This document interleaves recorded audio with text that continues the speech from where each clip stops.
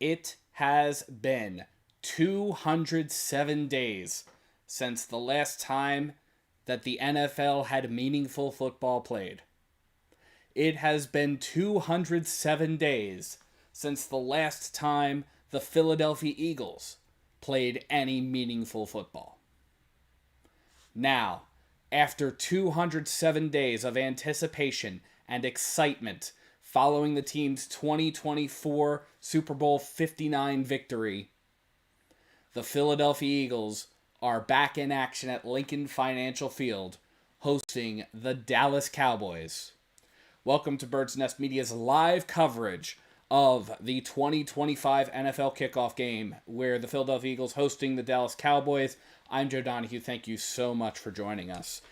This game is already poised to be quite crazy. The last time that the Philadelphia Eagles hosted a season opener, if you don't count last season, which last season was Brazil, so the Eagles played technically as the home team in Brazil, but the last time that the Philadelphia Eagles played a home game at Lincoln Financial Field to start the season, you have to go all the way back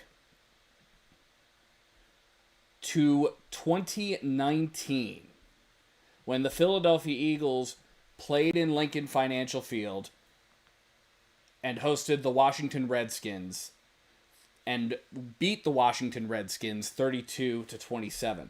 The last time that the Philadelphia Eagles played against the Dallas Cowboys in the season opener, for that you have to go all the way back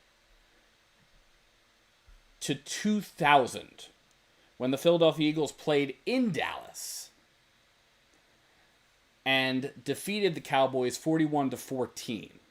Now, when they played in Dallas in 2000, one of the most notable things about that was the fact that the Philadelphia Eagles started that game with a surprise onside kick. And that really set the tone for Andy Reid's tenure here. We tend to write off the 1999 season. The 2000 season was the first season with Donovan McNabb and Andy Reid. So the fact that the Philadelphia Eagles had those things going on really means that the 2000 season was really the start of the Philadelphia Eagles' tenure under Andy Reid, at least the formal tenure. So that really set the tone for the Andy Reid years, which definitely were some of the most, especially those early years, were some of the most successful the Eagles had seen in a long time. Now, those early years, certainly, you have the fact that, hey, the Eagles had multiple opportunities but didn't finish. So that definitely colors the memory of that team, of that era. But they were still a really good team. So that was definitely early mindset there. Dan the Cornman, good evening to you as well. Feels so good to be back. Feels so good to once again have meaningful Eagles football going on. And I am so excited for everyone to be here. Yeah. Happy kickoff day indeed. This is probably going to be the last time that you're going to see the Lombardi Trophy in the stream, by the way. At least until hopefully the Eagles make it to Super Bowl 59, in which case you'll start to see it again. But after today, because today is the day that the Eagles are recognizing that Super Bowl 59 championship team, we are probably going to take the Lombardi Trophy off of the set and just stick with what I've got behind me. It'll still be around. It may make appearances. I haven't fully decided on that yet. But the 2024 Eagles, as Nick Sirianni has said multiple times, as Landon Dickerson has said during the offseason, is no more. Nick Sirianni, in fact, alluded to the fact that the Eagles probably will not be on the field for the banner unveiling. So just something to be aware of there. And there was a little bit of an oops on the banner, by the way. So the the banner actually accidentally got unveiled a little bit early. They covered it back up quickly, but Jeff McClain over at the Philadelphia Inquirer tweeted out a photo of it, so that was a little funny. We're just hanging out here right now. We have about 15 minutes before the scheduled kickoff, so things are just going along here.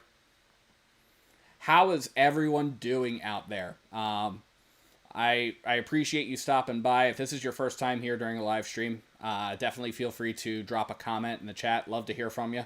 And then, yeah, just how is everyone doing? Do you all have a good week? How did I get invited to the White House? That was cool as heck. I agree. That was really cool. That was a really cool experience.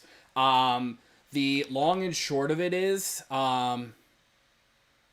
there was a lot of work that went into making sure that the relationship was there with the various press offices that have occurred.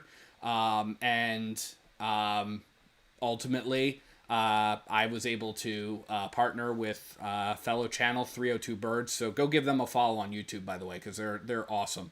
Dalton over there and KJ. Give them a follow on YouTube, 302 Birds. But I was able to go down there with Dalton, and ultimately the White House press office gave me credentials for that day. So yeah, it was a lot of work to get there, to get to the point where they were able to give me a day pass to that, but it was really cool. So I appreciate you shouting that out, Dan, because that was a highlight for me of the off season.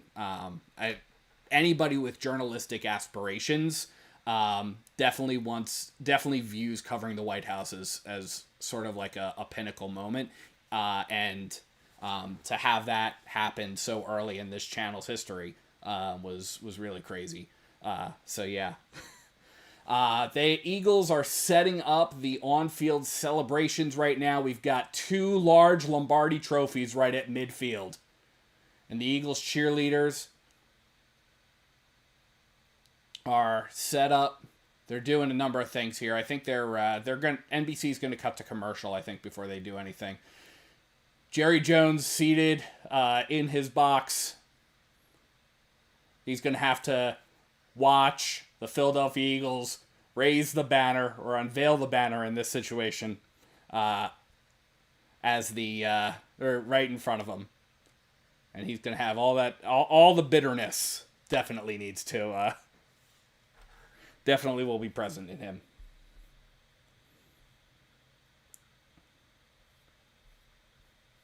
Here's a joke, the Cowboys. Yep, I already appreciate you, Dan. But yeah, how's everybody been doing? How was everyone's off season? If you're here, definitely feel free to drop a comment. Love to hear from you over the course of this game. But yeah, how's everyone doing? How was your off season? Dan, you're engaging right now, so how was your off season? Yeah, mine it was full of expectation, full of anticipation for me. I've been waiting for football to kick back up, so it has been busy. I will say that too.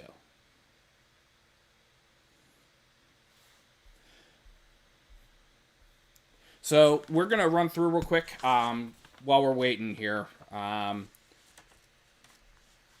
we're waiting, I do have the inactives list. So Azeez Ojulari, Tanner McKee, Obo Okoronkwo,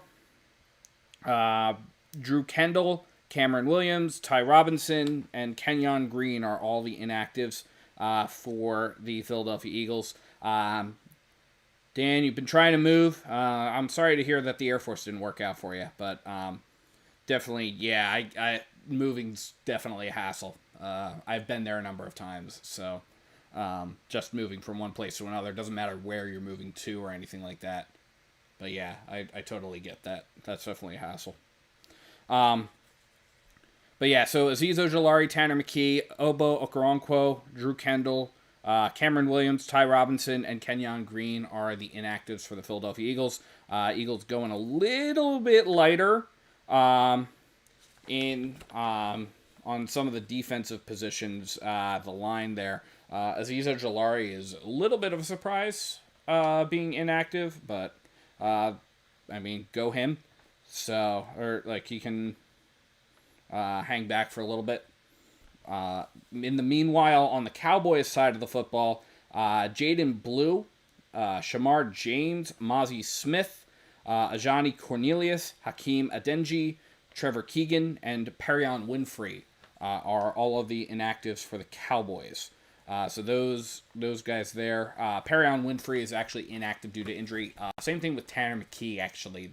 Tanner McKee is inactive due to injury on his end. So that's that. Obviously, the officials for tonight's game, we'll get to that in a second, because right now, Jeffrey Lurie, the Eagles chairman and CEO, and Brandon Graham, a two-time Super Bowl champion, are bringing out the Lombardi trophies to midfield as Lincoln Financial Field is decked out in green lighting. Looks like members of the Eagles autism community are at midfield with both of those as Brandon Graham hypes up the crowd.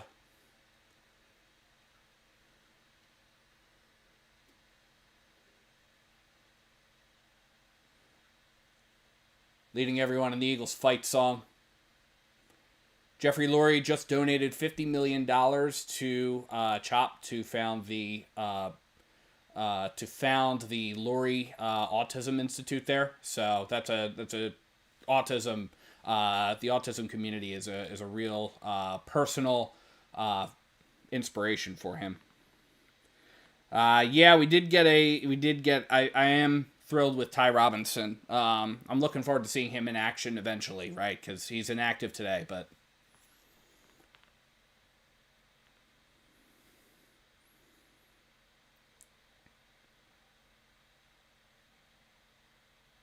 doing Eagles chants, and there it is. The 2024 World Champions banner has been unveiled at Lincoln Financial Field to fireworks and almost 70,000 people.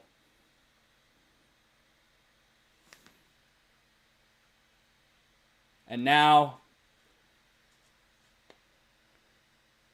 the Philadelphia Eagles are ready to kick off the 2025 season. It's the last kind of celebratory moment for this team. The 2024 team, which now no longer exists, as Landon Dickerson pointed out during the offseason. We are just a few minutes away. We're about 7 minutes away from kickoff. The Philadelphia Eagles team itself is walking out the tunnel. Nick Sirianni said that they were not going to be out on the field for the banner unveiling, which is a move that makes sense. So there he is. So while we're waiting for that to pop out, the referee for tonight's game is Sean Smith. Umpire is Brian Neal. Down judge is Jay Bilbo. Line judge is Jeff Seaman. Field judge is Dyrol Prialu. Side judge is Boris Cheek. Back judge is Dino Paganelli. The replay official is Mike Wimmer, and the replay assistant is Larry Hill.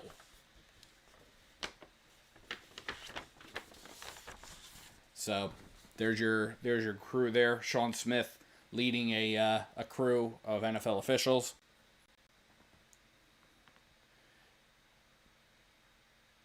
We've got Rob Mack from It's Always Sunny in Philadelphia getting the crowd hyped up for the introduction for the first time of the 2025 Philadelphia Eagles, coming out under a special setup because it does a special tunnel setup which has the acknowledgement of the fact that they are the reigning Super Bowl champions. And the team is coming out now. Super Bowl 59 MVP Jalen Hurts taking the field.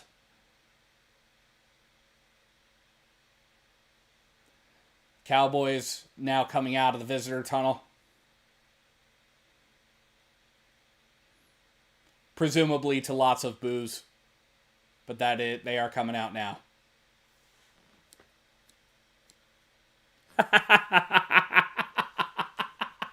Oh boy. Oh boy. Dan, this is going to be a fun game. I am excited. This is going to be a fun game.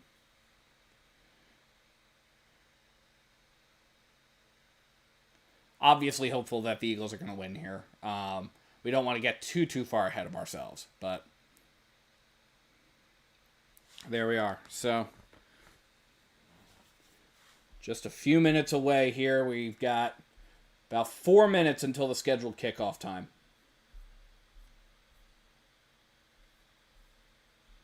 So Niners fan, I'm glad we have common ground. Yeah, no, that is fair. That is fair.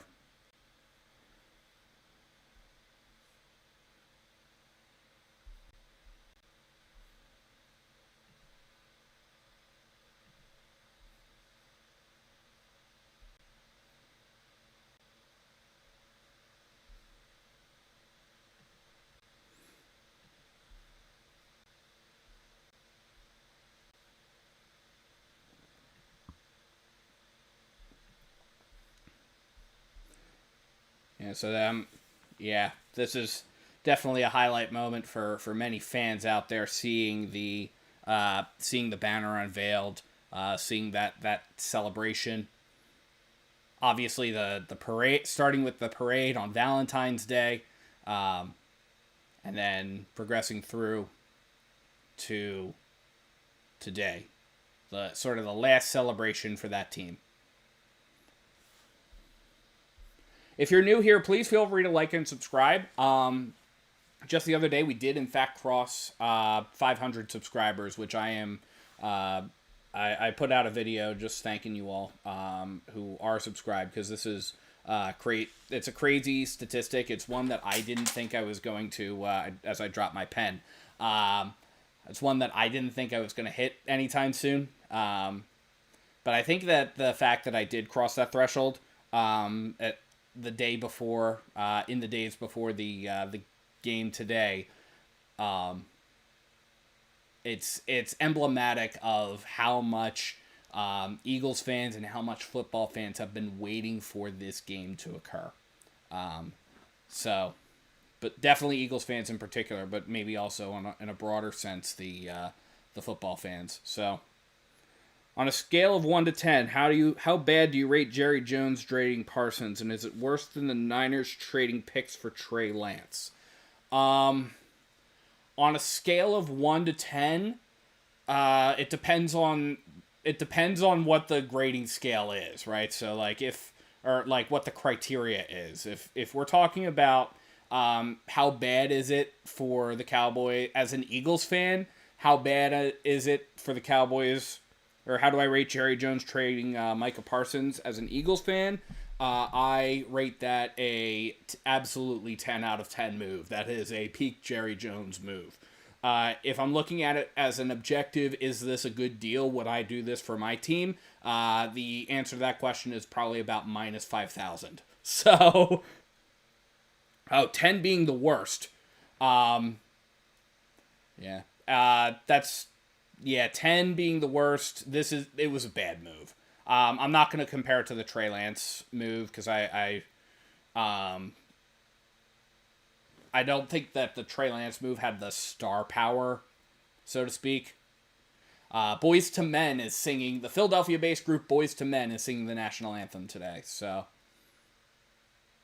no crying Nick Sirianni, but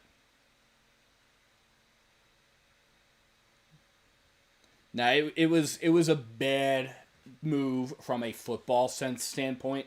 It was a great move if you're an Eagles fan, because that is very, very typical Jerry Jones.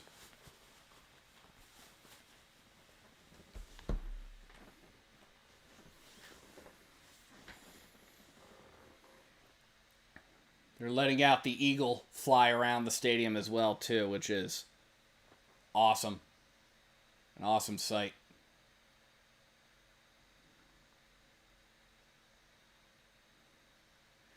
You know, the Cowboys are America's team by their moniker, but if we're really talking about America's team, the Philadelphia Eagles have as their mascot the national bird of the United States. The Philadelphia Eagles are based in the city where this country was founded. And the 250th anniversary of the United States of America, which is happening next year, is going to have a lot more Philly-centered events than Dallas-centered events. So are they really America's team, the Dallas Cowboys? Or is it just is there some other reason why? Like, are they America's team in terms of the team that America loves to hate? Because that could also be the reason too. I put that out there as a conundrum for fans to debate amongst themselves.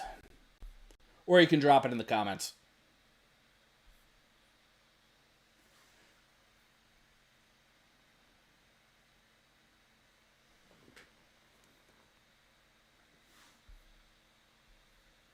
Obviously, this game's getting started a little bit later because of the pregame ceremonial. Either could be, yeah. Cowboys head coach Brian Schottenheimer is on screen right now, being picked up by NBC. He's looking like somebody who's trying to hide the fact that his owner just sold out his best player for a bag of magic beans.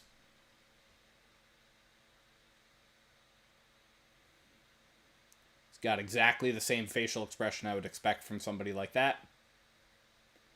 It's his first season as a head coach at any level, compared to Nick Sirianni, who is in his 5th season as head coach. Nick Sirianni is the first head coach in NFL history with 4 postseason appearances, 2 of them being Super Bowl appearances.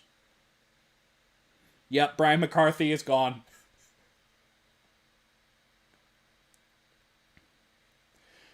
The Eagles won the toss and deferred, so the Cowboys are getting set to receive this.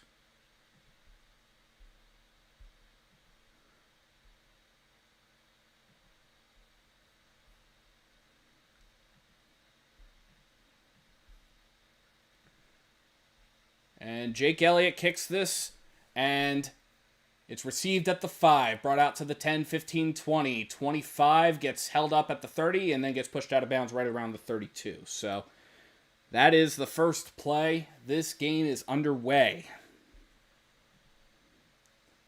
Now we're going to see the Cowboys offense come out onto the field.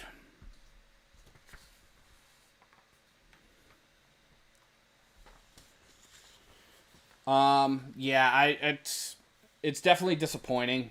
I know what they were trying to do, but you can accomplish what you were trying to do just by moving the touchback line farther forward. You don't need to do this whole dynamic kickoff thing.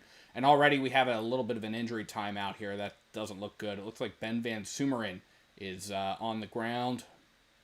Eagles fullback.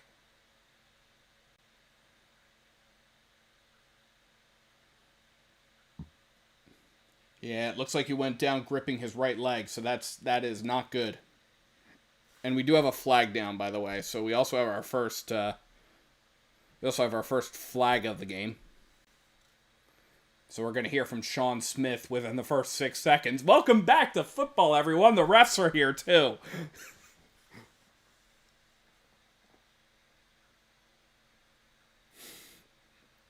Let's see what we got.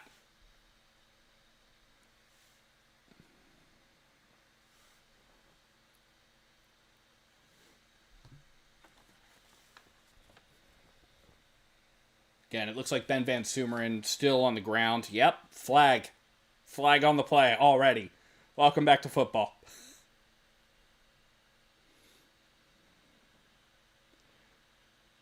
All right, yeah.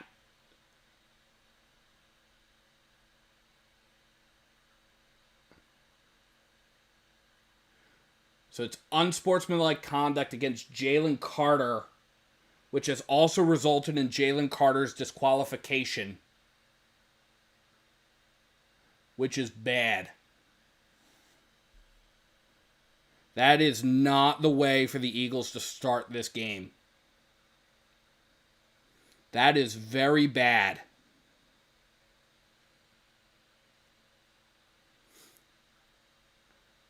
It looks like we're looking at the replay here.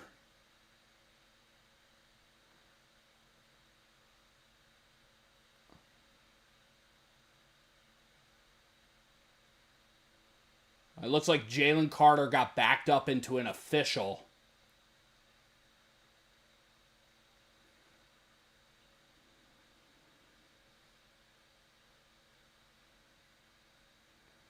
I don't know why. I mean, I get it. Like, you can't make contact with an official.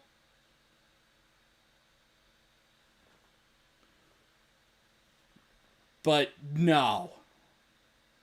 Like, that's bad. Like, that is very bad.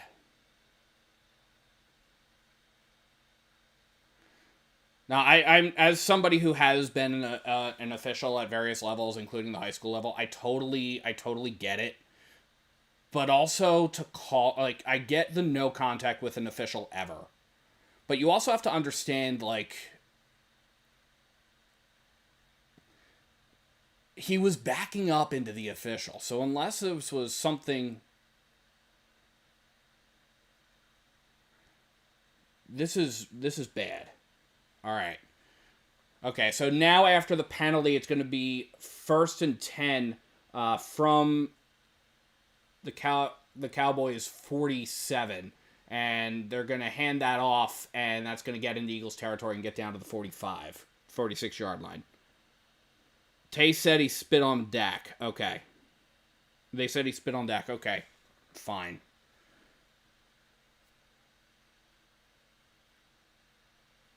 Alrighty. Yeah, I have volume down, so I can't hear all the commentary, but okay. Fine. If that's the case, then yeah, that's all Jalen. Dak in the gun takes a snap, hands it off, and is going to get up to about the 40-something, and that is a first down. So it's going to get up to the 42-yard line, and that's where they're going to spot him.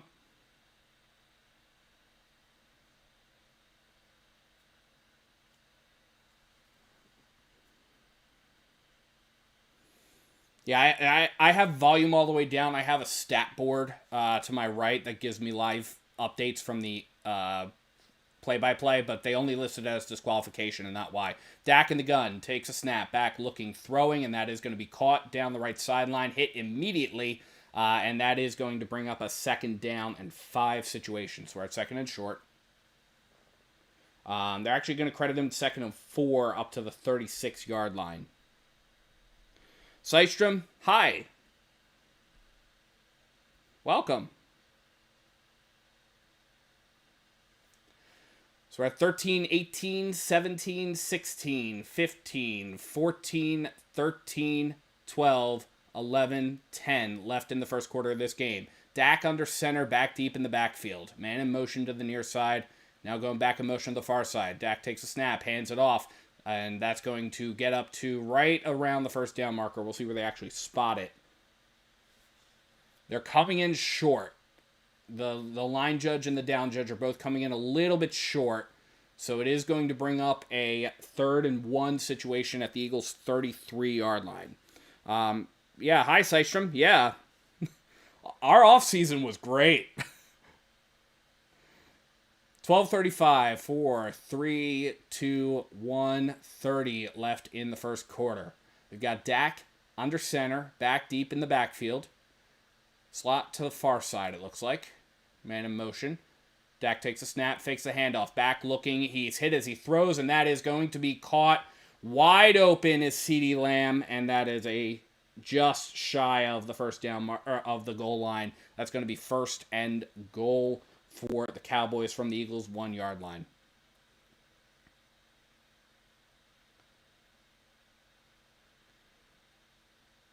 So we're inside of 12 minutes left to play in the first quarter of this game. Dak takes a snap, and That's going to be thrown in the direction of CeeDee Lamb, who is being held all the way, and that is Adoree Jackson, who's going to get flagged for that foul. It's going to be unsportsmanlike conduct, or not unsportsmanlike. It's going to be pass interference on the defense. That was beyond, yeah.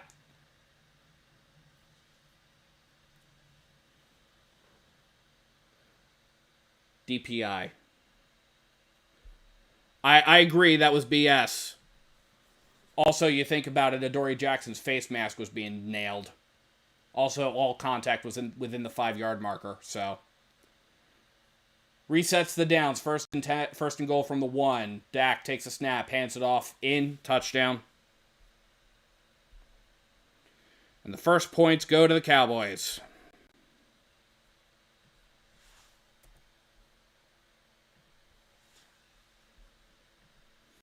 You know who would have helped on that? Jalen Carter.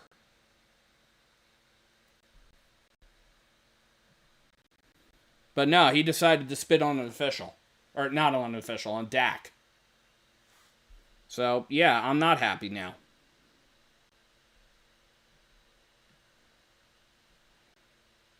Brandon Aubrey is on to attempt the extra point. Snap, hold, kick is up, and it is good. 11:49 left to play in the first quarter. The Cowboys off to a roaring start. 7-0 in their favor, and we'll see what the Eagles are able to do with their first drive after the commercial break.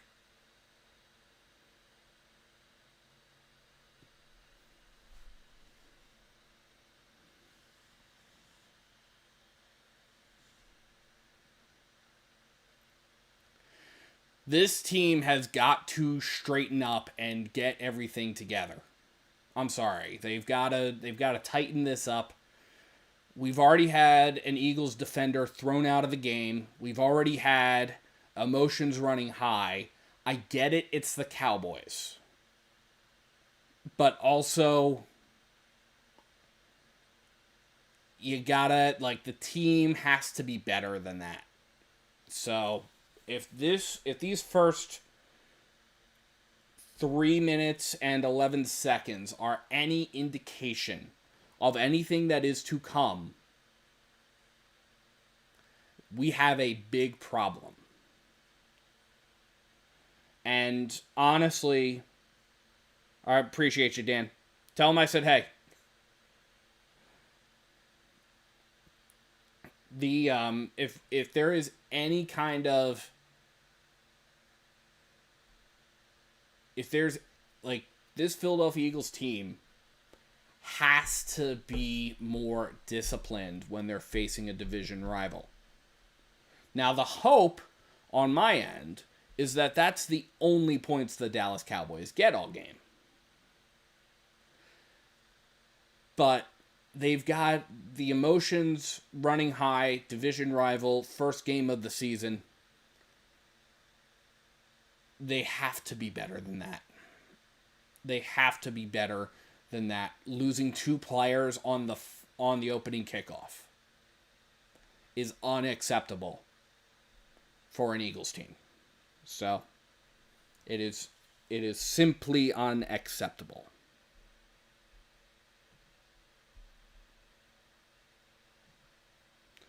For the record, that drive went 6 plays, 53 yards. As I mentioned, took 3 minutes, 11 seconds. Thanks, Dan. Hope you told Grassi I said hey. Ben Van Sumeren has just been ruled out for the remainder of the game. Let's check and see what the injury reports are from the Eagles beats, who are in the press box right now.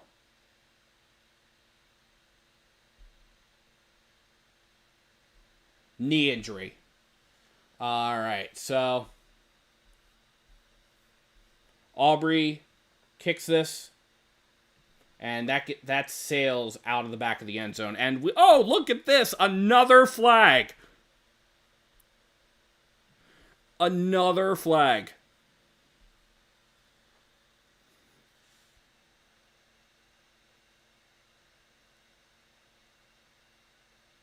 Illegal formation on the receiving team. Nick Sirianni is ready to run these officials over with a lawnmower. Illegal motion was what the flag actually was.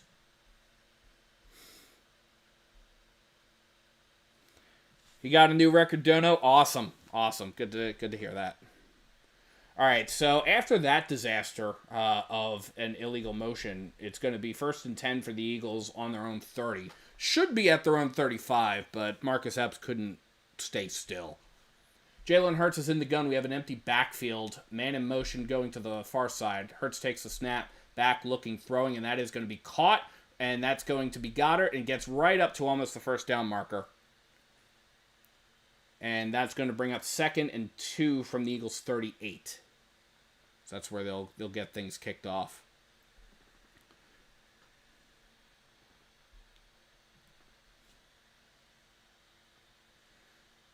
So here we go. 11:25 left in the first quarter. Hurts is in the gun. We've got Barkley to his right. Bunch formation to the far side. Hurts takes the snap, hands it off to Barkley. Barkley's going to cut up the middle and does get a couple there. Just enough for the first down, it looks like, based off of where he landed. So they're going to spot him at the 41. It is 1st and 10 for the Eagles from their own 41-yard line. Roger Goodell wants revenge on the Eagles for not following the script during the Super Bowl. Yeah, probably. That's what's going on. 10:50, 49, 48, 47, 46, 45 left in the first quarter of this game. Hurts under center, Barkley deep in the backfield, 3 receivers right. Hurts takes the snap, back, looking, rolling, and he's going to take off, and that's going to be a slide right around the 48-yard line, I believe is where he started that slide, so that's where they're going to spot that ball. 2nd and 3 for the Eagles from their own 48. So, good to see Jalen Hurts using his legs there.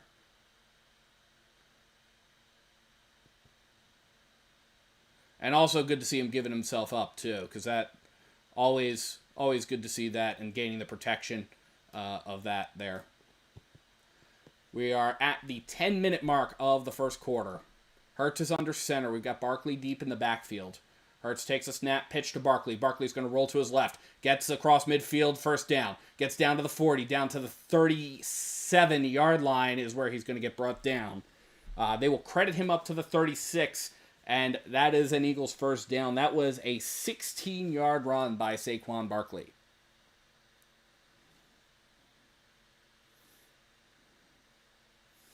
Yeah, that was a good little pitch there, and Saquon just takes off.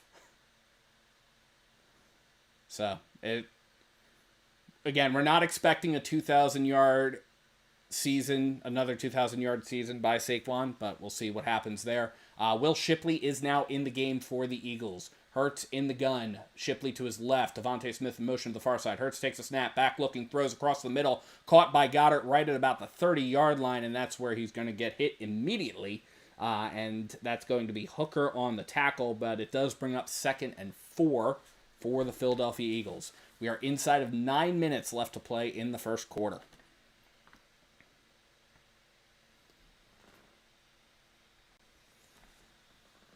So, pistol formation for the Eagles. Hurts is in the gun. Shipley is behind him. Devontae Smith in motion to the near side. Hurts takes a snap, hands it off to Shipley. Shipley's going to get that first down and get down to the 25-yard line, and that's where he's going to be brought down. But it is a 1st and 10 situation for the Eagles. So,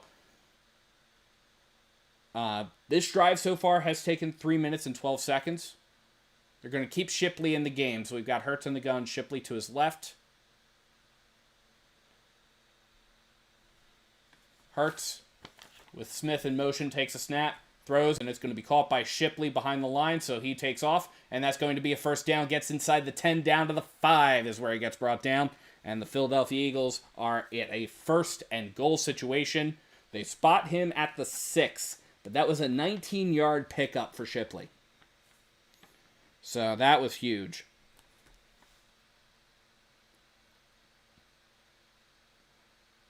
It's good to see the Eagles knocking on the door and also staying in control of the clock here. Devontae Smith doing some good job blocking there as well. So 1st and goal. Hurts is under center. Shipley in the backfield. Hurts takes the snap.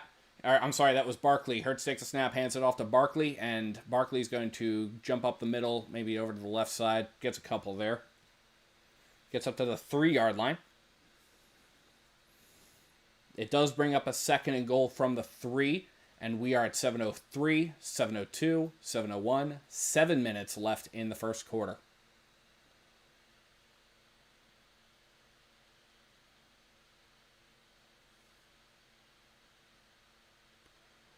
Hurts lines up under center. Split receivers, slot to the near side. Now, 3 receivers left. Barkley in the backfield. Hurts takes a snap, hands off to Barkley, who's going to probably lose a yard on that, depending on where they spot it. Yeah, they're going to spot it at the 4. So, 3rd and goal. Loss of 1 there. That play didn't go anywhere. So, that was a little rough. Yeah.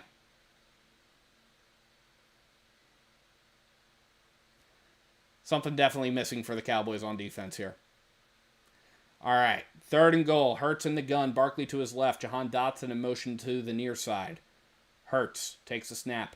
Back. Looking. Has some time. Running out of time. He's going to roll to his right. And he is in for the touchdown. Jalen Hurts takes it in himself.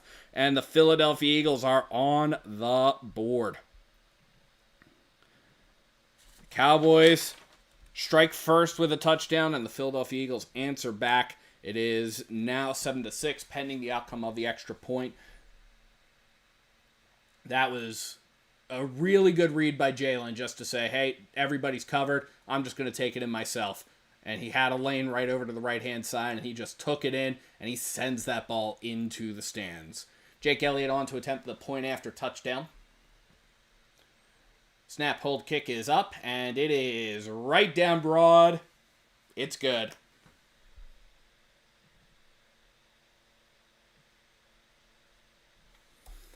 With 5:55 left to play in the first quarter of this game, this Philadelphia Eagles team just tied it up. It is 7-all. Yeah, that is a good question. How is Scooter doing?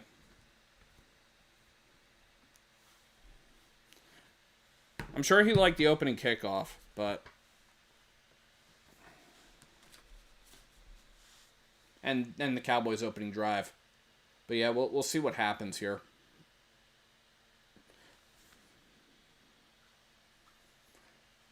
That drive, 10 plays, 70 yards, took 5 minutes and 54 seconds. Seemed miserable all week? Yeah, no, I believe that. I would 100% believe that, Dan. I haven't really paid a ton of attention to him because I can only take so much Cowboys adoration before I lose it. But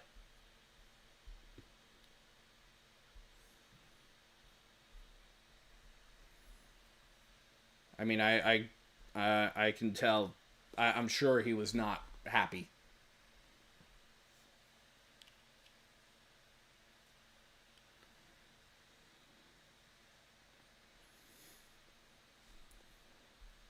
Jalen Hurts on that drive was 3 for 3 for 33 yards. Saquon Barkley had 4 carries for 21 yards, and we had Will Shipley get a carry for 5. Will Shipley also is on the receiving board there as well. 19 yards on that reception. So far, Jalen Hurts' favorite receiver has been Dallas Goedert, who had both of Jalen Hurts' other throws. So... But the fact that was 10 plays and only 3 of them were considered passes, I mean, the Eagles are still committing to the run game, which I'm really, really happy about. Thoughts about how NFL Red Zone being pricks to its subscribers?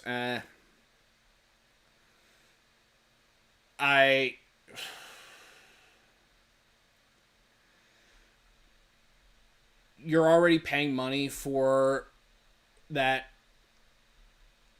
If the reason was because we wanted to give Scott Hanson an opportunity to go to the bathroom, I would be okay with that. The problem is Scott Hanson has been doing this for long enough where he has perfected the art of not needing to go to the bathroom during the 8 hours of commercial-free football. So, I kind of don't like that. I don't like the move. I get it. I know that the NFL is just trying to bring in more money. But, yeah. Jake Elliott's on to kick this away. Hopefully this is a better one than last time. That is going to get fielded at the 1. Gets brought out to the 10, 15 to the 20. And that's where they're going to go down. And there's a fight going on the field. Oh my goodness. Like, somebody's face mask is getting pulled hard.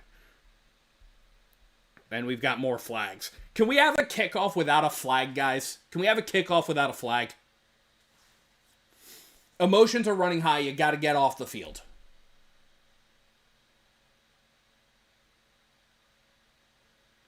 Undisciplined. Undisciplined.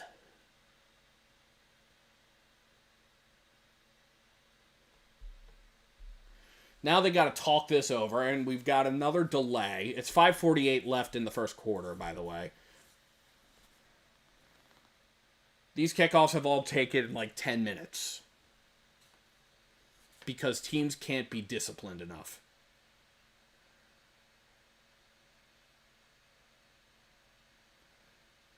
Cooper DeJean's face mask is getting ripped off by, like, number 35, it looks like. Let's see what they're going to call here.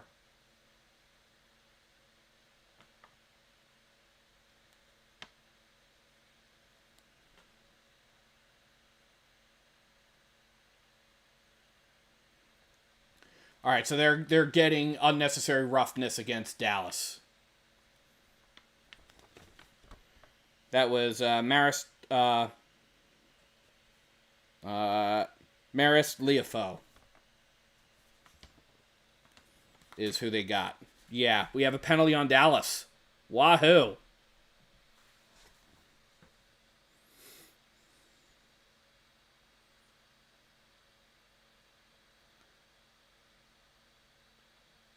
All right. 5:48 left in the first quarter of this game. Dak Prescott lines them up. Man in the backfield, 3 receivers right. Prescott takes a snap, hands it off, and it's going to get swallowed up immediately. Maybe picks up 2 or 3, depending on where they spot that. That was Williams there on the run.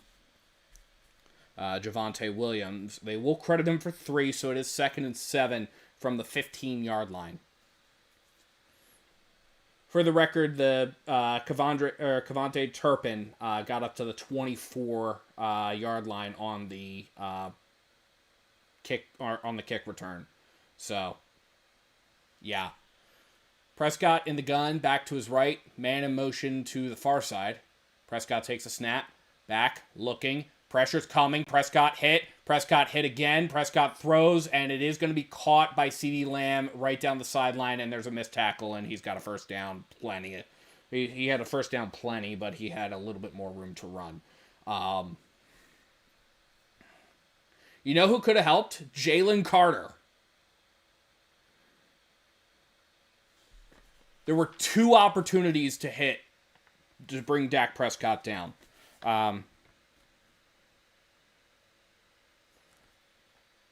Jordan Davis was one of them. Prescott under center, 2 backs behind him. Prescott takes a snap, hands it off, and is going to break through and gets up to about the 38-yard line before he gets brought down. That is Javonte Williams again.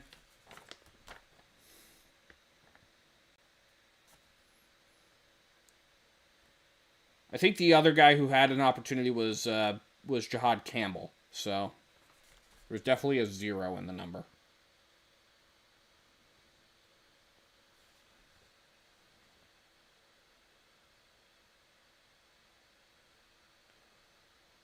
All right. 2nd and 5. Prescott under center, man in motion. Prescott takes a snap. He hands it off, and that's going to get up to about the 41-yard line. Yeah, no, I get it. I get it 100%. I'm right up there with you. There's no reason why Cooper DeJean's face mask should be violently ripped off. Like, that is a much bigger That's a much bigger thing. And also, if spitting is where they draw the line, then, I mean, say it, don't spray, it also applies, right? Prescott in the gun, back to his right. Man in motion. Prescott takes a snap, back, looking, has some time, and he's going to throw across the middle, and that's caught. CeeDee Lamb gets down to the Eagles' 40, 35 to the 30-yard line. He's going to get brought down around the 33, is where they're going to spot him. So that is 1st and 10. We're at about 3 minutes left in the first quarter of this game. And there is just simply no excuse for this. CeeDee Lamb was wide open. Adoree Jackson wasn't even remotely close to him.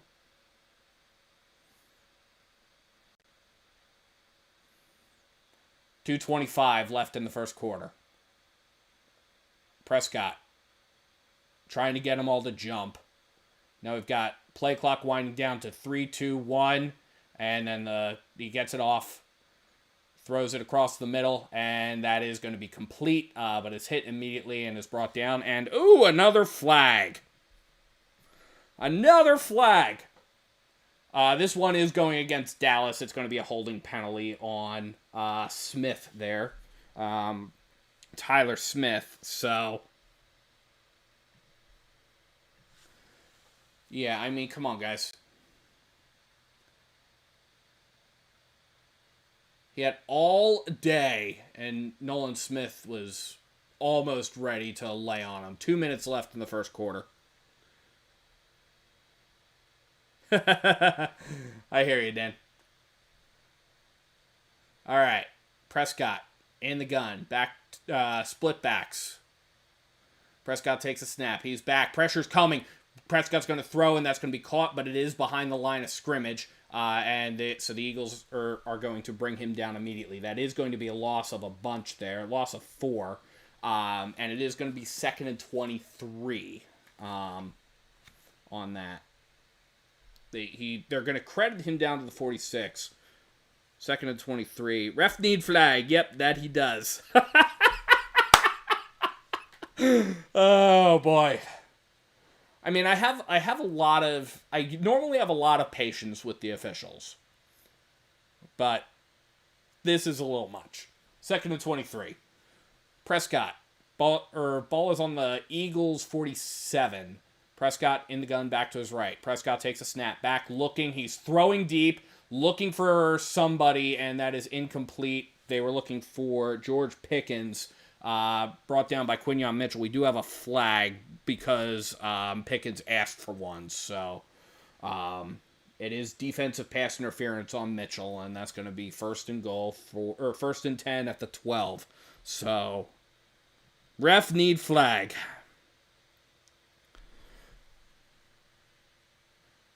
No, that is absolutely not DPI. That is OPI, if anything. Okay, fine. Maybe Q is pulling on its jersey a little bit. But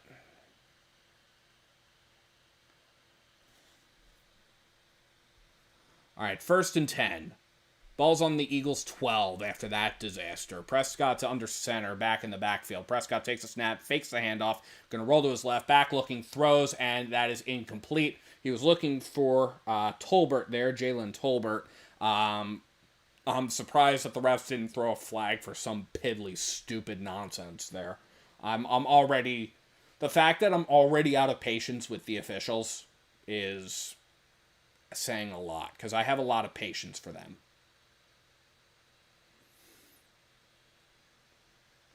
All right.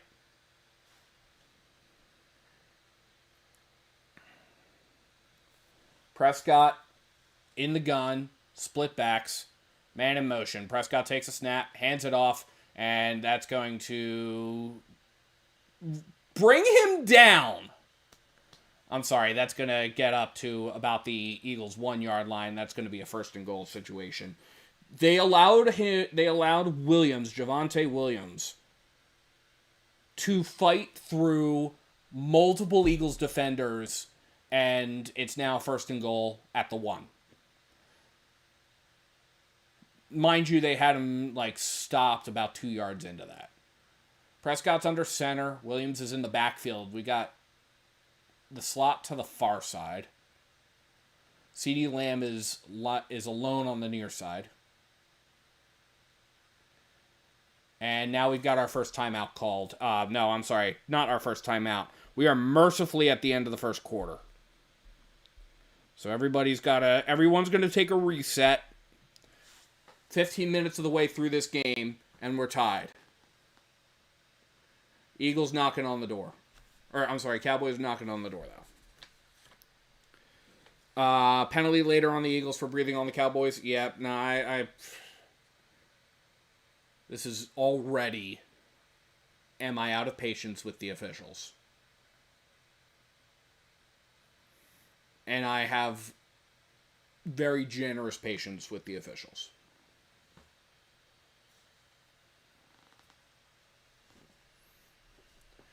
Jerry Jones needs to, be sitting there. This game should be 20-0 by now. Under no circumstances should he be smiling. I'd point out that the NBC broadcast has cut to Jerry Jones's box twice so far, and has not taken a look at Jeffrey Lurie's box on the other side. So I'm just pointing that out.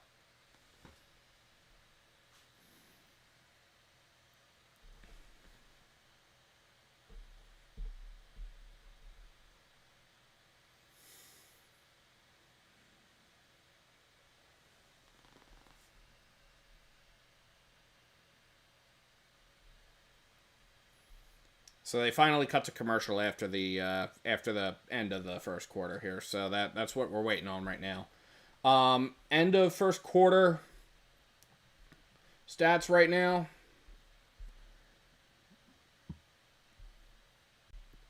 Doesn't look good. The Eagles have 5 first downs to the Cowboys' 8. Now, the Cowboys got 2 of their 8 off of penalties.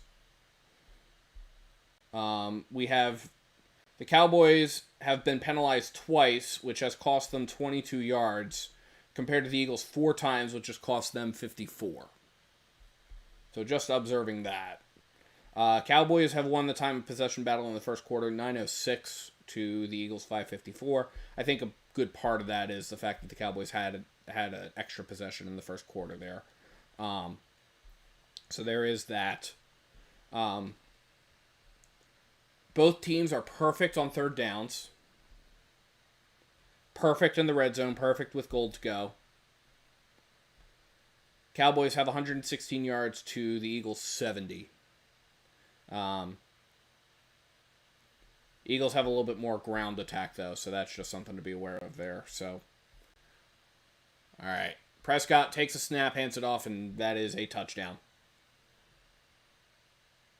Javonte Williams gets in for the touchdown.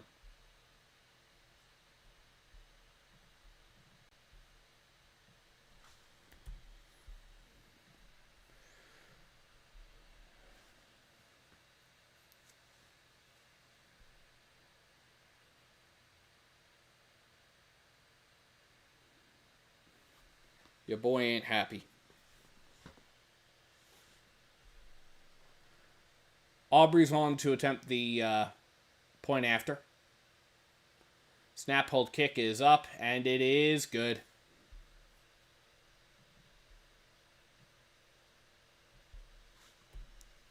$14:56 left to play in the first half. The Cowboys have retaken the lead. It is the Cowboys 14, the Eagles 7. And it would be great if the Eagles defense were able to deliver any kind of a stop, but instead they keep committing penalties.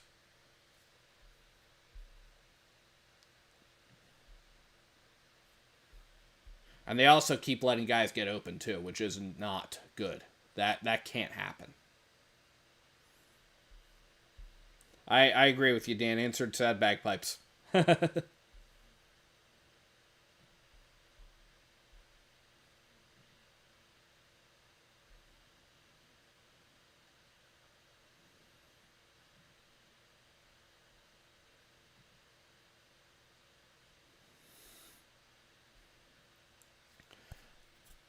If you're new here, again, please feel free to like and subscribe. It really helps the channel out.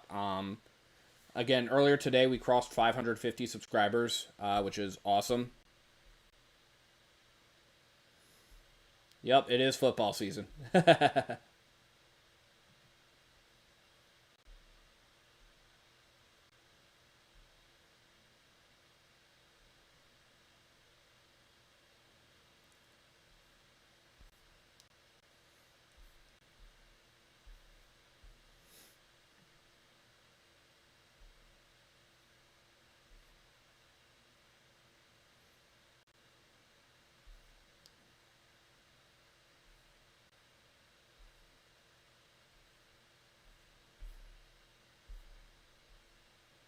Alrighty.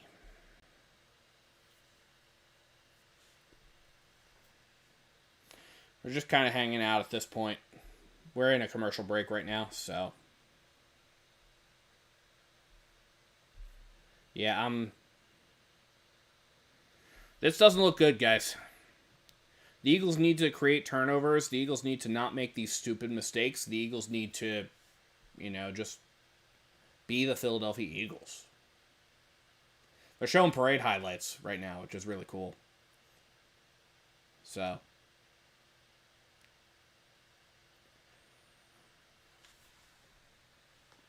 Yeah, Jeffrey Lurie correctly does not look very happy right now.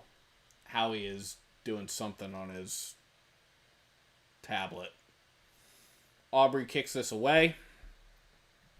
And that is going to go out of the back of the end zone. So, as long as there is no flag. No flag? No flag. Good, thank God. Eagles get the ball to start at their own 35. College teacher attended that parade. Yep, I attended that parade. I was recording that parade live, or well, maybe not live, but I was recording that parade from the footsteps of City Hall. That was fun.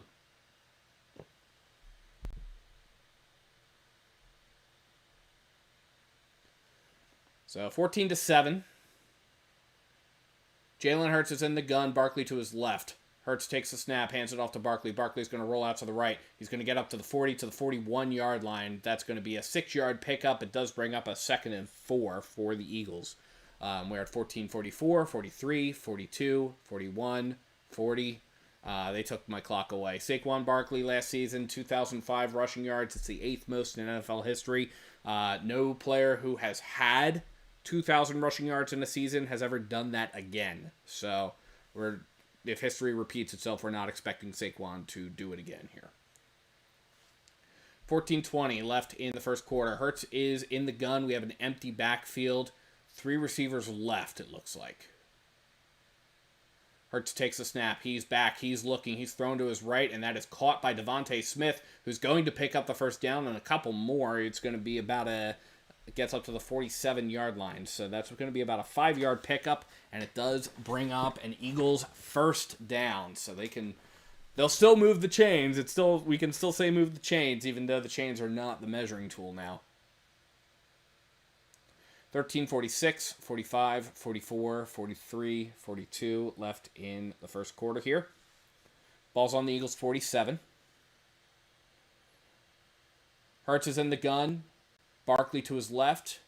Now Barkley moves behind him. We've got 3 receivers left. Hurts takes a snap, hands it off to Barkley, who evades a couple of tackles and is able to get some positive yardage out of that. Gets into Cowboys territory and is able to pick up a bunch there. It's going to be a 4-yard pickup. Gets up to the Cowboys 49-yard line. So that's going to bring up 2nd and 6. But that looked like it was disaster, but Saquon was able to just evade a couple of Cowboys players who had no idea what they were doing, along with a really, really handy block that came in from Cam Jurgens, the Eagles center. So Hurts is in the gun, Barkley to his right. 2 receive slot to the far side. Hurts takes a snap, he's back, he's looking, has some time, throws caught by Goddard. And is going to get hit immediately and is not going to get a ton of yards after that. It's going to get up to the Cowboys' 46-yard line, so that is going to be a 3rd and 3 situation. 12 and a half minutes left to go in the half.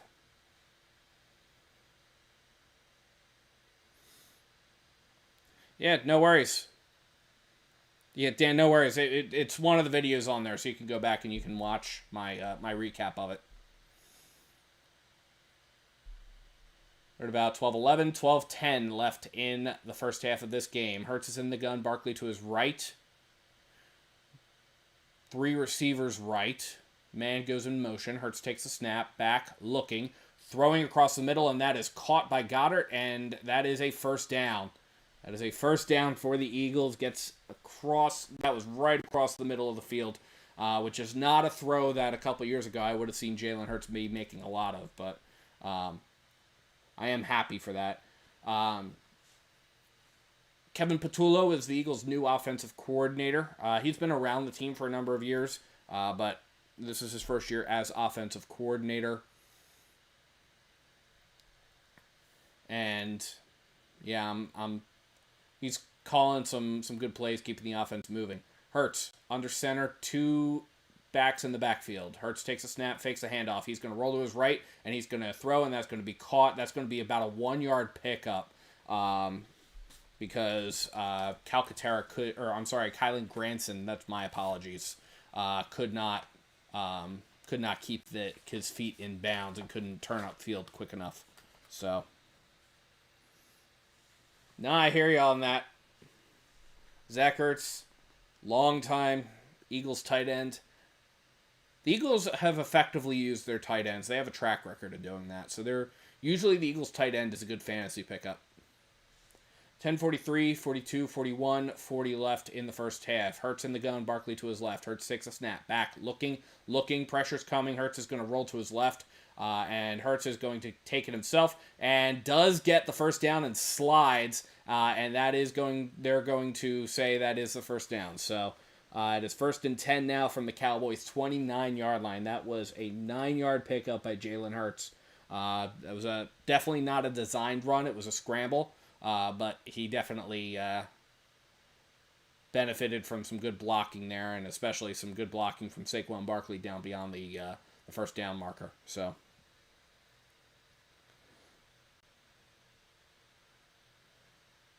9:56 left in the first half.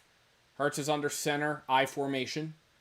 Hurts takes a snap, hands it off, and that's going to get upfield and gets down to about the 25-yard line. That is Saquon Barkley on the carry. It's about a 4-yard pickup, brings up 2nd and 6. At this point, we might start to see Will Shipley coming in, if my suspicions are correct. Yes, Barkley does go to the sideline, so we'll probably see Will Shipley being the running back there.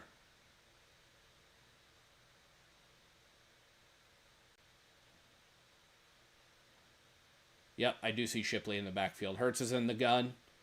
Hurts takes a snap, hands it off to Shipley. Shipley is going to go nowhere. It's going to bring up a 3rd and 5 situation from the Cowboys' 24-yard line. They will credit him for a yard. So right now they're showing the fact that Saquon Barkley squatted 585 pounds during training camp, which is hilarious.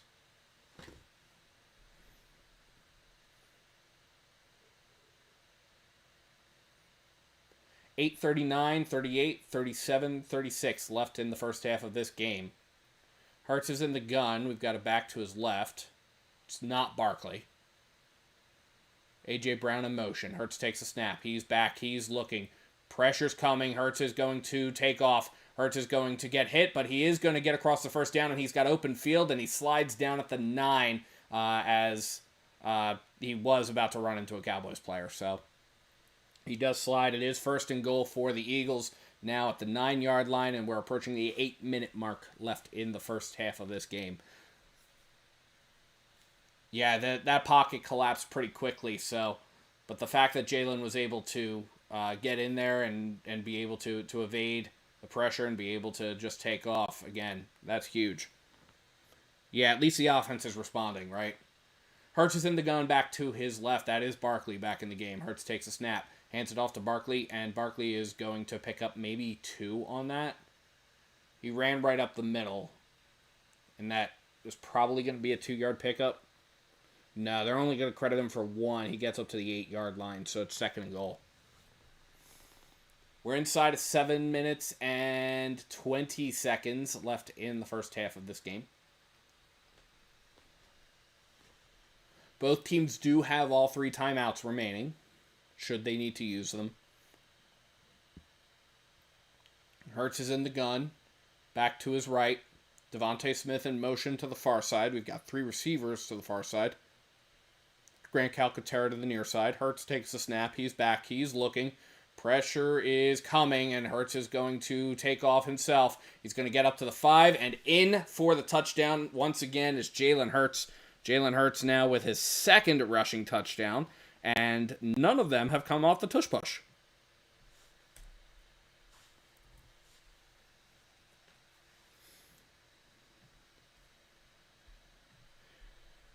So pending the outcome of the extra point here,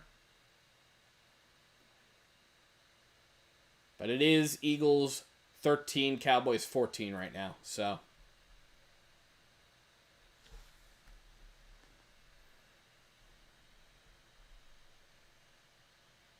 Elliott on to attempt the point after. Snap, hold, kick is up, and it is good. With 6:46 left to play in the first half of this game, it's knotted back up again. Eagles 14, Cowboys 14.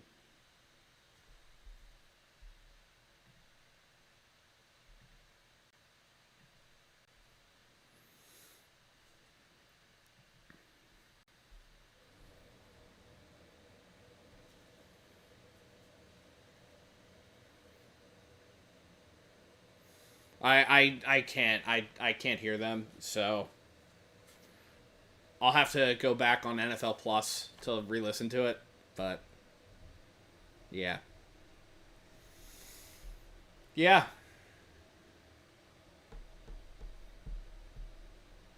The problem is I think the track record for the Eagles is that the Eagles have historically done a good job of containing Michael Parsons to not be a threat. So I don't think that him being on the field there would have actually made as much of an impact for the Philadelphia Eagles as it would have been. Yeah, no worries. Yeah, I figured that part out. But yeah, I don't think that the loss of Micah Parsons is going to have as much of an impact on this game for the Cowboys as people probably made it out to be. I mean, it's funny to go, ha, ha, ha, Jerry Jones is an idiot.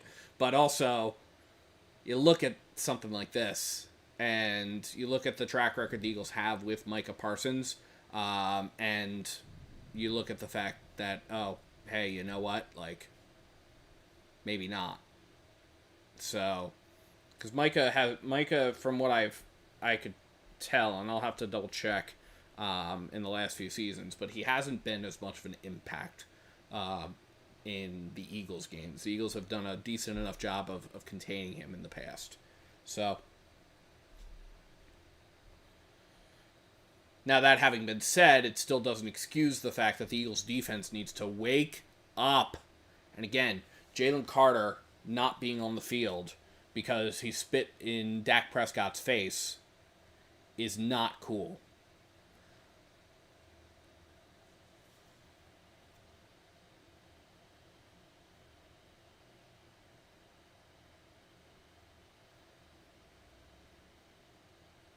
The Eagles defense is also the youngest defense in the NFL right now. 24.9 is the average age. So, Jake Elliott is on to kick this away, and that's going to get fielded right at about the 10, gets brought out to the 20, up to the 25, up to the 30, up to about the 31-yard line. No flags. No flags. No flags. Okay.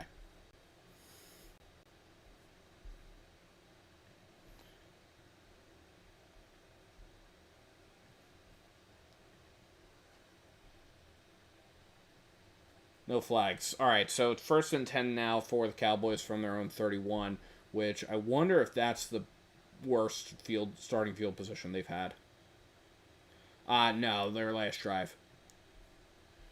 All right, Prescott's under center, man in motion, back in the backfield. Prescott takes a snap. He's going to dump it off quickly, and that's going to be about a 2 or 3 yard pick up there. You think the refs are done? I don't know. The refs are not done. They're the third team on the field.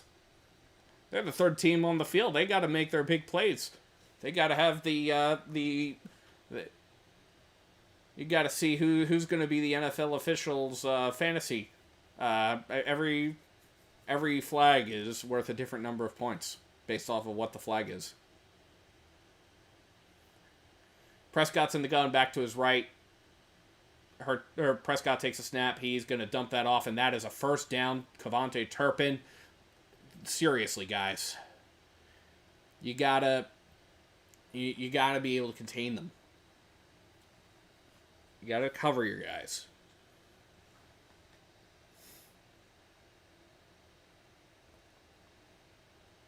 Yeah, why is Adoree Jackson playing him 5 yards off? That was legit 5 yards off.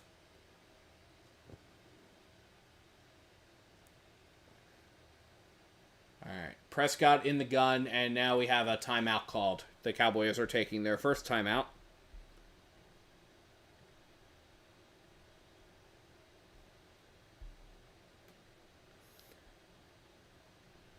So they have 2 remaining, and we are stopped at 5:26 left in the first half. I do have some good ideas sometimes, Dan. Yeah, ref fantasy, right? So, like, defensive pass interference is worth, like, 7 points. Defensive pass interference when there was no actual pass interference is worth 9. Stopping the game for replay, or the referee stopping the game because replay assist needs to double check you. It's got to be worth something there, right? If you're watching here, drop in the chat too. What defense, or like if there was a fantasy football but for NFL officials, like what fouls or what situations would cause you to get points for that? Because I'd love to hear your thoughts on this.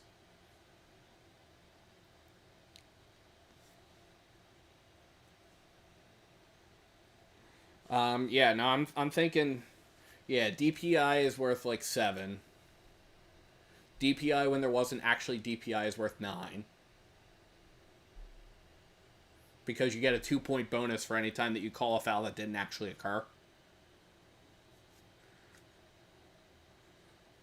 If you miss a foul and it was obvious that you missed it, like, you lose a couple of points. Replays lasting longer than 5 is like 20. Yeah, no, that's fair. That's fair.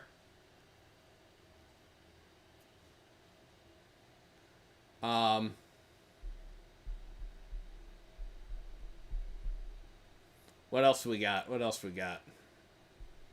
Hands to the face, it's got to be worth 5 points.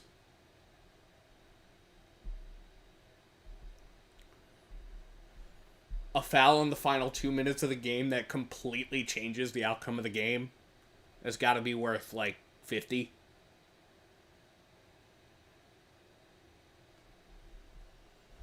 Looking at you, Carl Cheffers, and the holding penalty on James Bradbury in Super Bowl 57. All right, we're back from the commercial. Prescott's under center. Ball's at midfield. It's 1st and 10. Prescott's under center, back in the backfield. Prescott takes a snap. He's going to hand it off. He's going to roll out to his right, and that is going to not get there. That's going to be stopped at the line of scrimmage. And, oh boy, another flag. The officials are talking about it.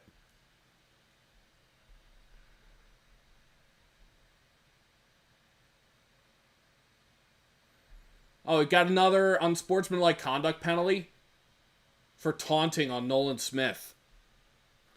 What'd he say? Did he say it and not spray it? Because it sounds, if he said, oh, he was standing over him. Yeah, I guess they're saying you can't do that this year.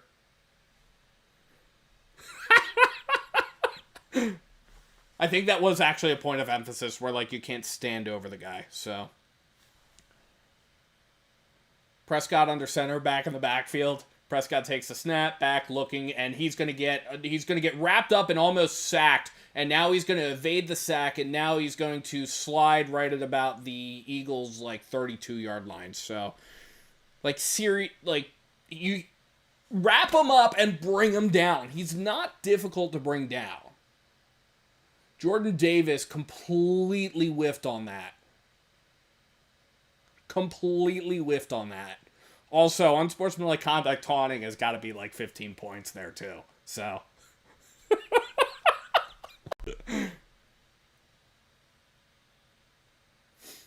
Alright, so it's 2nd and 7. Prescott's in the gun, back to his right. CeeDee Lamb's going in motion to the far side. Prescott takes a snap, hands it off, and that's going to get up to about it's going to cross the 30, gets down to about the 27. We got about 4:05 left in the first half of this game.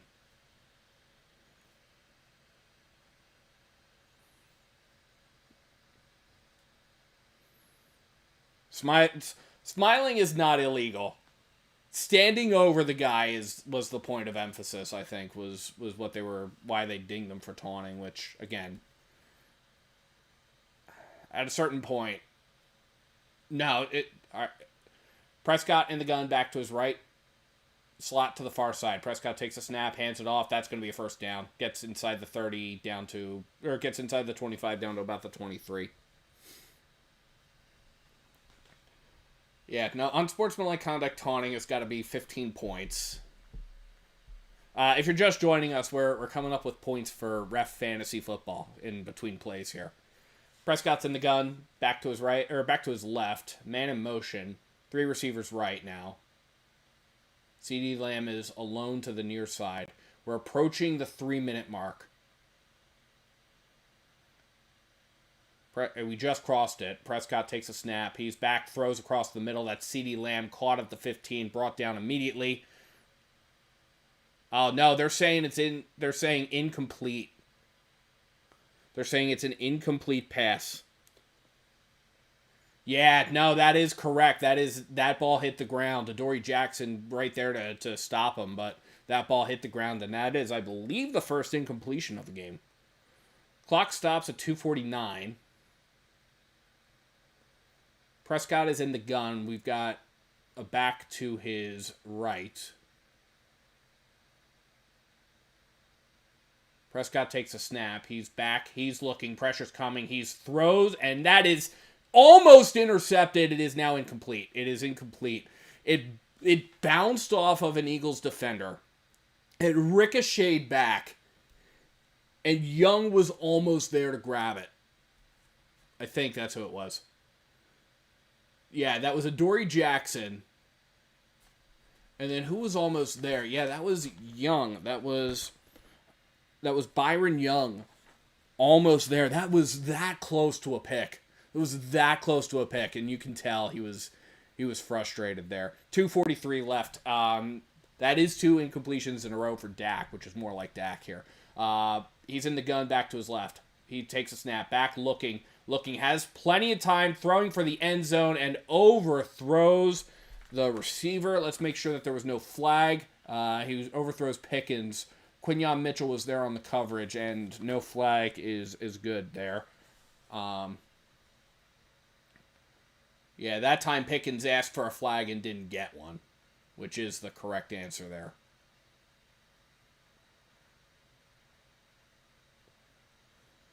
So Brandon Aubrey is on to attempt the first field goal of this game. This is a relative chip shot for Aubrey. It's about a 41-yarder. Snap, hold, kick is up. And it is good.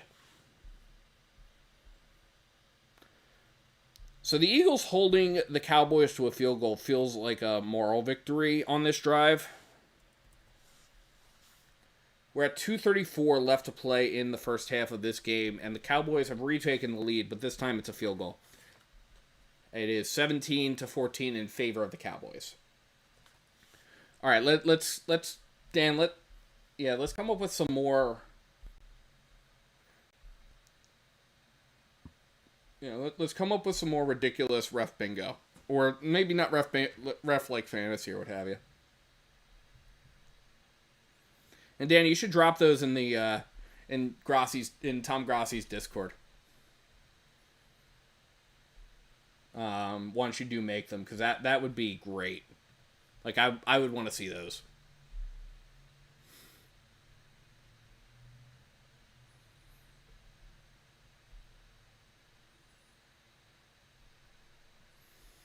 All right, so we're in a commercial break right now. That drive was 10 plays for 46 yards. It took 4 minutes and 12 seconds off the clock. And again, it feels like a little bit of a moral victory that the Eagles were able to hold them to a field goal. The problem is that this is, like, the Eagles defense needs to, like, cover guys. And also, there were plenty of opportunities to get pressure on Dak, and none of them actually happened. So, also, it would have been great if Byron Young came up with that interception. Let's check in with how the Eagles beats are doing on this. Yeah, definitely. Yeah, I'll track you down and we'll come up with some stuff. Now this is or like either ref fantasy football or ref bingo or something. We gotta put our minds together on that, because that's gotta happen.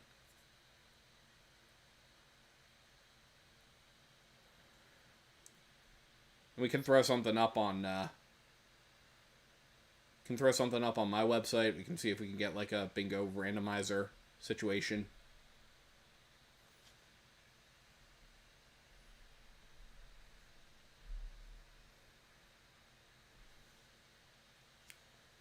Yeah. If you're new here, please feel free to like and subscribe. It really helps the channel out. We are back from the commercial. And Aubrey kicks that away, and that's going to get fielded and dropped, and it's going to get picked back up, and it's going to get brought up to the 19-yard line. So, not a good look there, but Will Shipley was there on the kick return. So, not a good look there for Will Shipley in that regard.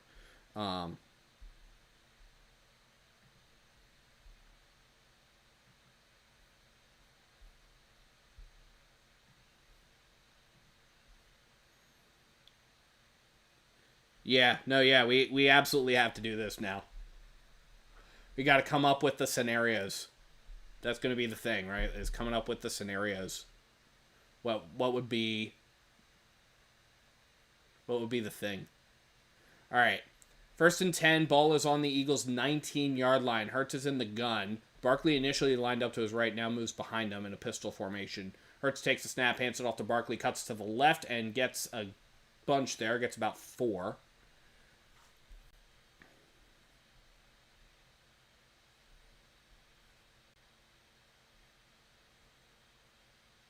Adoree Jackson is in the medical tent, according to Zach Berman, friend of Bird's Nest Media, Zach Berman, over now at The Athletic.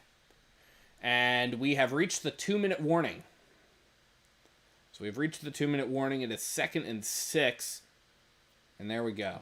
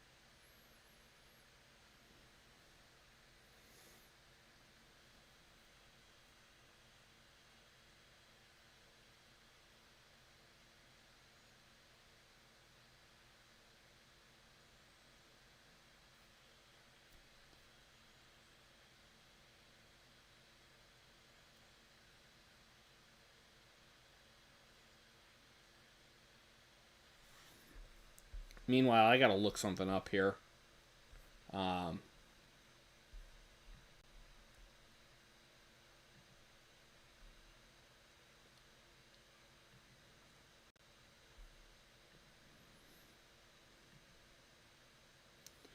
yeah.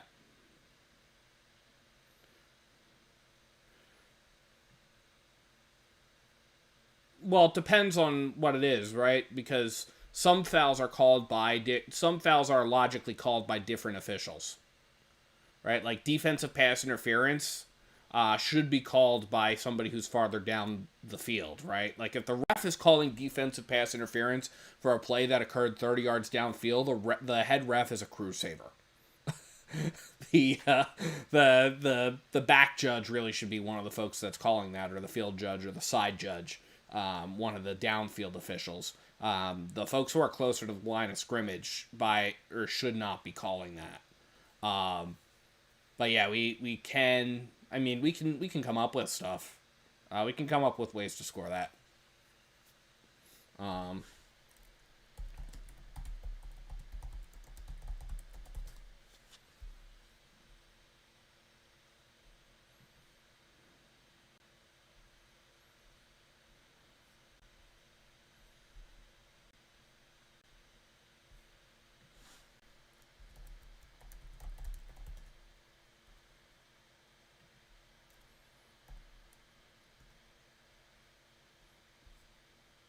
All right, we're back from the commercial. It is 2nd and 6. Ball's on the Eagles 23. Hurts is in the gun, back to his right. Hurts takes a snap. He's back. He's rolling to his left, and he's just going to wind up throwing that away. All the refs have numbers. No, that is fair. That is fair. We can call them on crews. That's fair. But all the refs have numbers, right? So you can identify which ref it is based off of the number that they're wearing, or even the position that's on the back of their shirt. So all of them have that.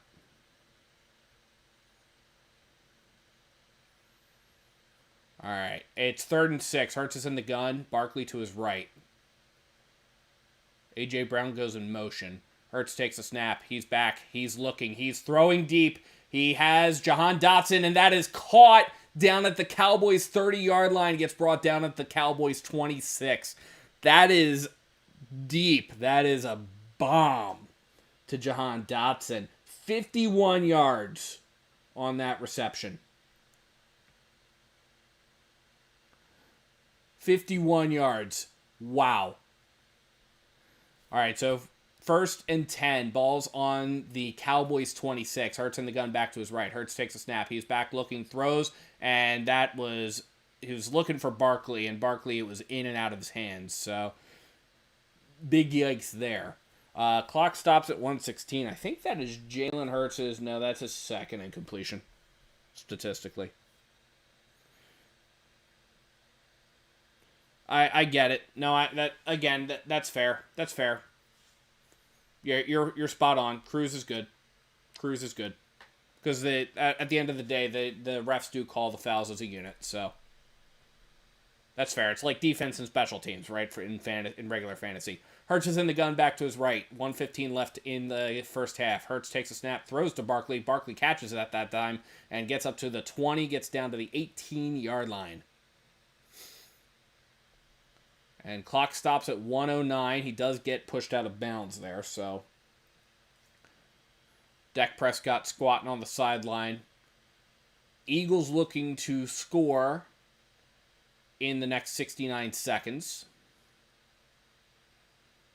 The Eagles will get the ball to start the second half. The Eagles are 4 for 4 on 3rd downs. And this is a 3rd and 2 situation. So Hurts is in the gun. We have an empty backfield here, which is weird. Hurts takes a snap. He's back. He's looking. He's going to throw. And that is caught by Barkley. And that is inbounds. Yep, that is a catch. He does fall out of bounds, but that is down at the 15-yard line. And that is a first down for the Eagles. Clock stops at 1:04.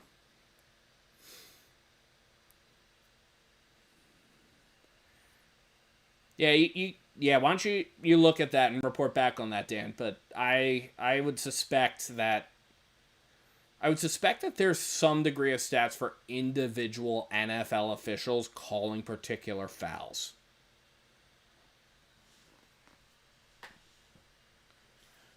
So here we go. 1st and 10, 64 seconds left. Hurts is in the gun, back to his left. Hurts takes a snap. He's back. He's looking. He's got some time. He's running out of time. He's going to roll to his right. He's going to cross the line of scrimmage, gets down to the 10, and is going to get pushed out of bounds. And the fans at Lincoln Financial Field are agitated that since he was well out of bounds, that should have been a late hit out of bounds there.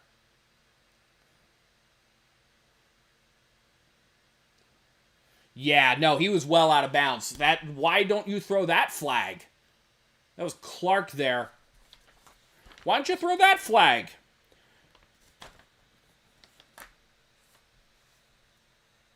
Late hit out of bounds. Patrick Mahomes would get that every single time. Yeah, that's 15 points right there. 56 seconds left in the first half of this game. Hurts is in the gun. Barkley to his left. Hurts takes a snap, hands it off to Barkley. Barkley's going to cut up, and that is a touchdown for Saquon Barkley. And the Eagles take the lead.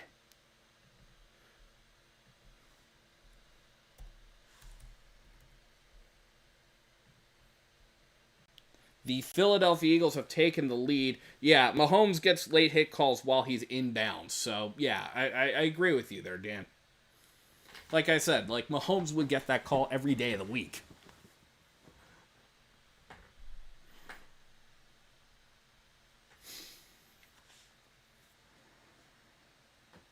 "51 seconds left in the game, or in the first half of this game here.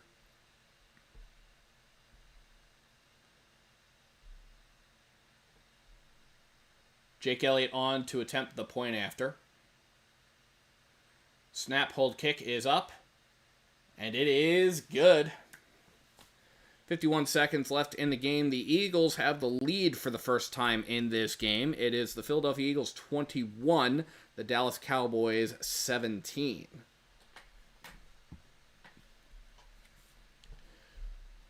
So the Cowboys do get the ball back with 51 seconds left in the first half and with 2 timeouts. So they do have some opportunity to utilize the middle of the field, to utilize a little bit of a run situation if they wanted to. Although the way that the Eagles have been covering the Cowboys receivers, it's been very timid, and I can't say that I'm thrilled about that.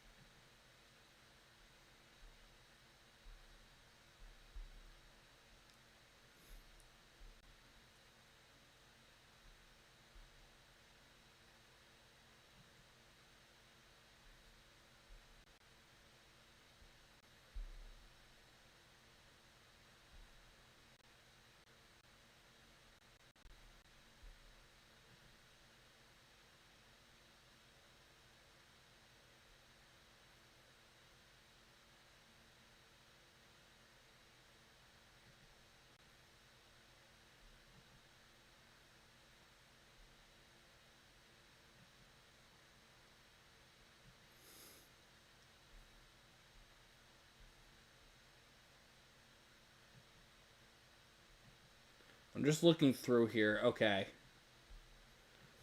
So, I'm just trying to figure out why they disqualified Jalen Carter for spitting.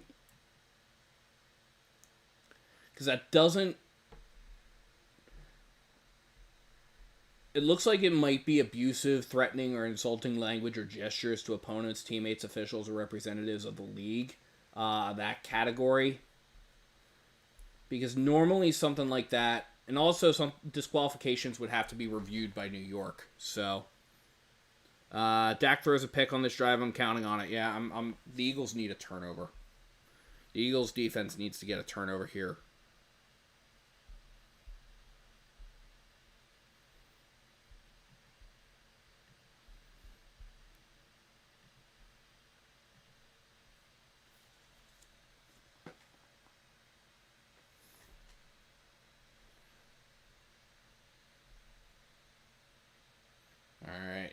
Elliott kicks it off, and it's going to fall inside the 5. It's going to get picked up and brought out to about the 11-yard line. So it does bring up a 1st and 10 from the Cowboys' 12. So the Cowboys are back to having some pretty bad field position.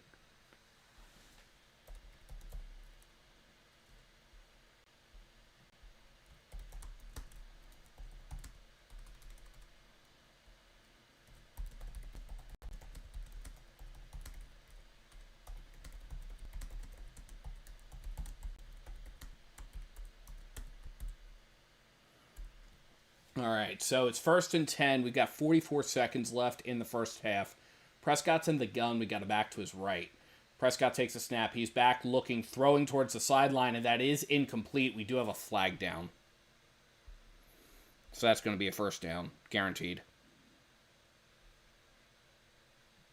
DPI, yep, DPI. Jacorian Bennett, the corner that the Eagles just traded for, dinged for the DPI. It's going to be an automatic 1st down for the Cowboys.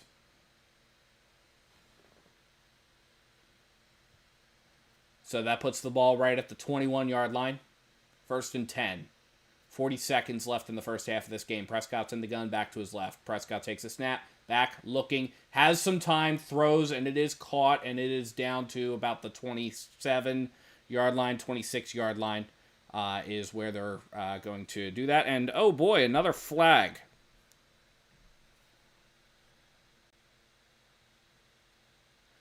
Roughing the passer on Nolan Smith.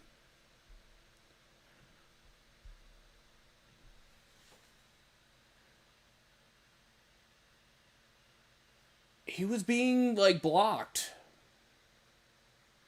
Okay, yeah, contact to the head neck area. I'll concede roughing the passer is legit there probably, but,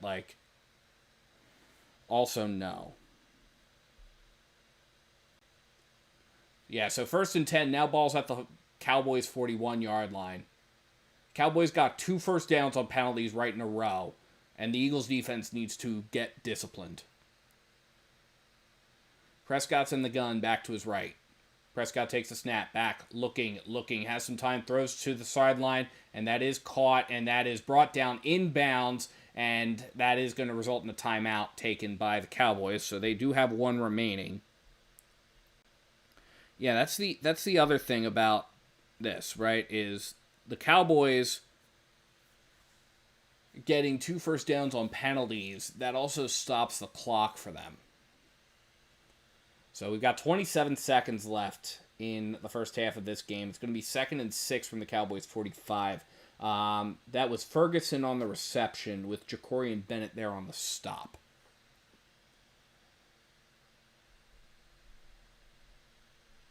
So you got Jeff Stoutland working with the offensive line, which has been really, really good so far this game.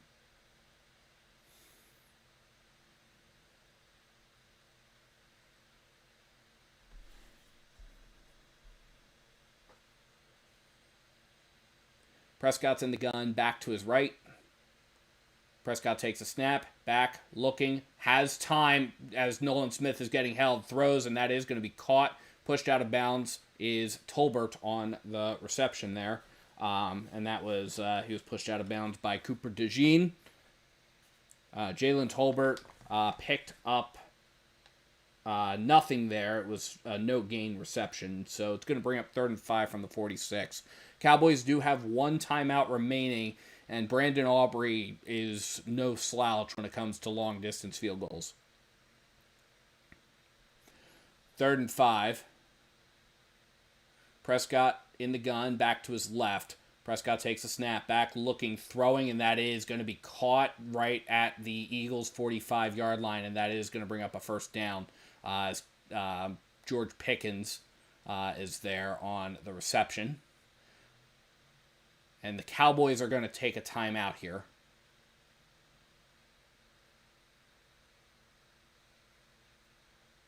The Cowboys are going to take their 3rd and final timeout of the half with 8 seconds left in the first half of this game.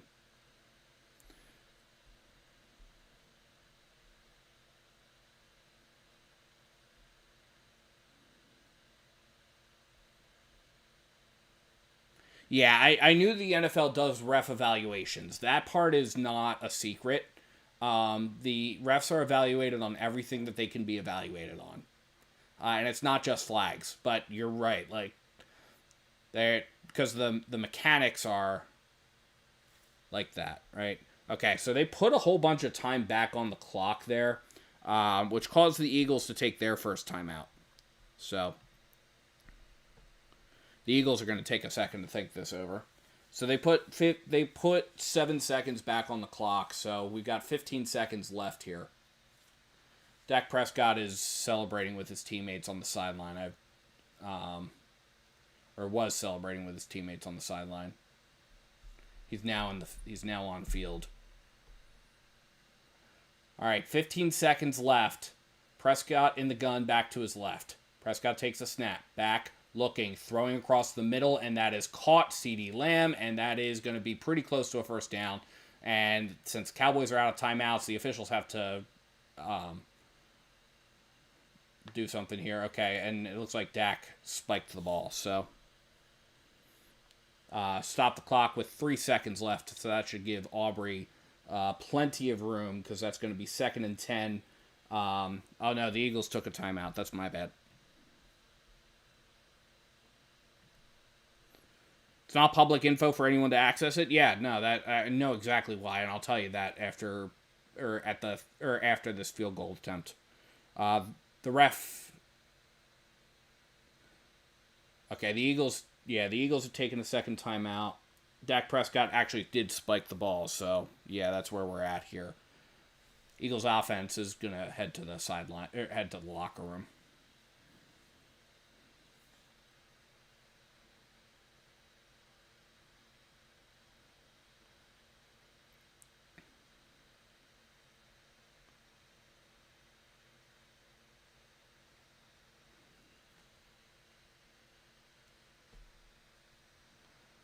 All right, Brandon Aubrey, it's a 53-yard attempt. He's made plenty longer.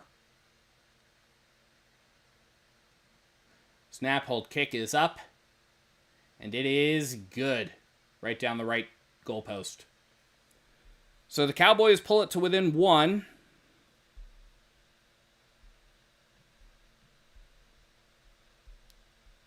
And with that, we go into halftime.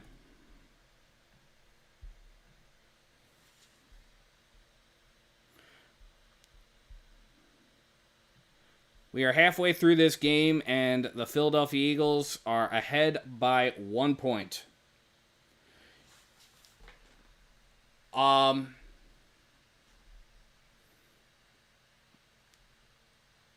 ref did spot the ball. The ref did wind up, the ref did cut through and say, the ball is there. There was a ref that went in. Now, that ref was also the umpire, who normally would not be the official who spots the ball. And also that umpire lined up out of position. So that umpire lined up in the defensive backfield, which was the old position. So there was a lot of chaos on that.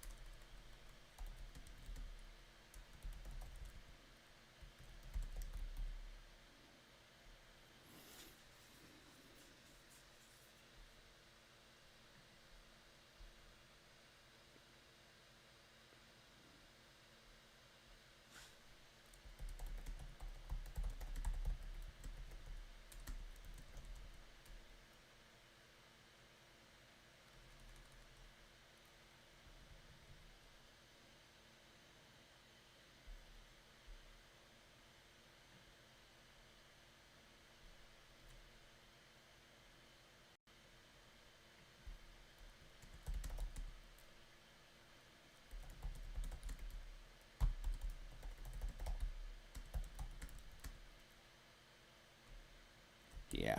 I'm just sending just doing some reaching out here.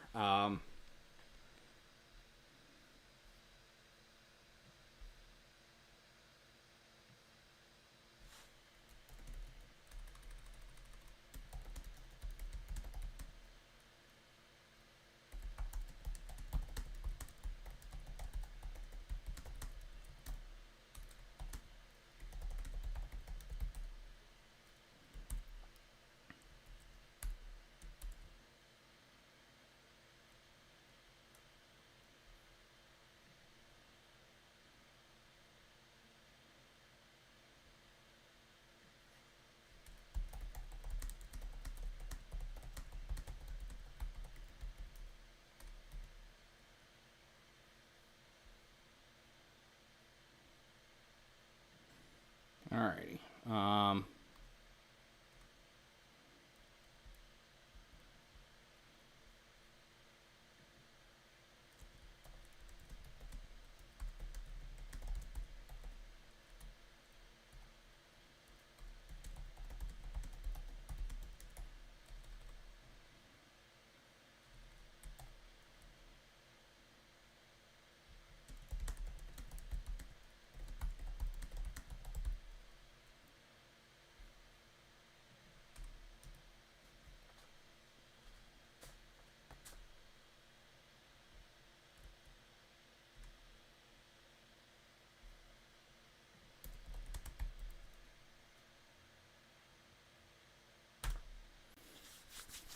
Alrighty. Had to do some reaching out real quick. Yeah. The Eagles pool reporter is Zach Berman of now of The Athletic, and asking him if there's going to be a pool report related to any of this later. Just asking him like what made it cross the line. So we'll see. All right, let's jump into stats here. So. All right, yeah, this is not already. This is a lot closer than I would like this game. 20-21 in favor of the Eagles, yes, but 20-21 ain't great. All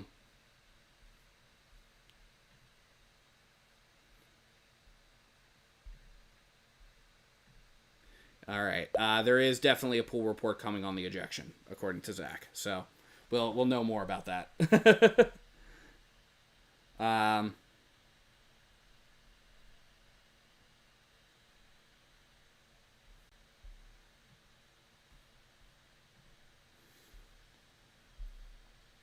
Alrighty. Okay, so here we are. So let's take a look at some of these team stats here. So the Cowboys. So the Cowboys have gotten more first downs than the Eagles, but this is a really telling stat right here, is the fact that the Cowboys have gotten 5 first downs by penalty. Which, to me, I mean, this is the story of this game, is the fact that the Philadelphia Eagles defense is playing in an undisciplined, disorganized manner that is not aggressive and feels like they're resting on laurels.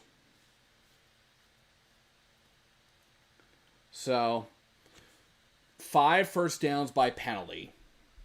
And the Eagles have been penalized 7 times, and it's cost them 93 yards. When you compare that to the Cowboys twice in the first half for 22 yards.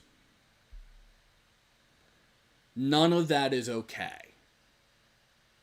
So the Eagles' defense in particular is playing in a disorganized, undisciplined manner, and they need to figure it out in the next 30 minutes. I mean, on the whole, the offense though has been humming, right? So we have Jalen Hurts, who's 9 for 11, and he's got 93 yards, hasn't been sacked yet. Jalen Hurts also has 2 rushing touchdowns. Saquon Barkley is doing really good, 10 carries, 49 yards. Will Shipley's gotten into the mix a little bit there. The Eagles' offense is doing really, really well. The Eagles' offense is covering in many ways um, for the mistakes of the Eagles' defense. The problem is the problem is what the defense, even absent the penalties, like what the defense is giving up.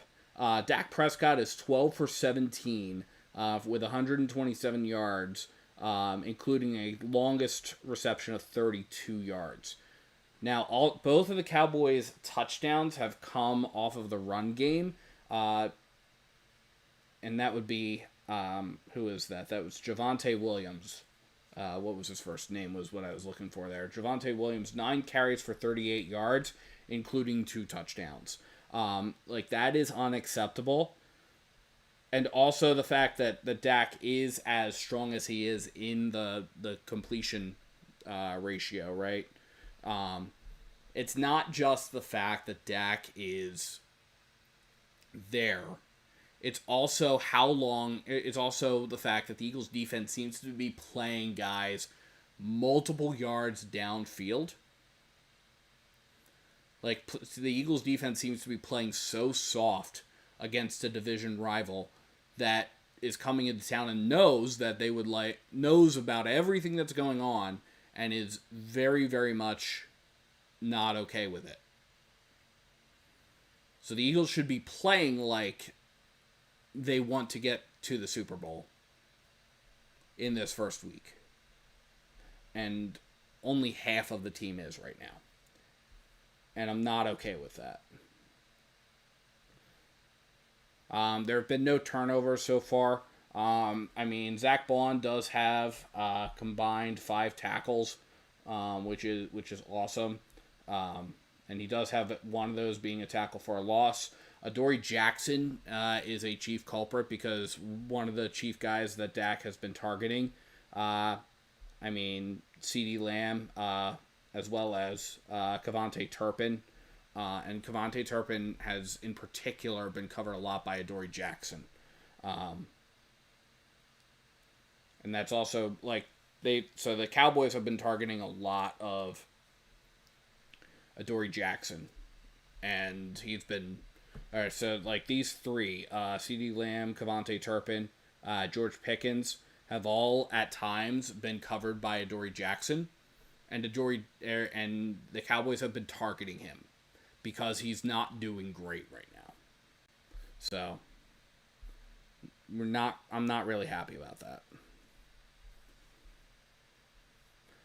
Definitely let me know your thoughts about this game, though. I'd love to hear from you in the comments. Also, Dan and I are talking right now about ref fantasy, which would be hilarious, right? What ref fantasy. So, if you were to set up what fouls and what situations would cause officiating crews in the NFL to get points. So, think about that and definitely drop those contributions in the comments. We'd love to hear your thoughts. But yeah, the Cowboys have also had a really solid run game. Again, they've gotten 50 yards off the run. Javonte Williams being the big contributor to that. But then you've got Kevontae Turpin, who's had a couple of carries, and then you've got Dak Prescott. And you also have Miles Sanders, former Eagle, getting in the mix there. He did have a carry, but he didn't pick up any yards on that.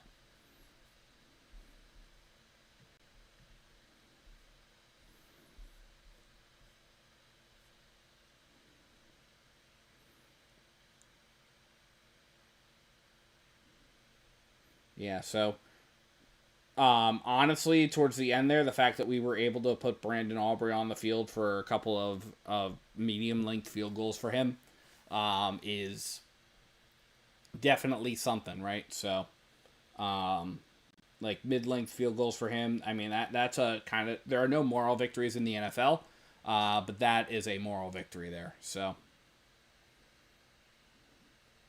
Yeah, the Eagles do get the ball to start the second half, which is definitely a lot better. Um,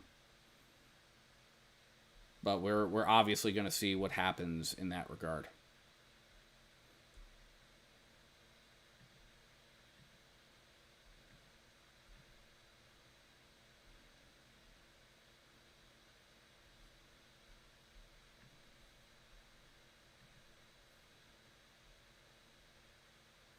So this is an interesting stat they're saying. Jalen Hurts is the first Super Bowl MVP to score 2 touchdowns in the first half of the next season opener. So, okay, yeah. So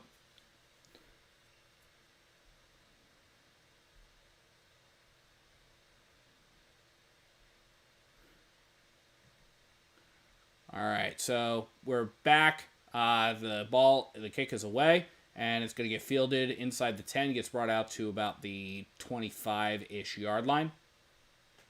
Gets up to the 29 actually. So.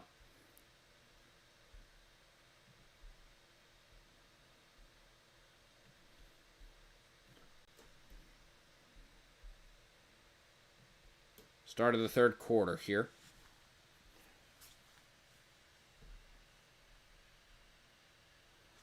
They were talking with Nick Sirianni as he was coming out of the locker room. All right. So the ball's actually on the 28.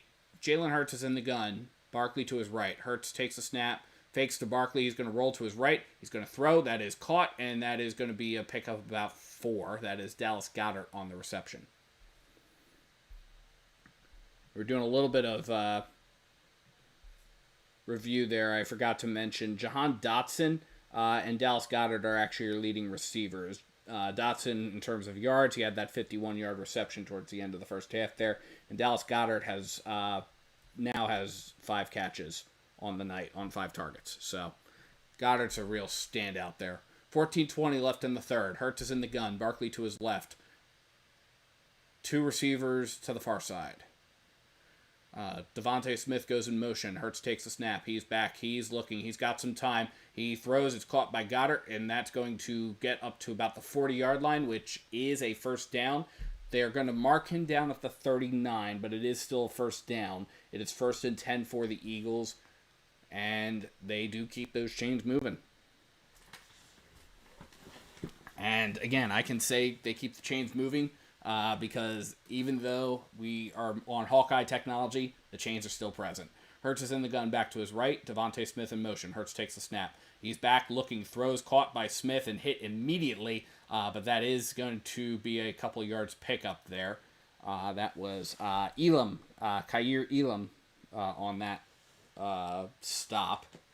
But Jalen Hurts does connect with Devontae Smith, and that is a 3-yard pickup. Gets up to the Eagles' 42-yard line. That technology does not take so long.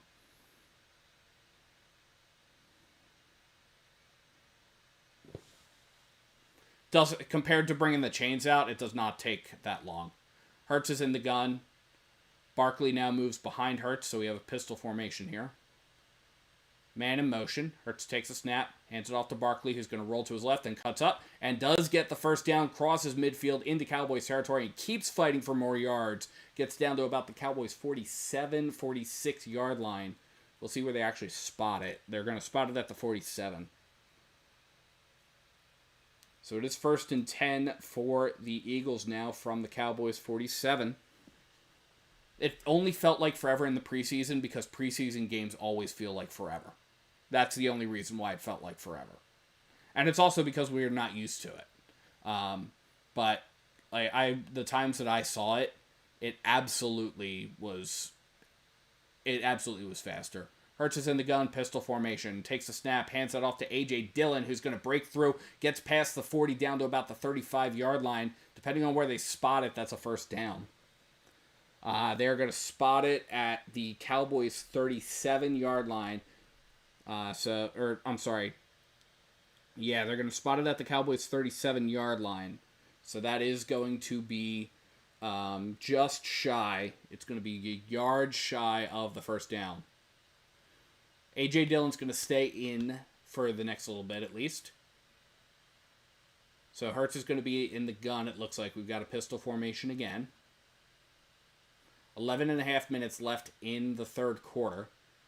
A.J. Brown in motion to the near side. Hurts takes the snap, hands it off to Dillon, who is going to fight for the first down. Does he get it, is the question. Depends on the spot. The officials coming in right at the unofficial yellow line, and they are waving it as a first down. So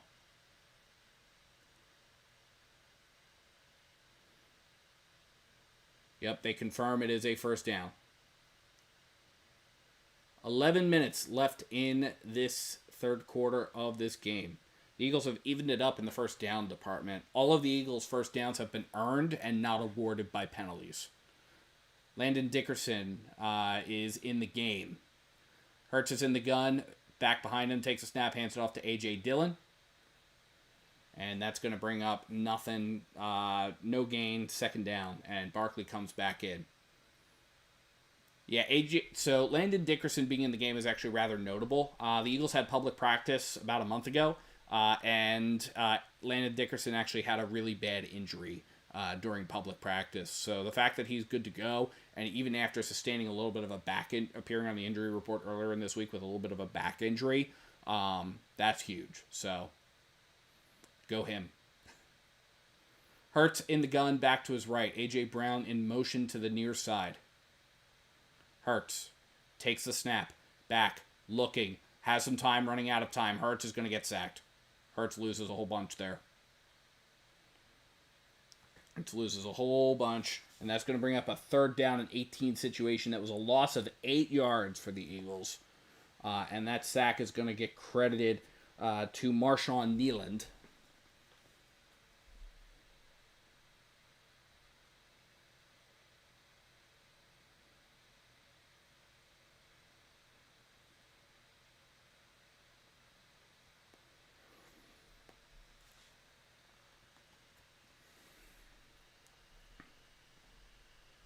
Yeah, apparently the Cowboys are allowed to sell. Well, I think it was because the Cowboys didn't stand over Hurts. Hurts in the gun, empty backfield, takes a snap, throws, and that is caught right at the 40 by Jahan Dotson. And that's going to bring up fourth down and 14, and that's probably going to send the Eagles punt unit on. So we're at about 9 minutes left. Eagles take off 5 minutes and 44 seconds. And probably a little bit more than that when we actually see when the punt goes. But they get nothing to show for that on that first drive. So, oh no, they're going to send Jake Elliott on to kick a field goal.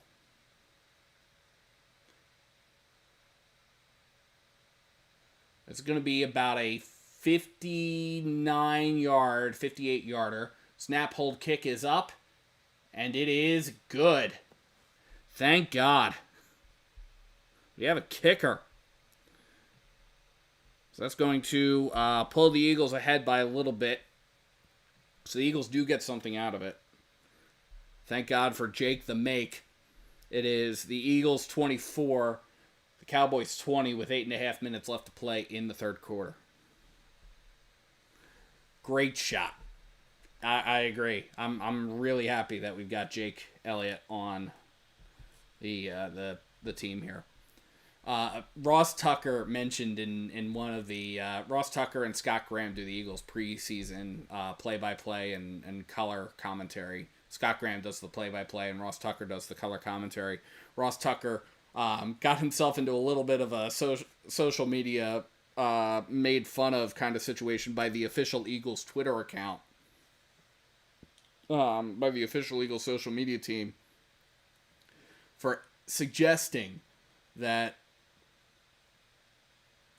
people should call Jake Elliott Jake the Make, and wondering if people actually call him Jake the Make.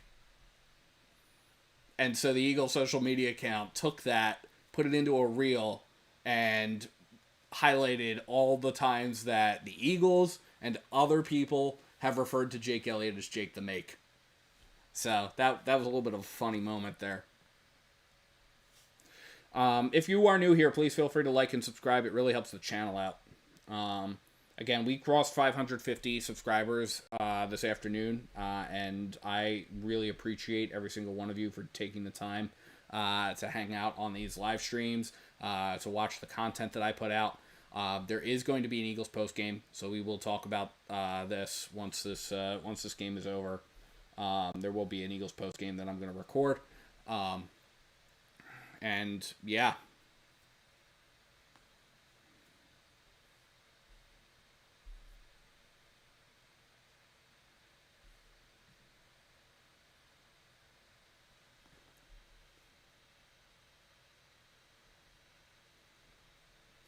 Will Shipley is questionable to return. I think I'm gonna check see if we can get more details about his injury there.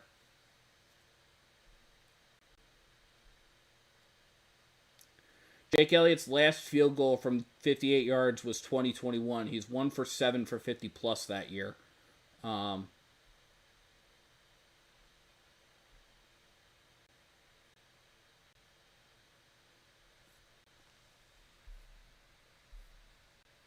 The float thing, I didn't quite notice it.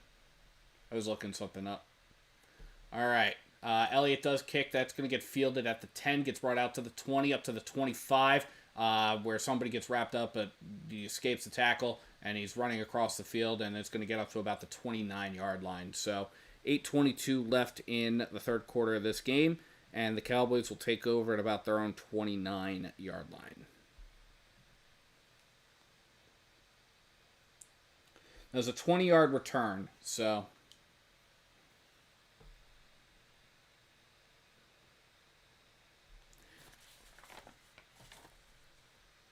And that was John Mechie on the stop. So, the Cowboys take over. Prescott under center, takes the snap, hands it off, and they're going to cut up and get a good chunk of yards there. Gets up to about the 35-yard line. It's going to bring up 2nd and 4.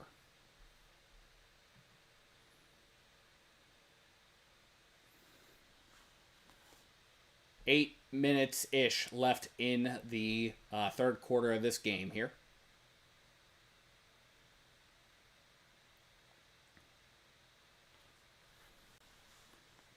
Prescott under center, 2 backs behind him. Prescott takes a snap, hands it off to and that's going to get stopped right there. So that was Williams picking up 2. They're actually going to credit him for 3. Gets up to the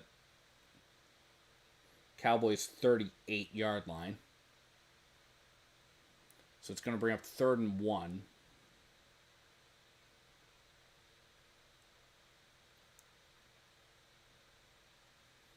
Prescott's going to line up under center. He's got 2 backs behind him. CeeDee Lamb wide out to the near side. Man in motion. Prescott takes a snap, dumps it off to Williams, who's going to get hit right at the line of scrimmage, but does pick up enough for the first down. That was Zach Baun and Jalix Hunt on the stop to keep them from getting any more, but it does give the Cowboys a first down, so it is 1st and 10 from their own 40. We got 6:42, 41, 40, 39, 38, 37 left in the third quarter here. We've come up with a preliminary point system. All right, yeah. Looking forward to seeing that there. Prescott in the gun, back to his right. Prescott takes a snap. He's back looking, throwing across the middle, and that is incomplete. Thank God. Jihad Campbell there with the deflection, and that just sent that ball sailing. Jihad Campbell force the incompletion there, and now we've got Sidney Brown being tended to by the Eagles trainer, so hopefully he's okay. It looks like he may have just gotten the wind knocked out of him. Timeout is at 6. Timeout on the field. We're stopped at 6:21.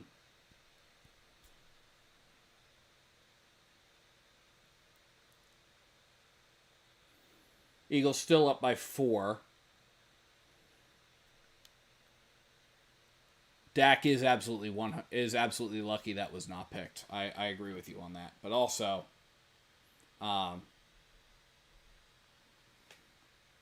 yeah, Jihad Campbell is a monster.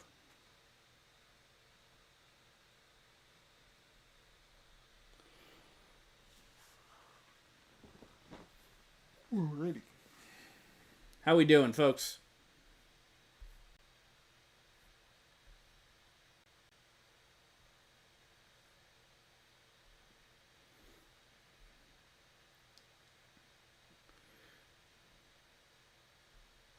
All right, so here's the injury update. So Will Shipley sustains a rib injury, questionable to return. Adoree Jackson is being evaluated for a concussion, but has been cleared to return. So there's your injury update. Eagles injury updates there. So we're still in a commercial break. The Eagles are tending to Sidney Brown, who was shaken up on that last play.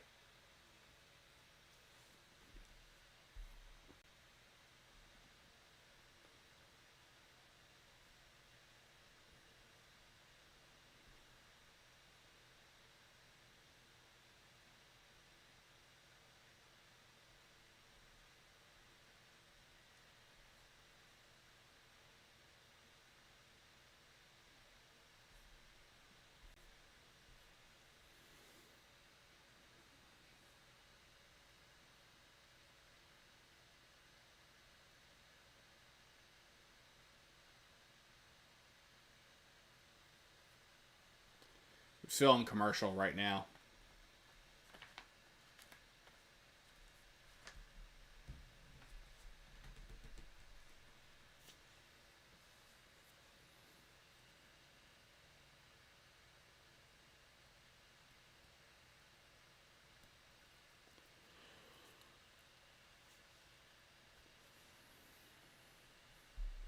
All right, Prescott.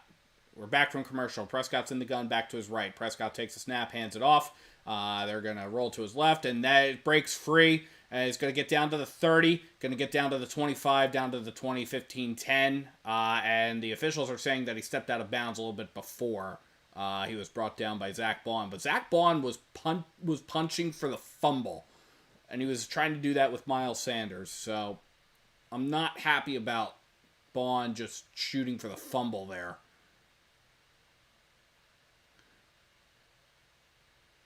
You gotta bring him down. You gotta wrap him up and bring him down. And he's shooting for the fumble. So it's 1st and 10. Ball's at the 11-yard line of the Philadelphia Eagles. Prescott's in the gun, split backs, takes a snap, hands it off, and is going to pick up a couple there. And we have another flag. We haven't heard from the officials in a while. They had to make sure that they knew that we knew that they still existed. Let's check on this flag here. 5:27 left in the third.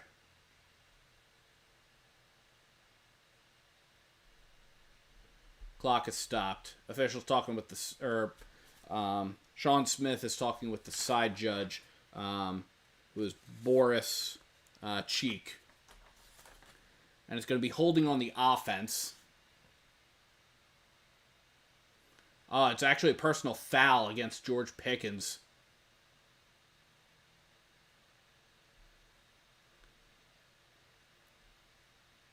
George Pickens went at it. George Pickens went at Reed Blankenship.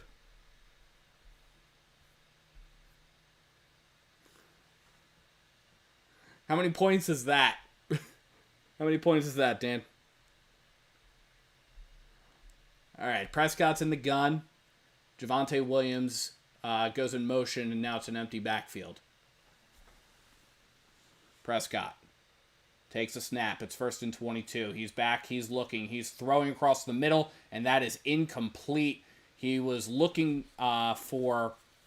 who was he looking for? He was looking for Ferguson, and it was off the back of Zach Baun's helmet. Correct call, so that's 1 point. Okay. All right. So we also have to decide, like, what is the goal, right? Like, is the goal for the official, like, golf score, right? Like, they make a correct call, so it's 1 point. So you want to have the lowest points at the end of the season. Prescott's in the gun, back to his left. Prescott takes a snap. He's back. He's looking, throwing to his left, and that is incomplete. He was looking for Javonte Williams, and it was just bounced off of his hands there. That was Jordan Davis on the coverage. Or maybe it was Jihad Campbell. Now we're going to take a look at this here. We're going to see who it actually is. No, Jordan Davis was on the line. Oh, Jordan Davis gets the tip. Jordan Davis gets a hand on it.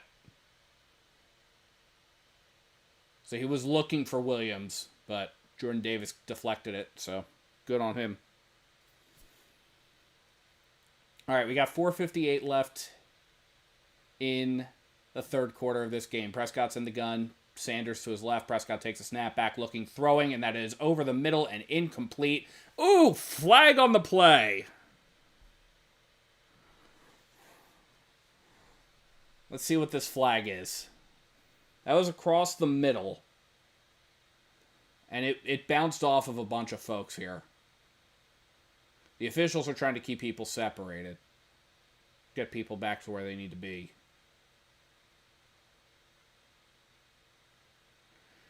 Personal foul, unnecessary roughness. They're going to get Reed Blankenship on that for the head-neck contact while Ferguson, looks like, was trying to catch that ball.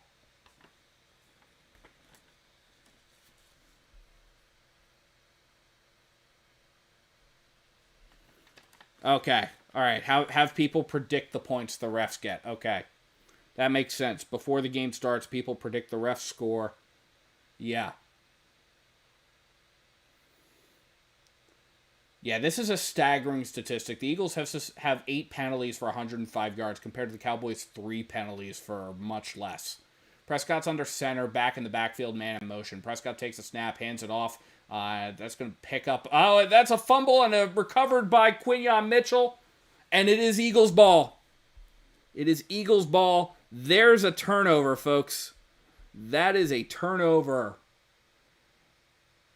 Yeah, that ball is out. That is the first turnover of the season, and Quinyon Mitchell picks it up and starts taking it over.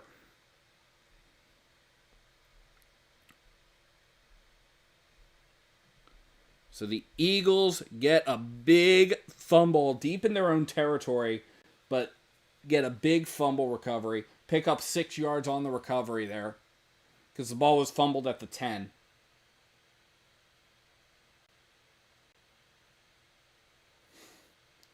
And they're brotherly shoving it, so Quinyon Mitchell gets to brotherly shove his way into the end zone.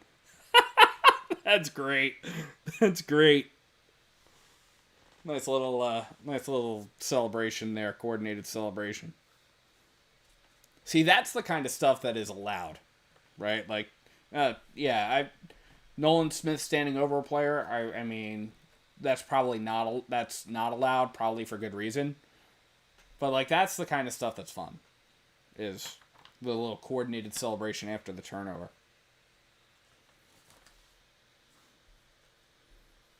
Bonus points if you predict certain controversial calls. All right, awesome.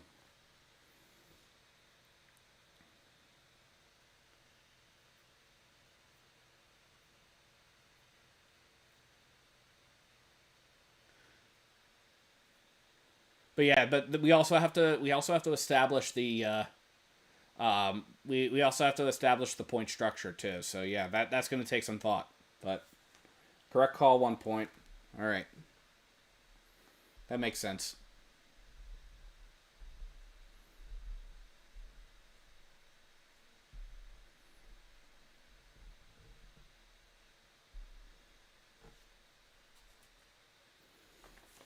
So correct call, 1 point.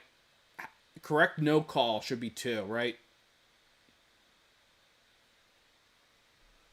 I think correctly removing yourself from a particular moment should be 2. Should be worth more than potentially interjecting yourself in a situation that could alter the game. That's just my thought. Clock is stopped, by the way. We got 4:44 left in the third. We are in a commercial break. The Eagles just forced a fumble. So the fumble was forced by Jihad Campbell, and it was recovered by Quinyon Mitchell. So Jihad Campbell already making an impact in his first game as an NFL rookie. and as a Philadelphia Eagle for that matter, the 31, number 31 overall in this year's draft.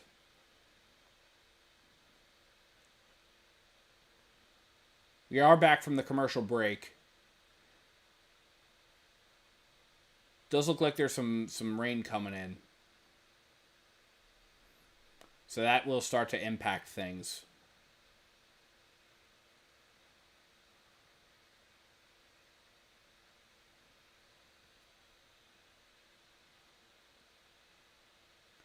Getting a good shot of the South Philly Sports Complex.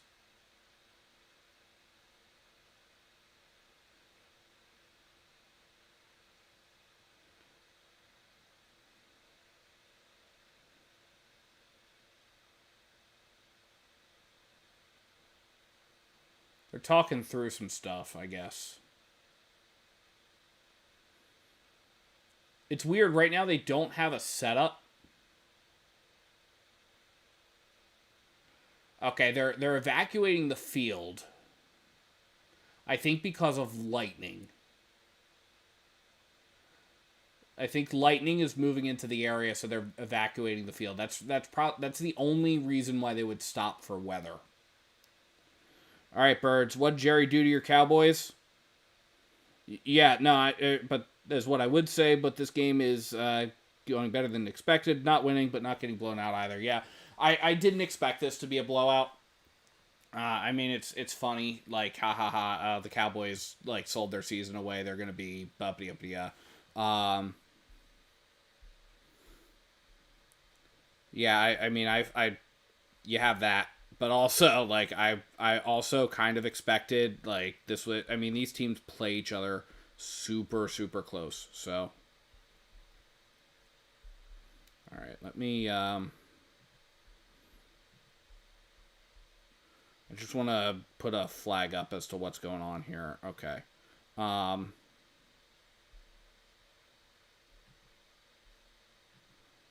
copy... and then paste as a dupe, and then it's that.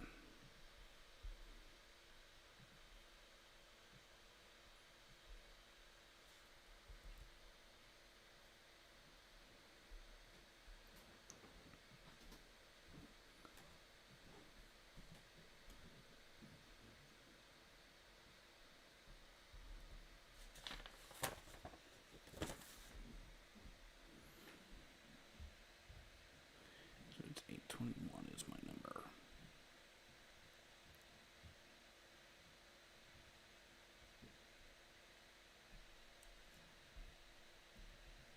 There we go. All right. Yeah, so there we go. So that's what we got going on. All right, yeah, so we're in a weather delay. That's what's going on.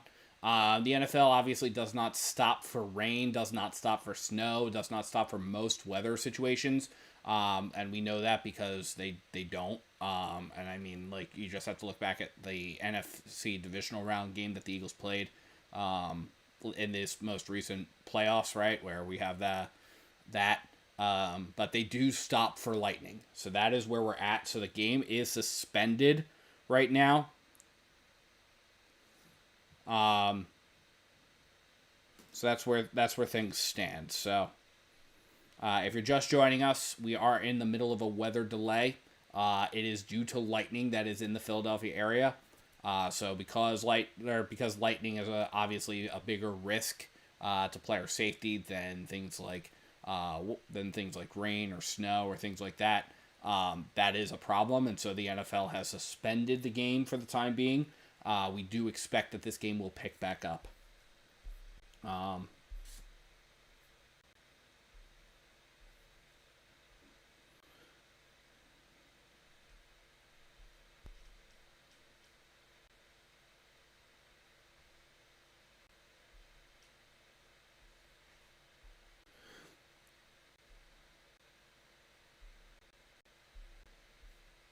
So, shout out to Mike. I want to hang on. I want to throw this up here real quick.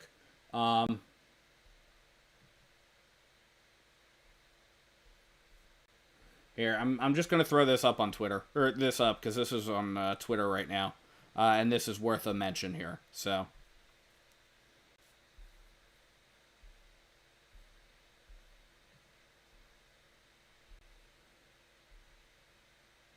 Michael Kist.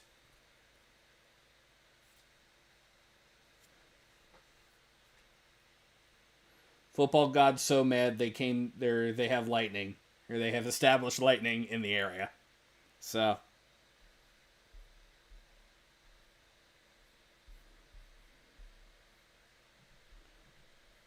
yeah, we're in the weather delay. Yeah, maybe now's a good opportunity to talk about that. Yeah, let's. Yeah, alrighty. Yeah, definitely still worried about the run defense. Yeah, at least our run game isn't as bad as it was at the start of last year. That's fair. Yeah, no, again, the Eagles defense or the Eagles team, the Eagles and the Cowboys have always played each other really, really hard. And it's a divisional round game, so I didn't expect this to be a real blowout. But I did expect it to be maybe a little bit more decisive in the Eagles' favor. I didn't, in all reality, expect it to be a blowout, right? Like the fan part of me is like, oh yeah, like, oh, this game should be like 40-0 by now. But the like the realist in me and the person who like actually wants to do this like in an objective manner, the Eagles and the Cowboys play each other so hard, and additionally, the Eagles and the Cowboys. I mean, like it's a divisional round matchup. It's the first game of the season. There's no tape on what people want to do. There's no tape on offensive schemes, so like teams are getting their first look at their opponents this week. So yeah, it looks like the weather, like as it's moving, we're seeing some Doppler radar right now. The it looks like as the weather is moving through, I mean there is a rather large system, so they'll probably. Oh, that was a really beautiful lightning strike.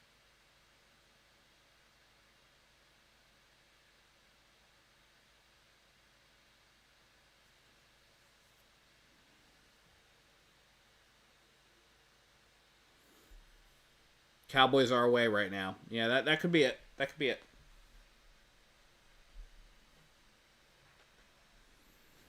Gonna be an hour. All right. Yeah, that's fair.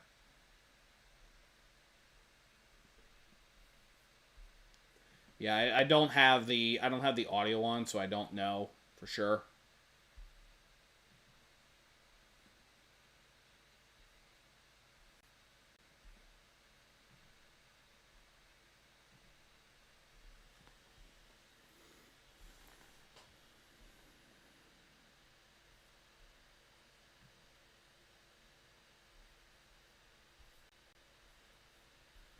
All right. Yep. So it's gonna be an hour. Yeah. So we're just kind of hanging out right now. Um.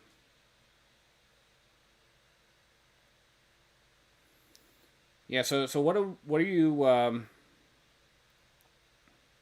what are we thinking? Let's talk through that point system then. Okay. So Dan, what are your thoughts then about the points for ref fantasy? Like what do you have so far? While we're waiting for this game to pick back up.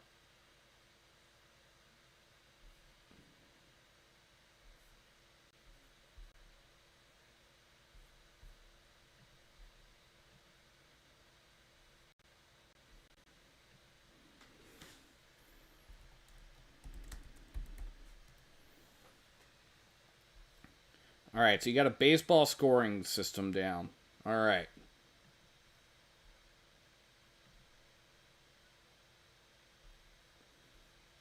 Base score. All right, no worries. A baseline scoring system. All right.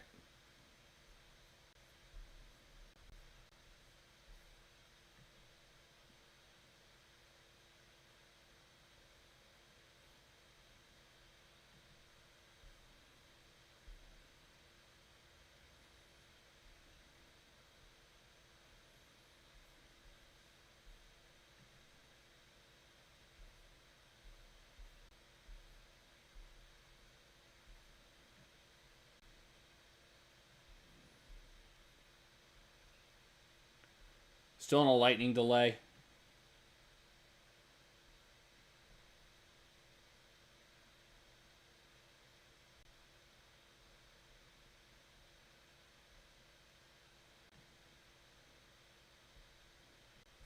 I'm gonna throw the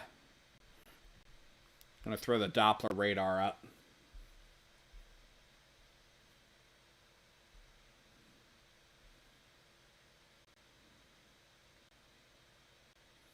Not letting you send the full text. Yeah, I didn't expect it to be letting you send the full thing.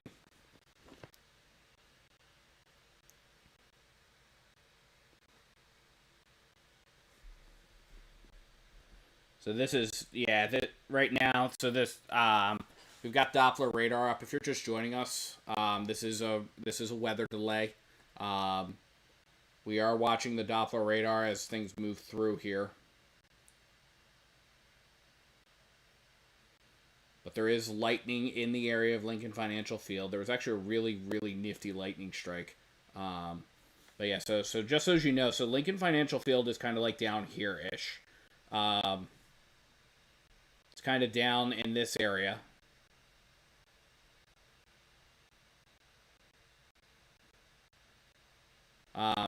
It was a beautiful day there earlier today. Then just kind of the weather kind of moved through rather quickly, actually. So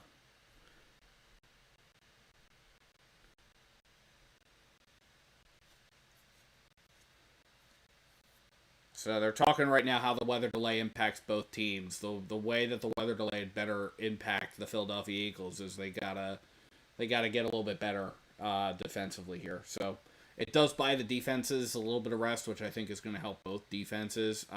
Hopefully it helps the Eagles a lot more out. I'm kind of buffering. Okay, that's probably because of this. Let me switch back. There we go. Probably because I'm trying to run Doppler radar on a MacBook Pro and live stream at the same time. All right, positive scoring. So right now, again, we're still waiting on things right now.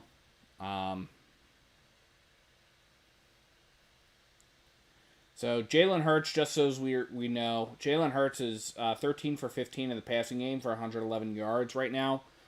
Dak Prescott is 12 for 20 for 127 yards. All right.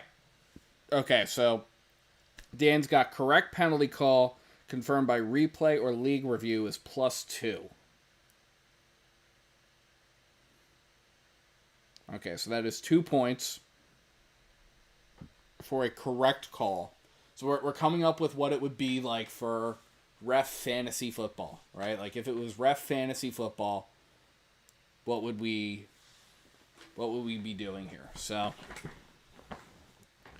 a correct penalty call confirmed by replay or league review is +2. A correct non-call where either the league review shows good judgments to let play stand is +1.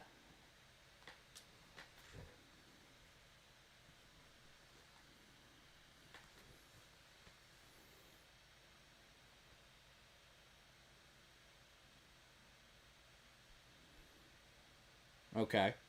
All right. I dig it. So correct non-call is 1 point, where the league review shows good judgment is to let the play stand. A successful replay over the turn where the crew changes the call correctly after review is +1/2 a point. Now, does that include coaches' challenges, or is that just replay reviews that are officiated by the booth or through the replay assist process? Or is that every review, including the 2 or 3 coaches' challenges that folks have?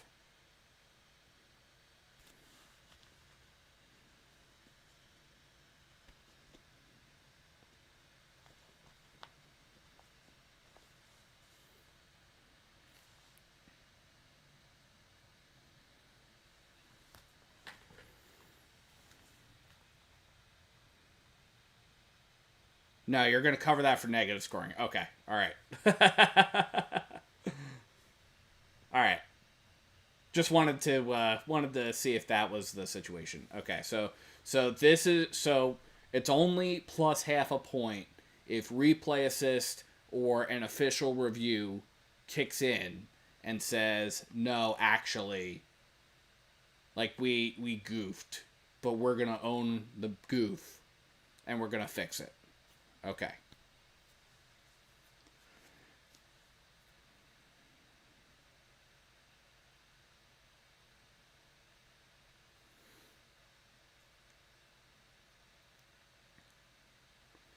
Smooth game management, which means no delays beyond game flow, under league average for game time is plus 3 points. Now, obviously, a situation like this right now, where we're in a rain delay, or not a rain delay, in a weather delay due to lightning in the area, obviously that wouldn't count, right? Like that, like if the game has been suspended for lightning, that's a major safety issue, and we would expect that that would not count against the average game time.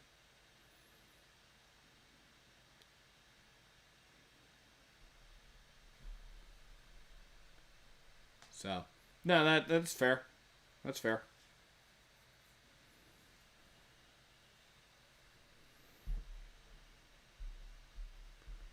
Yeah, the Jalen Carter ejection is they're talking about the Jalen Carter ejection on NBC, and the correct answer is that the Jalen Carter ejection had a major impact on that, because there are a lot of times where Dak Prescott had a lot of time in the pocket, or there are a lot of times where like the run game got a number of extra yards that they probably wouldn't have gotten if Jalen Carter were on the field.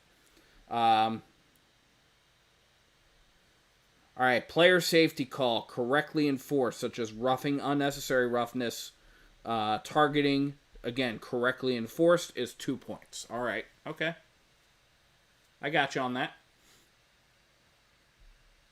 I'm on board with that. Yeah, coughing is supposed to be roughing. Yeah, I figured that.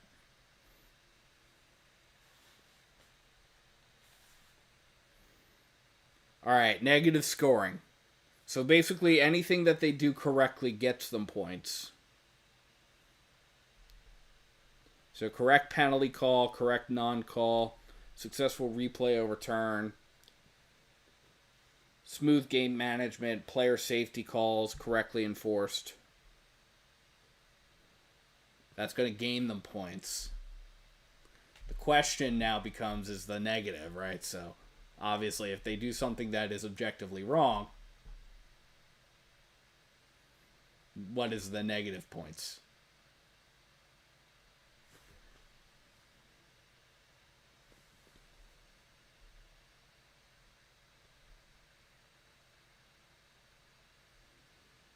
All right, negative points. Incorrect penalty call. Flag thrown out later deemed incorrect by league review is -3. Okay. So a flag thrown out that is later deemed incorrect by league review is -3. So this would be a situation where they call holding and it wasn't actually holding, or they call offsides and they weren't actually offsides. Missed penalty where league review or replay shows a clear foul was not called is -2. All right. Okay.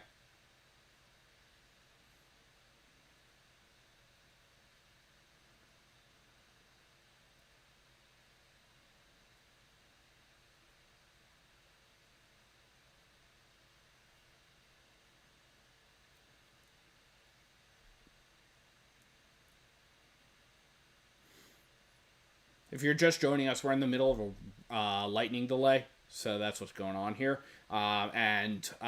We came up with the idea during the stream. Dan the Cornman and I came up with the idea during the stream to do ref fantasy football. So we're talking about what that would look like. All right, so incorrect replay ruling, where the crew confirms or overturns a call that should not have been confirmed or overturned. It's -4. Okay. All right. Okay. Now I'm assuming there too that this would be like there is objectively clear and obvious evidence, because the standard is the standard is clear and obvious evidence to overturn. Game management errors such as clock mismanagement or unnecessary delays is -2. Okay. All right. Okay, so incorrect replay ruling where the crew confirms or overturns a call wrongly. That's the one I want to... So, like, if the standard is the call on the field stands unless there's clear and obvious evidence to overturn it, we're talking about something where there was absolutely, objectively clear and obvious evidence that the call on the field was wrong, and they don't overturn it.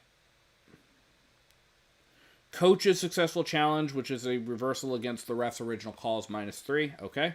All right.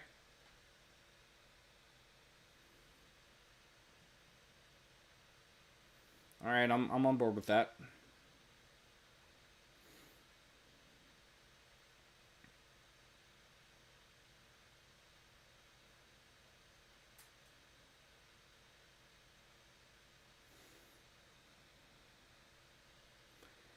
That's what you got so far. All right. Okay. I think we need to include multipliers for yardage penalties, right? So, like, an incorrect offsides penalty should not count nearly as much as an incorrect defensive pass interference penalty, which automatically has a much more severe impact on the game. And I think we also need to include multipliers for, like, if the penalty, especially for the negative ones, if the penalty impacts the game in a negative, if the penalty has a clear and direct impact on the outcome of the game, right? So, like, if you're inside of 2 minutes and then you have the James Bradbury holding call in Super Bowl 57, and that objectively should not have been called, but it did get called, and it had such an impact on the game, obviously, like, it changed the outcome for the Eagles versus the Cowboys, or versus the Chiefs there. Yeah, I think there needs to be multipliers for things where they either have a severe impact on the game or there's extra yardage involved. But overall, right, like, that is, like, I'm on board with this.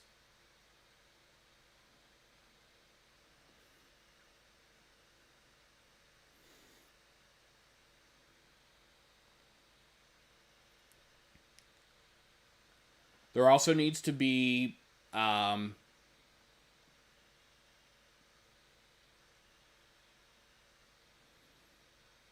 yeah, all right. So there's that.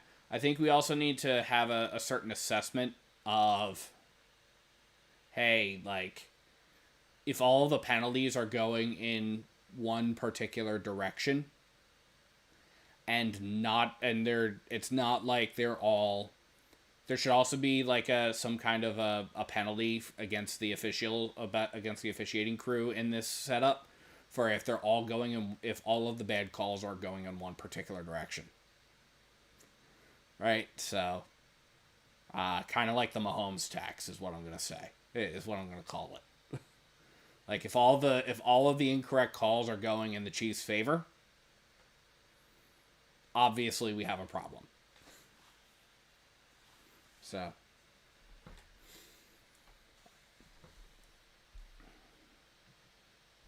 if you're just joining us again, we're in a weather delay. There's lightning down by Lincoln Financial Field.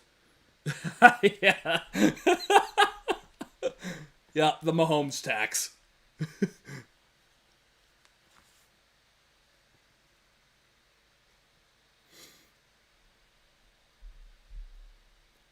Yeah, so if you're just joining us, we're in the middle of a weather delay. There is lightning in the area of Lincoln Financial Field. The game is currently suspended. They're expecting the game should pick back up soon. I'm looking to see if we've got any updates now.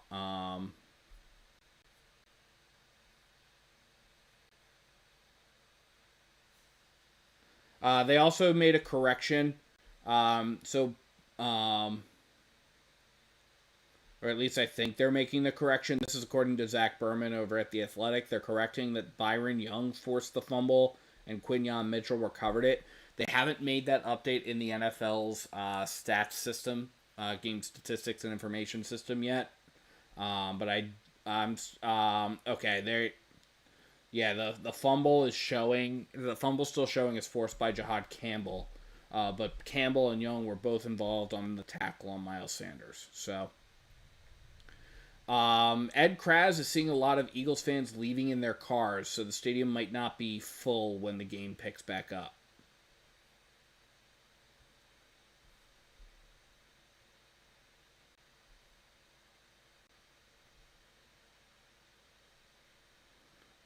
There is also an unauthorized fireworks display going off in the M lot, which is hilarious.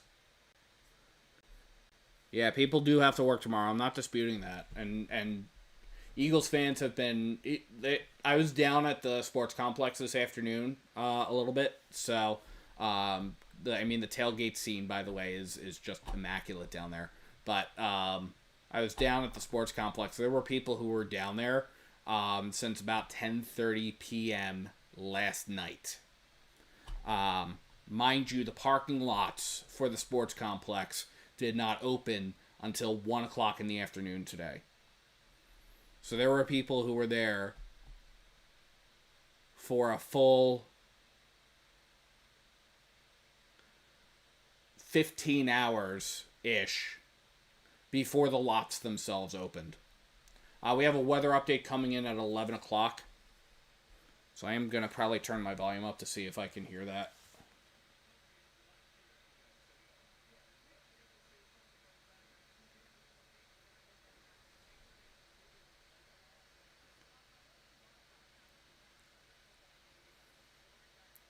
It's always fascinating to see, like, there's no shortage of stuff to talk about in this game. You have so much going on, but you also have stuff where you've got, yeah. So you've got. There's so much that you could talk about, but also at a certain point, right? Like you run out of stuff to talk about in a weather delay. So.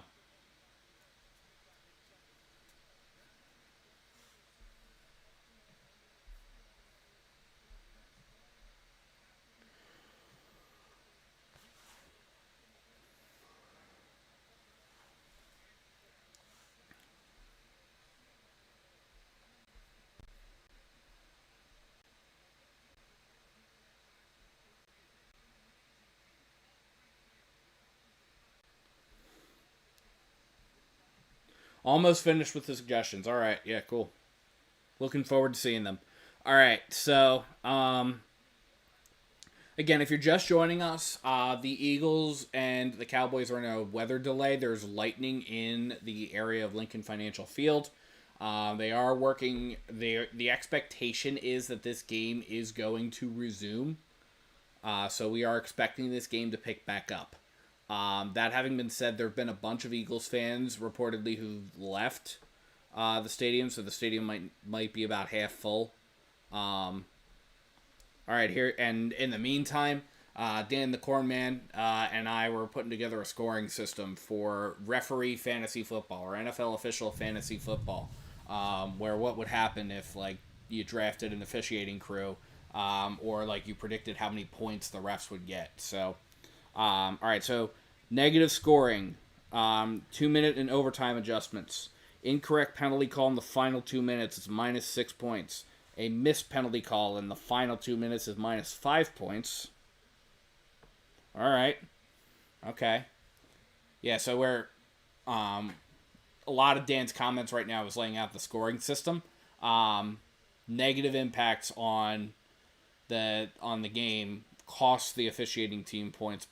Correct calls give the officiating team points. Incorrect replay ruling in the final 2 minutes is a loss of 8.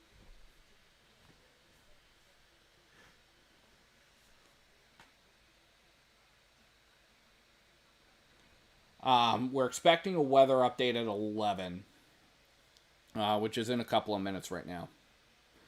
Game management error, which is an incorrect clock runoff, spotting error, substitution or timeout, mishandling is -10.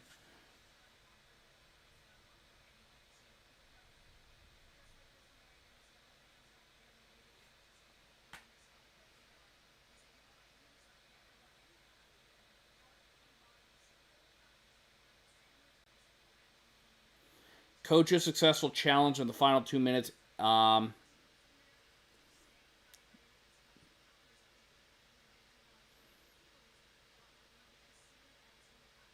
No, so there are no coaches challenges in the final 2 minutes. There are no coaches challenges in the final 2 minutes, so everything comes from the booth.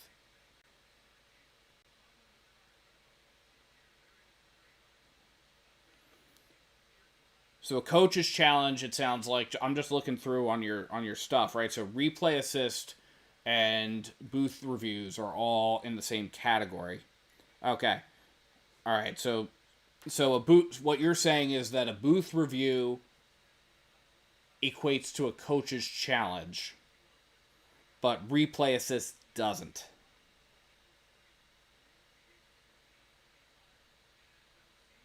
Okay, I'm right. Okay.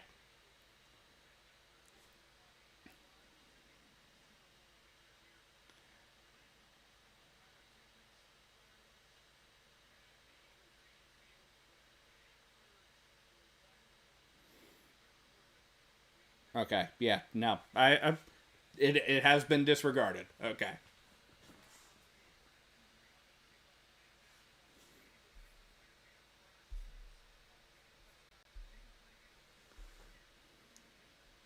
Zach Bond reached a top speed of 20.68 miles an hour to make a touchdown-saving tackle on Miles Sanders. Bond's fastest speed on the play from scrimmage from his career. The Eagles forced and recovered a fumble 5 plays later.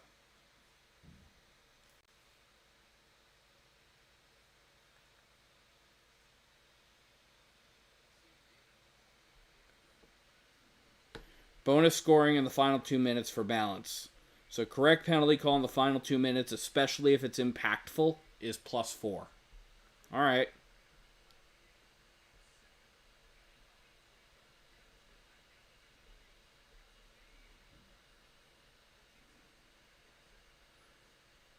Correct non-call, like passing on a borderline play upheld by review, is +3. Okay.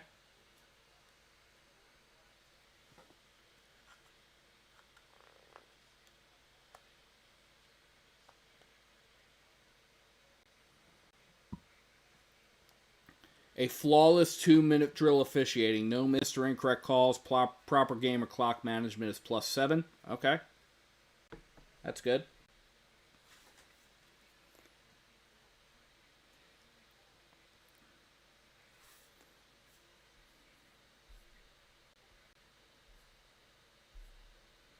All right, yeah, lightning remains in the area.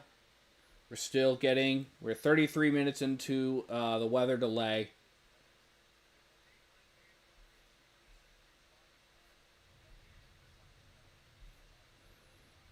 You're working on the Mahomes tax. All right. So there's been an ongoing discussion among Eagles fans, fueled by and the Eagles sports media. We're gonna put this into perspective here. There's been an ongoing discussion among Eagles fans, Eagles sports media, and it's been fueled by a survey that the Eagles sent out recently regarding the future of Lincoln Financial Field. Or maybe implementing a new stadium, which is something that Jeffrey Lurie has wanted for a while. The ability to host something like the Super Bowl at Lincoln Financial Field. Jeffrey Lurie, the chairman and CEO of the Philadelphia Eagles. And there is an argument to be made for a situation like this, where a dome is considered to be acceptable, Now, I think a lot of Eagles fans out there, myself included, want to see the weather impact the game, right? Like, we want to see, like, so many of the most memorable Eagles games have occurred or have had weather involved in some form. The Snow Bowl in 2023. Jonah Vick, Talk Sports 44. Thank you so much for the subscription. I appreciate you stopping by here. So, what's going on is, so there's a strong argument to be made in a situation like this where a dome would be acceptable. But I think that there's enough Eagles fans out there that want the weather to impact the game in some way, right? Like we like the Snow Bowl in 2013, the NFC divisional round game that occurred just this past year. A number of things factoring into this, right? We want to see the weather impact the game because football is a sport that is heavily impacted by the environment that you play it in. And if you play in a dome all the time, it's control, like it creates a control in such a way that we don't like that. So for the most part, like what I would hope out of a new stadium or out of any updates to Lincoln Financial Field, this is me talking. What I would hope would be that the Philadelphia Eagles don't do a full set dome in the sense that, or same kind of like SoFi or AT&T Stadium or the Superdome or anything like that. I would be okay with retractable, especially if it's a situation like this where there's lightning in the area. Okay, so here's the deal. Here's the update. So they're going to resume. They're going to do warm-ups starting at 11:15. Play is going to resume at 11:30. So the weather is moving through. I am broadcasting actually from north of Philadelphia. So the weather has been moving from south to north, and I'm starting to hear the thunder. So that is a sign that the weather is kind of moving through and kind of has cleared out of the South Philly Sports Complex. So there is definitely promise there in that regard.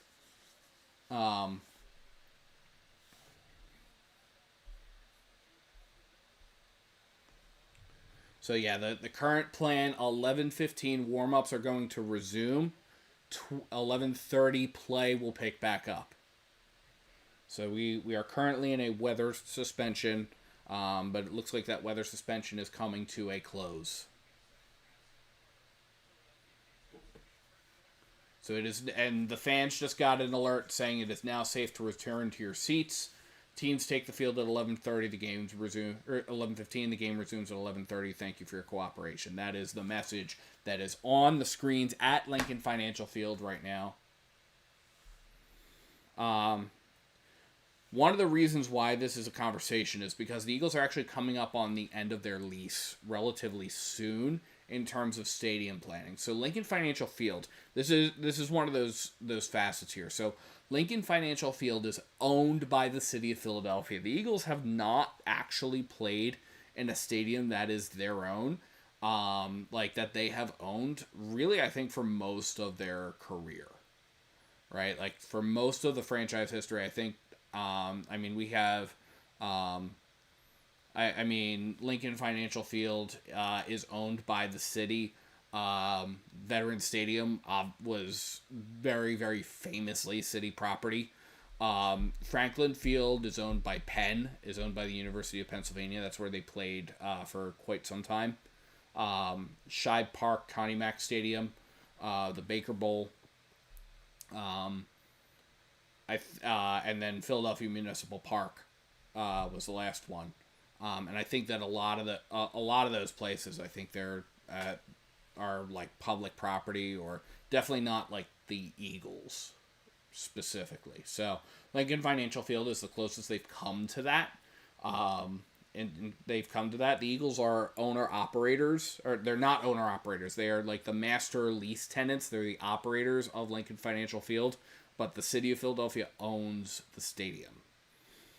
So, and that's a factor of the amount of money that has been contributed by the city to the stadium, to the property. The Eagles kind of like do a master lease of the property of the stadium. So that's the behind the scenes. How does Lincoln Financial Field work as it relates to the Eagles and the city and everything going on there? And I believe that is true of the other stadiums as well. So the Eagles are coming up on the end of their lease. The Eagles are coming up on the end of their lease in about 7 years-ish.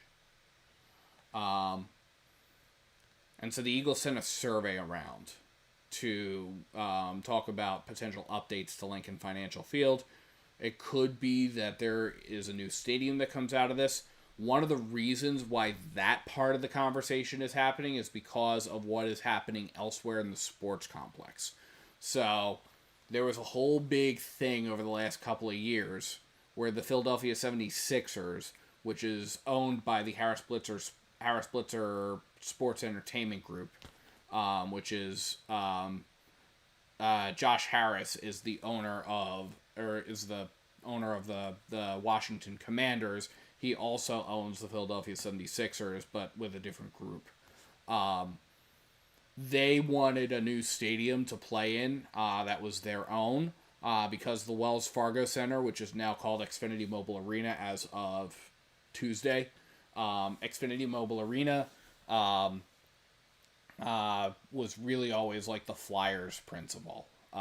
Like the Flyers were the principal tenants there at the Wells Fargo Center, now Xfinity Mobile Arena. So with this chain, that did not go through. We covered that on our website, birdsnestmedia.com, a little bit.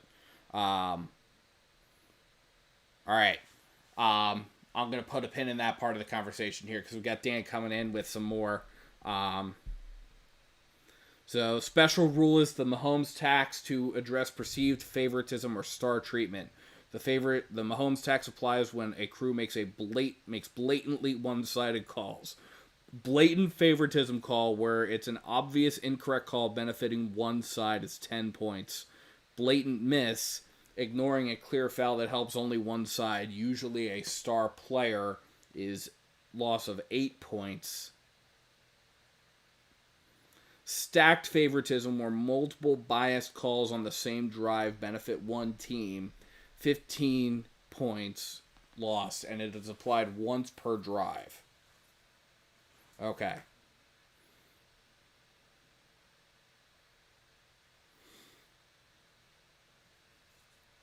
I like this.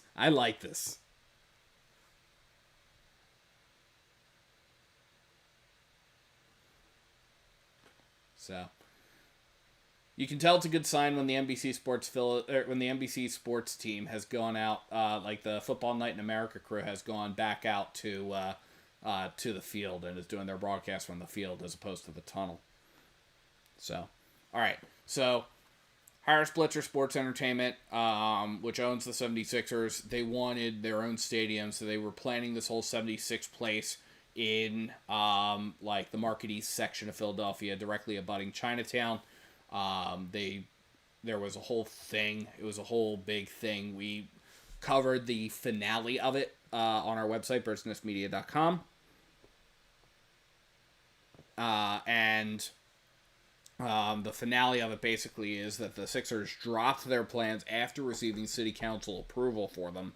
The Sixers dropped their plans. They're going to go all in with the Flyers on a new shared stadium in the sports complex to replace Xfinity Mobile Arena. In the meantime, the Phillies have signed on to join them in sort of a revitalization of the sports complex district, which basically the long and short of it is, if you've ever been to Atlanta and experienced the Battery in Atlanta, that's what they're trying for.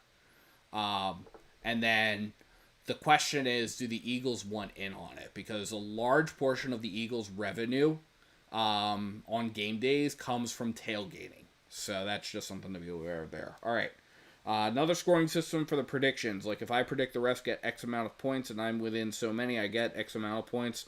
Listing those rules now. Okay. Player prediction system. Player earns points by correctly predicting referee crew scores. All right.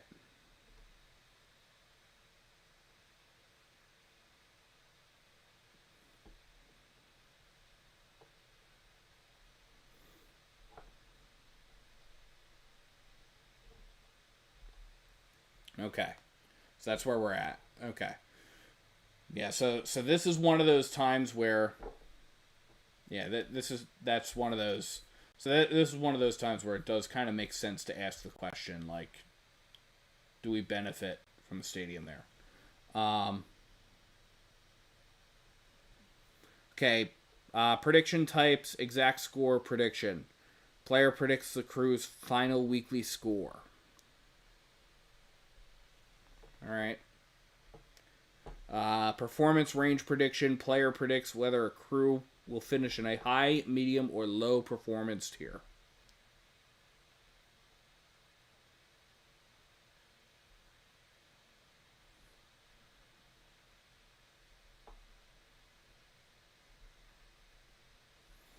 Cowboys are coming back out on the field.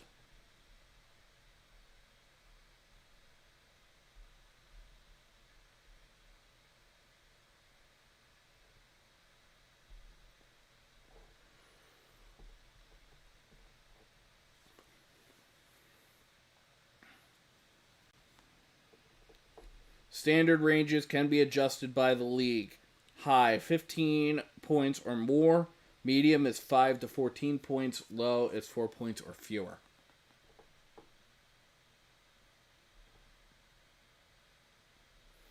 Okay, so this obviously would be like if you were creating an NFL officials fantasy league, would be the adjustment there.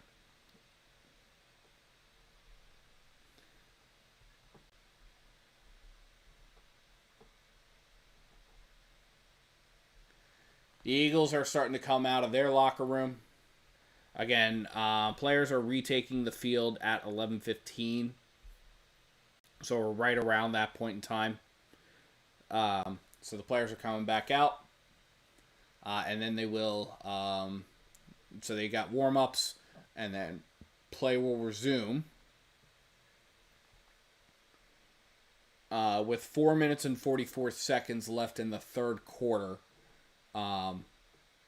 play will resume at 11:30. Okay, prediction, exact scoring, exact match. Correct score predicted. 15 points within 3 points of the final score, 10 points within 7 points of the final score, 5 points with more than 7 points off,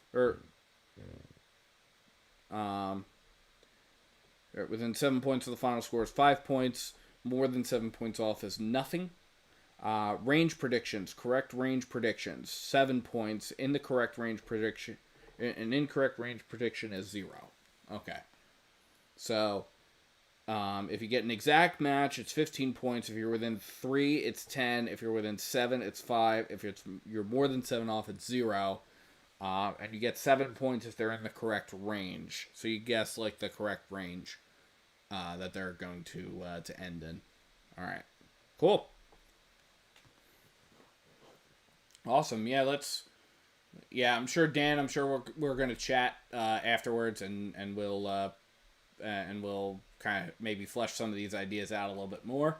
But yeah, I mean, if we get this going, anytime I throw a stream together, I'm probably going to I'll throw this up on a page on on our website, birdsnestmedia.com, and I'll definitely give you credit for it. But we'll probably see if we can get these kinds of things incorporated in future live streams. PDF of the full detailed rules. Yeah, ChatGPT organize it. All right. All right. Yeah, no worries. Yeah, I proofread everything as well, so I absolutely will give it a look through as well before I throw everything up. They're talking strategy for both teams following the weather delay. Okay, the strategy for the Eagles defense had better be, you got to tighten up and you got to cover people you got to cover people a lot closer than you are now. For folks like, the Cowboys, the strategy is to keep targeting Adoree Jackson because he's not having a good game right now. Adoree Jackson has a combined 4 tackles.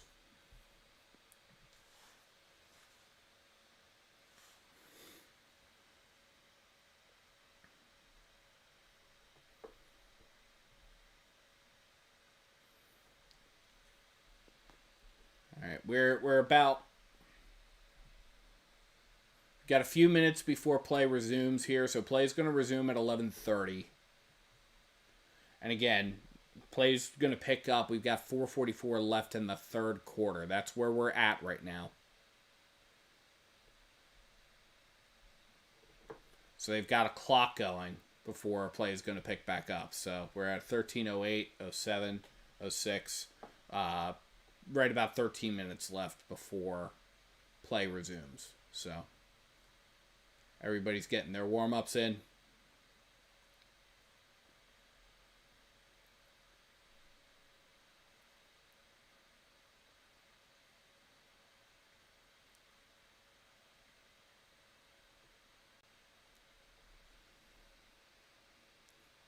No worries. I got you, Dan.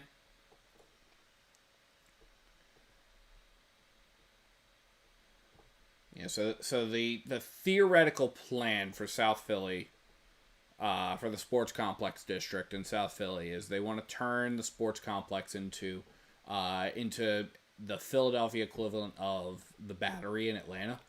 And there's definitely elements to that, right? So this South Philly is Philadelphia is kind of unique in that it's got sort of like a central hub for the big 4 sports, right? So you have Lincoln Financial Field is located in South Philly. You have the Citizens Bank Park is located directly across the street from Lincoln Financial Field. So that's right there. So if you've got football and baseball going on, that's all happening in the sports complex. If you've got that going on, then you have, in addition to that, Xfinity Mobile Arena, which used to be called the Wells Fargo Center, which used to be called the Wachovia Center, which used to be called the First Union Center, which used to be called the Core State Center. If you're going all the way back, you go all the way back there, and you have all of those things factored in. So that, and the Xfinity Mobile Arena hosts the Flyers and the Sixers. So that's that. So those two entities there, they play in Xfinity Mobile or Xfinity Mobile Arena. Also down there is what was referred to as Xfinity Live. It is now referred to as Stateside Live because Stateside bought the rights off of Xfinity for that. So Stateside Live is the new, is sort of like like an entertainment kind of facility, like a major sports bar kind of situation. So that goes on down there. You do have, it gets, the live part of it comes from the Live Casino, which is on the other side of Citizens Bank Park down there, if you've ever been down there. As Brian Schottenheimer is shaking hands with Sean Smith, the referee. So who knows what's going on with that. Probably slipping him another 20. Meanwhile, we have, and then also farther down in the South Philly area, you have FDR Park, which is, that's farther west in the South Philly Sports Complex area. FDR Park is on the south side of that, and then across the street from FDR Park is the NovaCare Complex, and that's where the Eagles practice facility is. Surrounding all of that is all kinds of like warehouses. There's a Jetro. There's all kinds of like warehouses and like shipping things. Phil Abundance has a giant warehouse down there. Phil Abundance is one of the largest hunger relief organizations. Serves the greater Delaware Valley.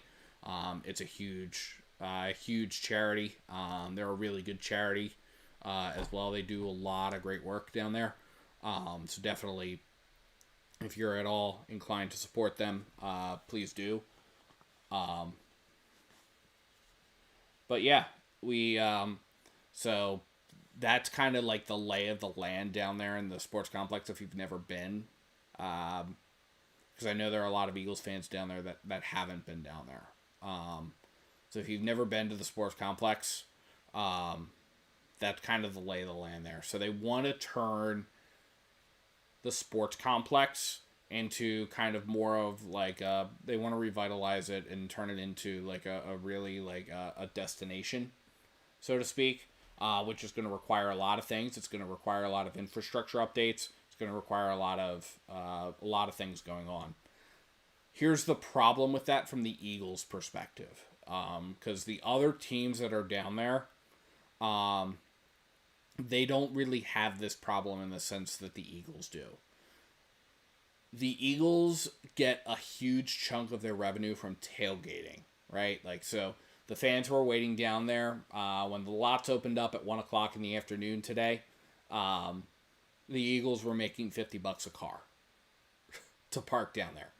Like that was what they were getting. So, and fans were pulling in, and there are a lot of fans that they just tailgate, and they don't have a ticket to the game, which was actually discouraged this time due to ongoing issues with SEPTA.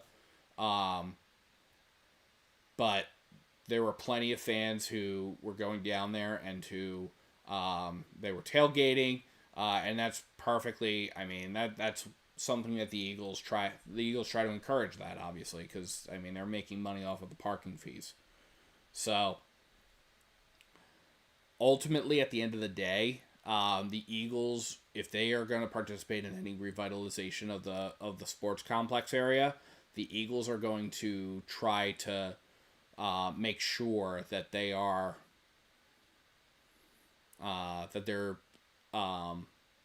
staying on top of that they're supporting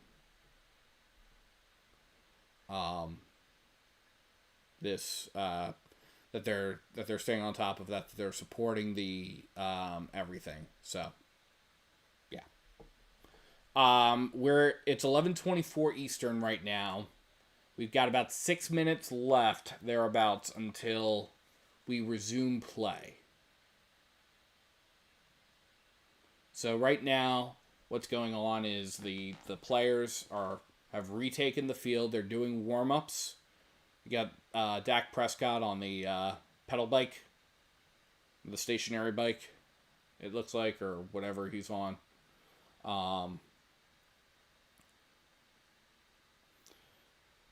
So when we pick back up, just to refresh everybody's memory here on what occurred, because that was about an hour ago. When we pick back up, we've got 4:44 left in the third quarter.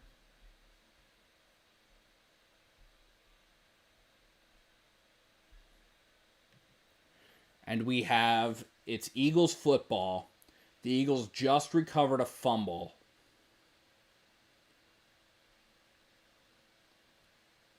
And it's going to be 1st and 10 for the Eagles from their own 16. So that's where we're at. My hope is that fumble makes a real difference in this game. And we need the Eagles, obviously, to capitalize on that. Welcome back, Dan.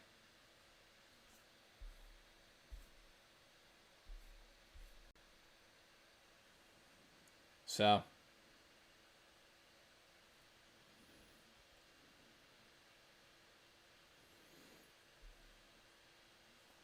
for now, we're just hanging out.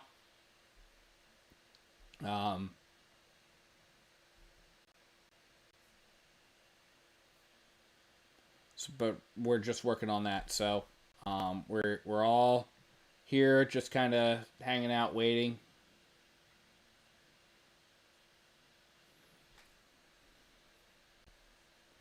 but we're just a few minutes away. All right. In the meantime, we have a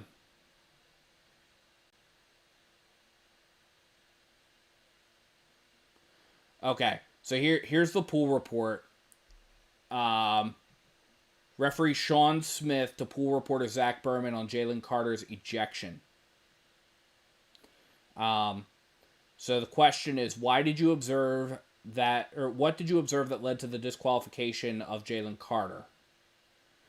Sean Smith said one of the officials observed him spitting on an opponent. The question is, why did that rise to the level of disqualification as opposed to a different penalty? And Smith said it's a disqualifiable foul in the game because it's a non-football act. Which, okay. So that's the report. Okay, you do have a full PDF that explains the rules clearly. Seems ready, barring any adjustments or suggestions. Okay, cool. Yeah, no worries. Yeah, we let's sync up after the stream and we'll take a look at it. But yeah,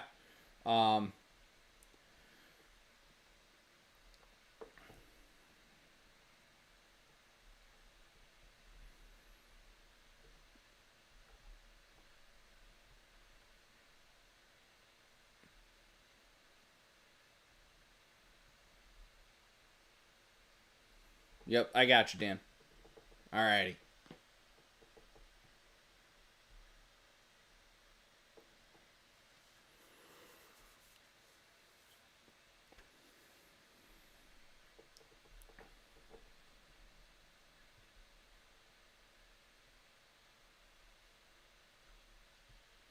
All right, we're pretty close to picking back up here. Hat tip on the pool report, by the way, to Zach Berman of The Athletic. He's the pool reporter. He got some good information there out of Sean Smith. Basically, the fact that it was a non-football, since it was a non-football thing. All right, okay, so we're getting pretty close here.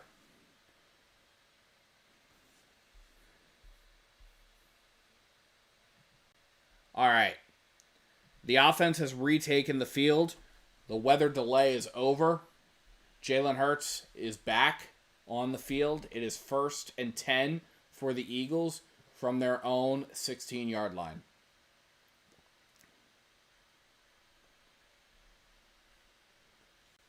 So the Eagles have had an hour to figure out what's going on here. Let's see what they dial up and how to capitalize on this fumble. Hurts in pistol formation. Devontae Smith goes to the right. Hurts takes the snap, hands it off to Barkley, who loses a yard. That's not a good start.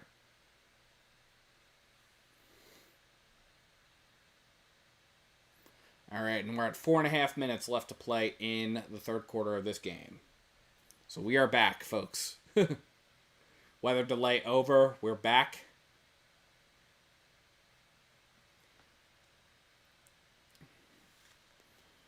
All right, so it's 2nd and 11.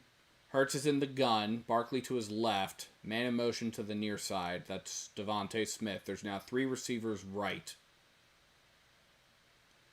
Hurts takes the snap. He's back. He's looking. 3 guy coming in, and Hurts is going to have to heave it. And he's heaving it in the general direction of Saquon.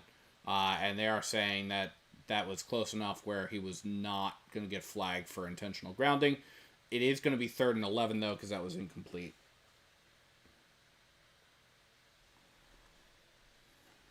So, the Eagles have this. The Eagles are very likely. We'll see what's going to happen here. But a 3 and out is not the way to capitalize on a fumble here, guys. 3rd and 11. Eagles have to get to the 26-yard line. Hurts is in the gun. Barkley to his left. 3 receivers right. Hurts takes the snap. He's back. He's looking. He's going to have to scramble. And he's going to take off. Gets to the 20. Gets up to about the 23-yard line, which is not close enough. It's close, but not close enough. And that should send the punting unit on. So, Eagles do not capitalize on the fumble recovery. 3rd And the punting unit is going to come onto the field. And Braden Mann gives this the boot. And this is a booming punt. It's going to get fielded right around the 27-yard line, and it's fair caught. So that was a 51-yard punt. And it's going to put Dallas at 1st and 10 from their own 26 is where they're going to credit them. Credit the fair catch. So 1st and 10. We've got 3:10 left to play in the third quarter here.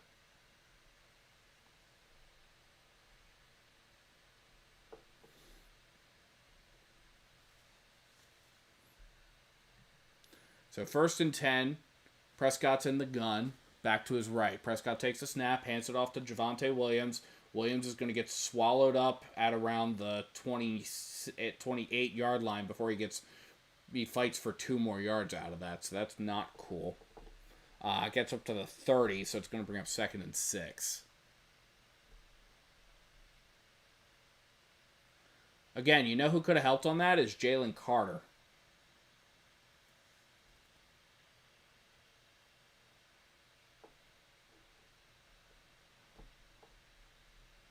So we got Prescott in under center. We've got Williams in the backfield.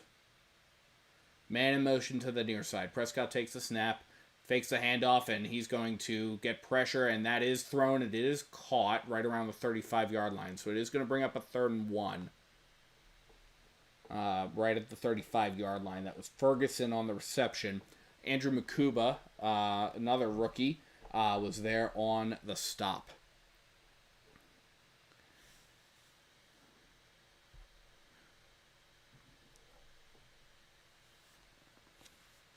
Yeah, not a way you want to start it. I get it. All right, we're at 154, 3, 2, 1, 150 left in the third quarter. Prescott's in the gun. We have an empty backfield. Prescott takes a snap. He's back. Pressure coming. He throws. That's caught. That's a 1st down and plenty more. Gets up to the 49-yard line is CeeDee Lamb.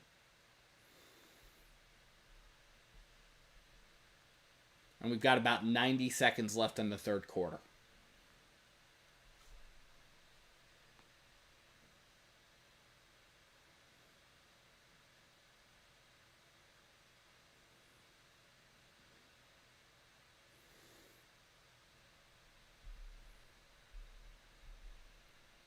So Prescott under center.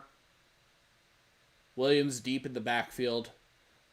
Prescott takes a snap, hands it off to Williams. Williams is going to get swallowed up, brought down by Jordan Davis. Does pick up a couple there.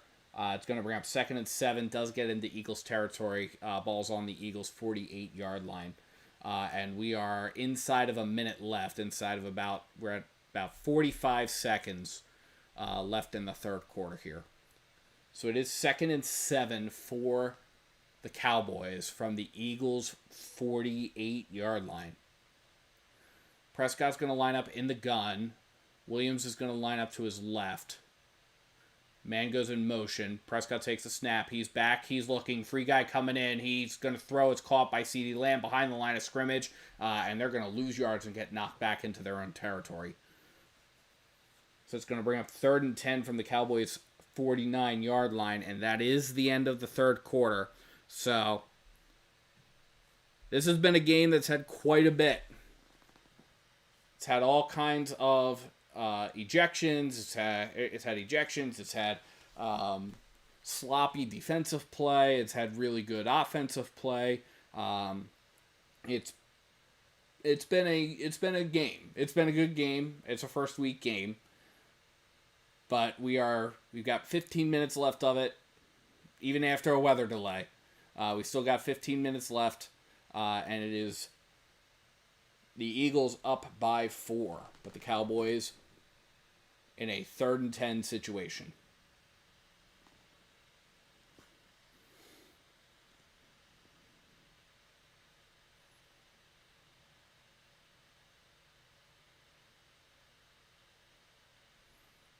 They're showing ads for The Voice right now, so.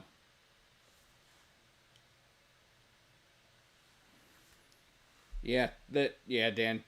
Yeah, this not how we want to start this. All right, let's let's see here. All right, so Jalen Hurts right now is 13 for 16 for 111 yards. So, um, after after that, so I mean he's Hurts is doing okay for all this, right? Like I mean, there are definitely problems. There are definitely like he's been getting. There's been a lot of pressure that's been getting in. I don't think all that's Hurts though. I do like when he's taken off and scrambled. He's had that awareness. So that's not really him. Maybe it's more the offensive line in that regard. Um, yeah. So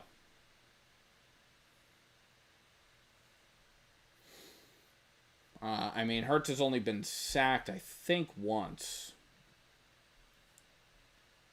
Yeah, he's been sacked once in the game. Um, the Eagles' defense needs to get to Dak Prescott. The Eagles' defense has had a couple of free guys come in on the last couple of plays, and Dak has been able to avoid them. Um, Additionally, the Eagles' defense has had opportunities to wrap Dak up and sack him, and he's just been elusive, maybe a little bit too elusive. So I'm not thrilled about that. Yeah, they just debuted the Xfinity Mobile Arena. There's a little bit of corporate synergy going on there on the broadcast. They're showing that right now. There's a little bit of corporate synergy going on because Xfinity is owned by Comcast and NBC is owned by Comcast. So there's that. Yeah, defense is letting him get away too much. But we'll see what happens here. It's 3rd and 10. Prescott in the gun, back to his right. Prescott takes a snap, back looking, throws across the middle, and that is almost picked off. Target was CeeDee Lamb. It was bounced up in the air. There were 3 Eagles that converged on it, and none of them could get it before it hit the ground. But obviously that is a good move for the Eagles anyway, because that is going to force a 4th and 10. And Brandon Aubrey is good as a field goal kicker, but I don't think he's got 70 in him in an open air stadium. It's just being renamed to Xfinity. Yeah, so the Cowboys have sent the punting unit on, and they're going to give it the boot. And that is going to be fair caught at the 13-yard line by Jahan Dotson. So the Eagles will take over there with 14:46 left to play in the game. The Eagles take over.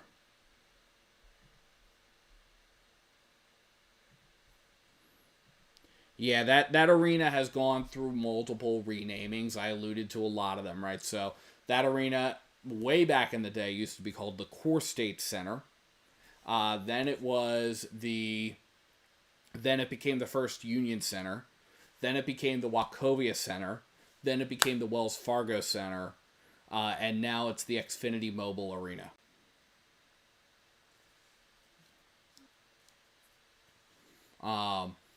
The irony is that the previous name changes were all because the bank kept getting bought out by the other bank, right? So Core State Center was a bank based in the Philadelphia area.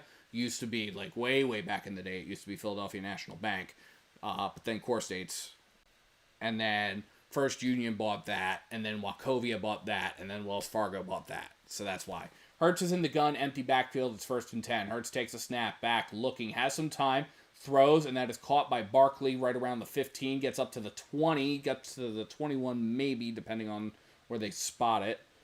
They will credit him up to the 21, so it's going to be 2nd and probably a long 2. Yeah, that's going to be a long 2 there.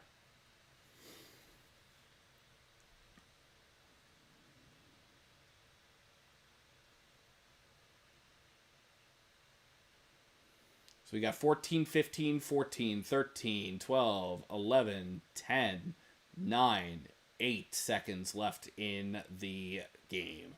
Hurts is in the gun. Barkley to his right. Hurts takes the snap, hands it off to Barkley. Barkley is going to cut up the middle and is going to maybe get back to the line of scrimmage on that one. It's going to bring up a 3rd and 2 situation.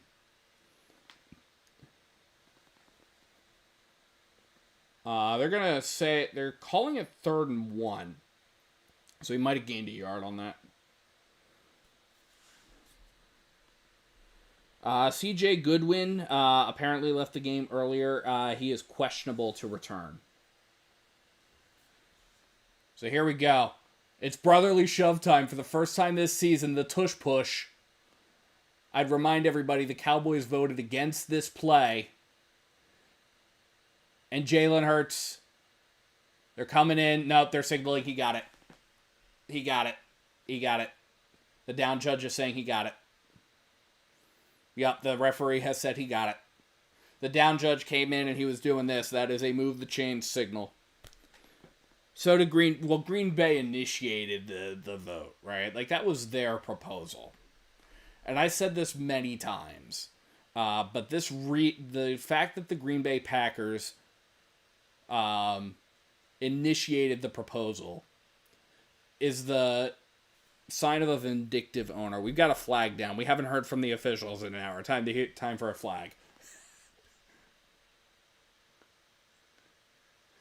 And it's 12 men on the field against the Cowboys. 12 men on the field against the Cowboys.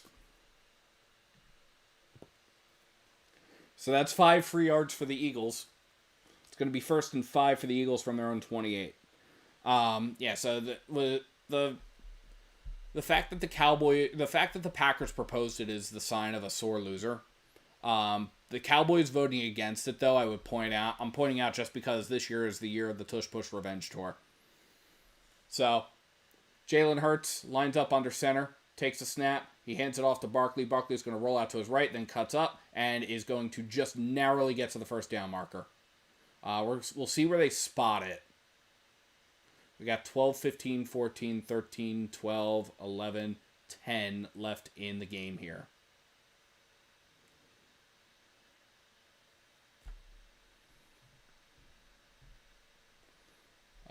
It's going to be 2nd and 1 officially from the Eagles' 32. We're inside of 12 minutes left in the game. Hurts is going to line up under center. We got Barkley deep in the backfield. Hurts takes the snap, hands it off to Barkley. Barkley's going to get stopped at the line of scrimmage. So we've got a 3rd and 1 situation. Maybe it's another brotherly shove. Maybe.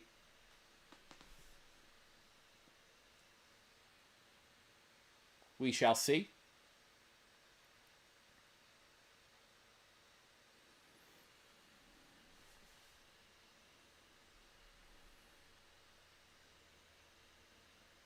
Yep, another tush push here.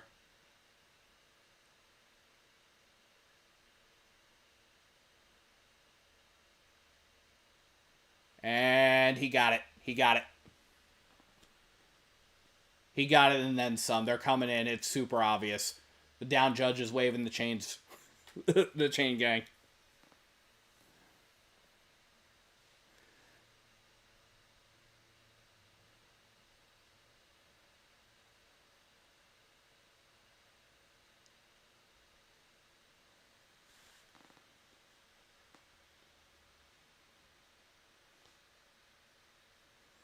All right, we've got 10 and a half minutes left in this game here. Jalen Hurts is in the gun. We've got a back to his left. Smith goes in motion. Hurts takes a snap. Throws to Devontae Smith, and Devontae is going to cut up to about the 40-yard line where he's going to get tripped up. That is going to bring up a 2nd down and 3 for the Philadelphia Eagles. We are coming up on the 10-minute mark left in the game. 2nd and 3 for the Eagles. Is brought down by Malik Hooker. All right, so Hurts is in the gun. Back to his right. Hurts takes the snap. He's back. He's looking. He's got some time, running out of time. Throws caught by Barkley. Barkley's going to cut up and is going to have to stiff arm his way up to a 1st down. Picks up about 4 on that. Gets up to about the 45-yard line. It's actually going to be a 5-yard pickup. So that is going to be a 1st down for the Eagles.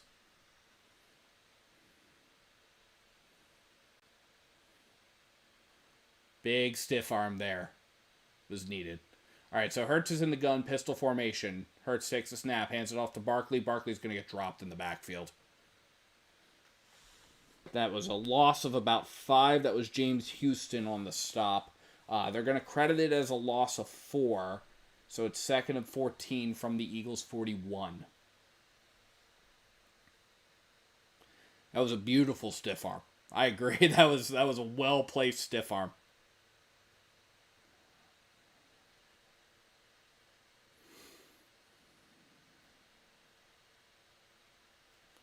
And now the Eagles are going to take their first timeout, it looks like here.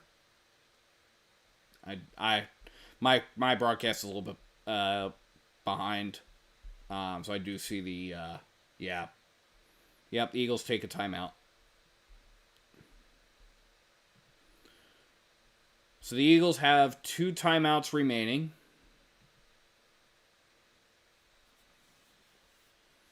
And we're now on a commercial break. Clock is stopped at 8:26. I don't think the Eagles liked what they were looking at in the on the Cowboys end here. Got to rethink how they're going to approach this 2nd and 14 situation here. But yeah, no, that was absolutely an impeccable stiff arm.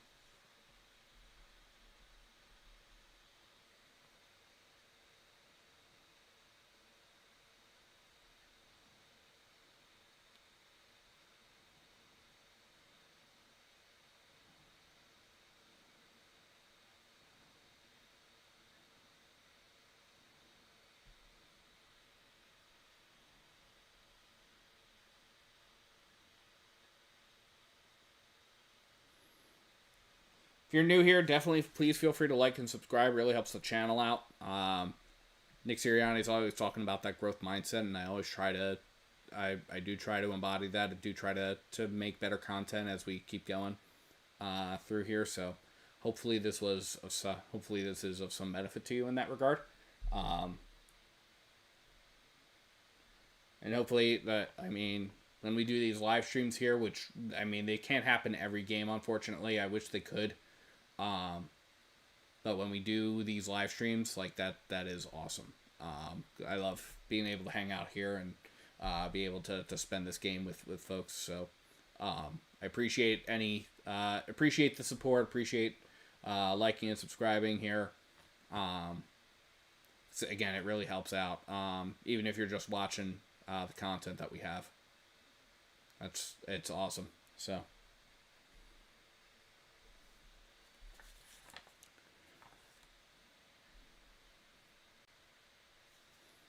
They're doing ads right now for NFL Sunday Ticket on YouTube TV, so.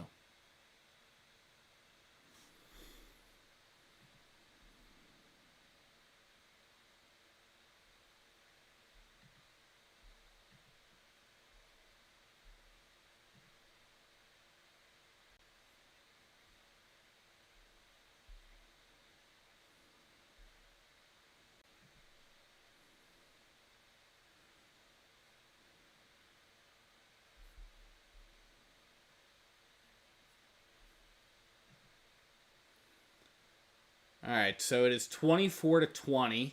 We're back from the timeout. 2nd and 14. Hurts is going to line up in the gun. We've got a back to his right. Devontae Smith in motion to the far side. Hurts calls for the football. He's back. He's looking. He's got some time. He's running out of time. He's going to roll to his right, and he's going to throw it away. So it's going to bring up a 3rd and 14 situation for the Eagles.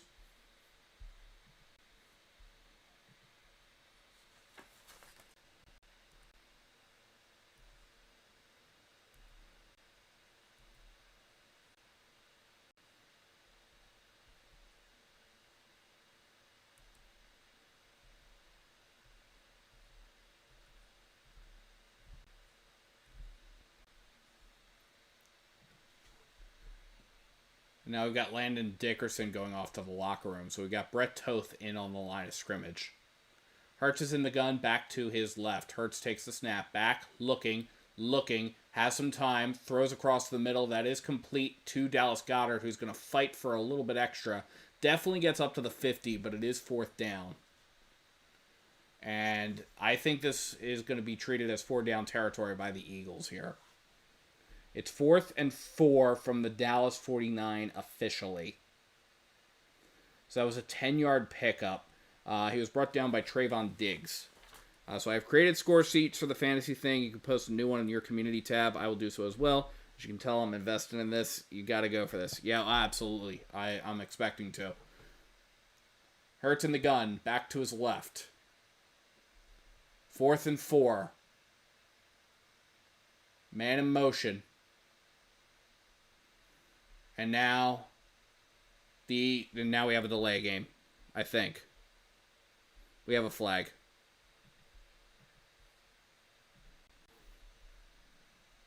I think they were just trying to get the Cowboys to jump, and then also to create some extra space so that way Braden Mann could punt. So it is a delay game.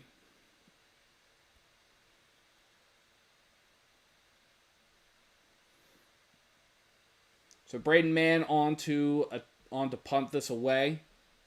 4th and 9 from the Eagles 46 now. Mann gives it the boot.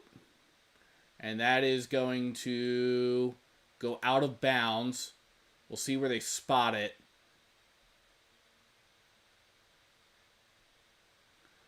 They're giving a very generous spot. It's going to be 1st and 10 for the Cowboys from about their 13-yard line.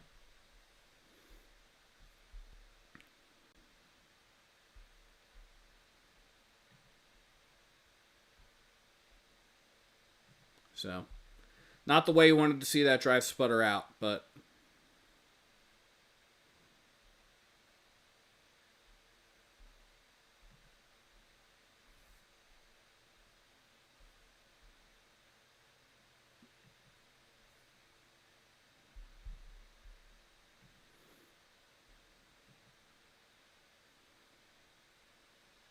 way closer than I thought. I mean, it's way closer than I hoped for. Like I would have liked to have a more decisive Eagles victory by this point. Not having Jalen Carter in for the game definitely doesn't help you with that. But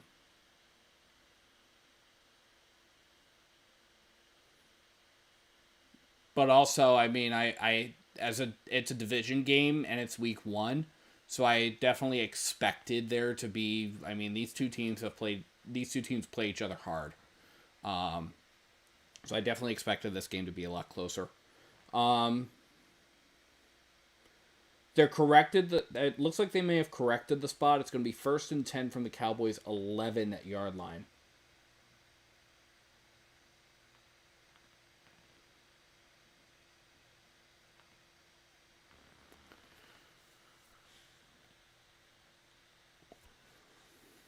So, but yeah, when they were doing the thing, it was definitely a very generous spot.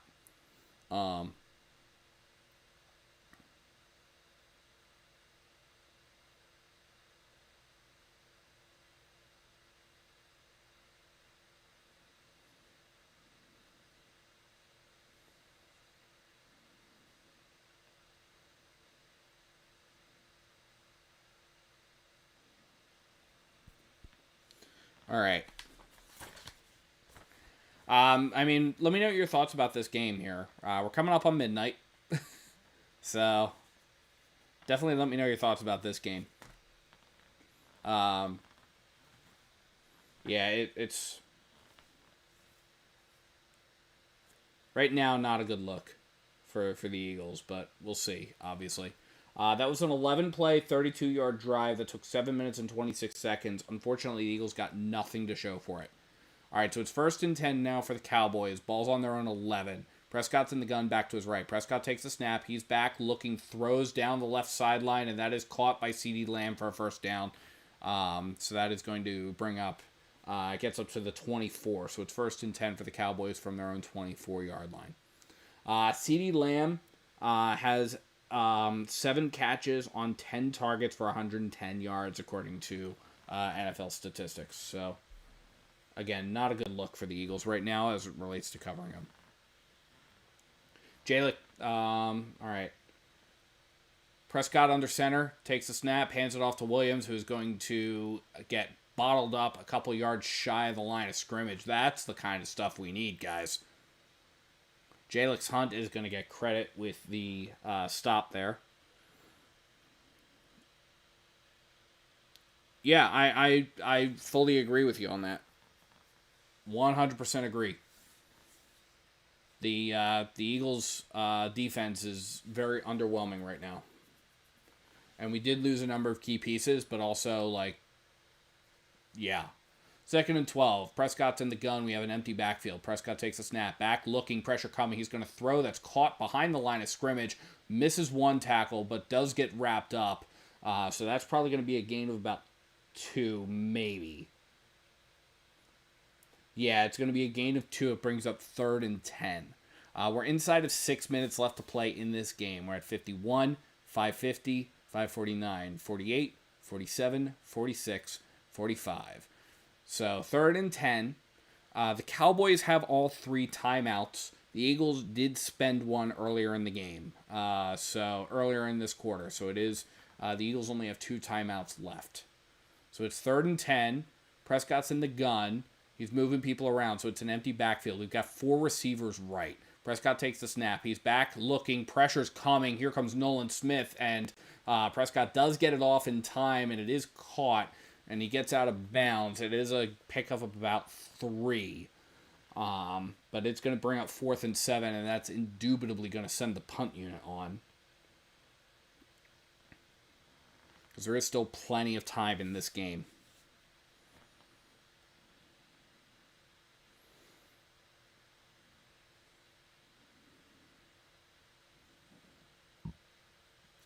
Yeah, the punt unit is on.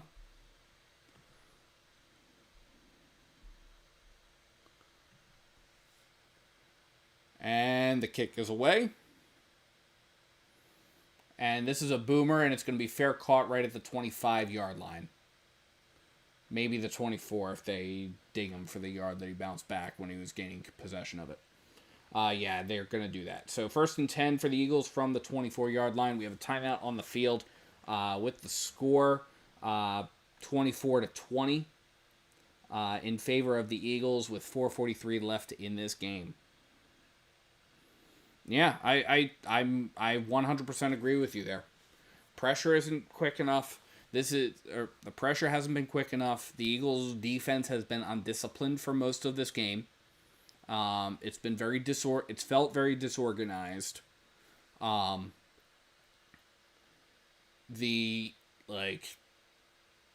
a lot in the beginning, there's been a lot of emotion. There's been a lot of challenge in that regard. Emotions were running quite high. Fortunately, it seems like a lot of that has settled down, and the Eagles seem to be a little bit calmer defensively. But you do also have, right, you have those you do have that factor there where, the Eagles just simply aren't getting through with providing pressure in the way that they're doing. I don't think they've blitzed a lot this game. And that's not customary. The Eagles don't typically blitz a lot, but that was this game is way too close at this point. I would like to see the Eagles up by more than a touchdown. I would have liked to see that. So the fact that the Eagles are not there yet is a challenge for me. So happy Friday, by the way, guys. This is the first Friday game now. So that Cowboys drive was 4 plays, 16 yards, took 2 minutes and 37 seconds off the clock.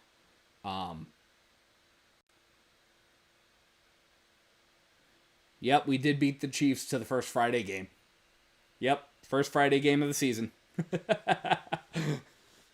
We're beating the Chiefs. We beat the Chiefs in the Super Bowl, and now we're beating the Chiefs to the first Friday game of the season. And we play the Chiefs next week. So.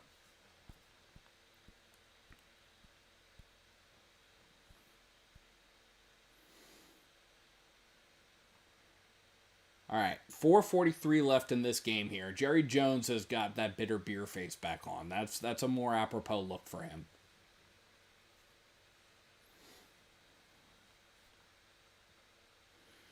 First and 10. Pistol formation for the Eagles. Jalen Hurts is in the gun. Hurts takes a snap, hands it off to Barkley. Barkley's going to get up to the line of scrimmage, and that's it. But that does take some time off the clock, which is important right now. We've got 4.5 minutes left. Problem is the Cowboys have all 3 timeouts, so the Eagles have to be able to get some first downs here. They have to be able to earn some first downs.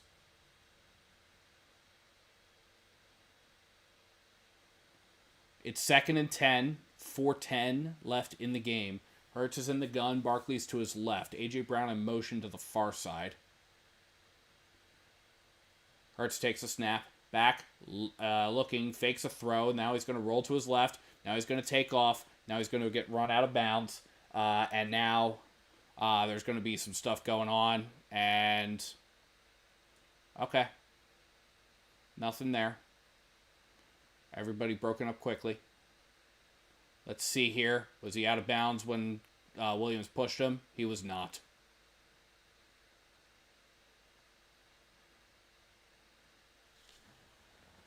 Clock stops at 3:55. So that is a wholly unproductive. I mean, it's 3rd and 7. So the Eagles still have to get a first down here. Play clock's at 5. Hurts is in the gun. Back to his left. Hurts takes a snap. Back. Looking. He's going to roll to his right. He's going to throw. And that is caught by Jahan Dotson. But it is well short of the first down marker. It's only up to the 30. So that is going to bring up 4th down. And we're probably going to see the punt unit come on. That was Deron Bland there on the stop. They credit Dotson up to the 31. So it's a 4-yard pickup. And it's 4th and 3.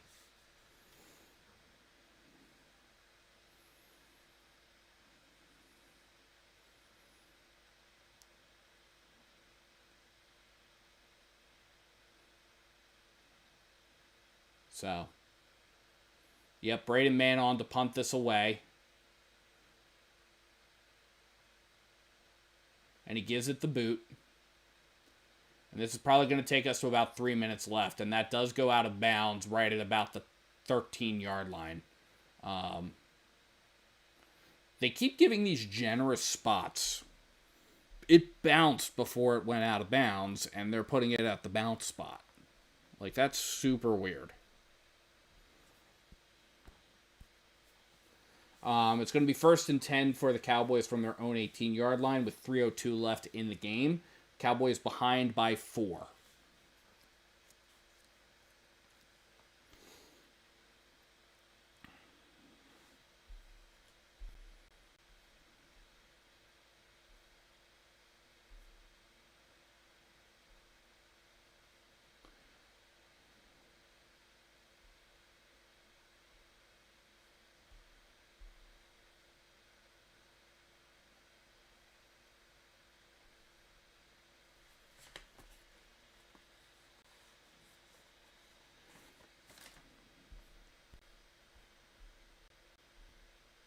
So we're looking through here.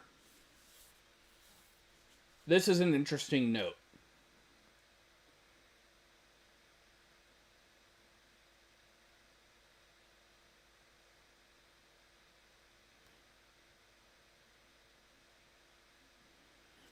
Now, I know how the rule is written, and that, I mean, that is how the rule is written. Like, it is out of bounds where it crosses the boundary, but it's not dead until it hits the ground. So, you're spot on there in that regard.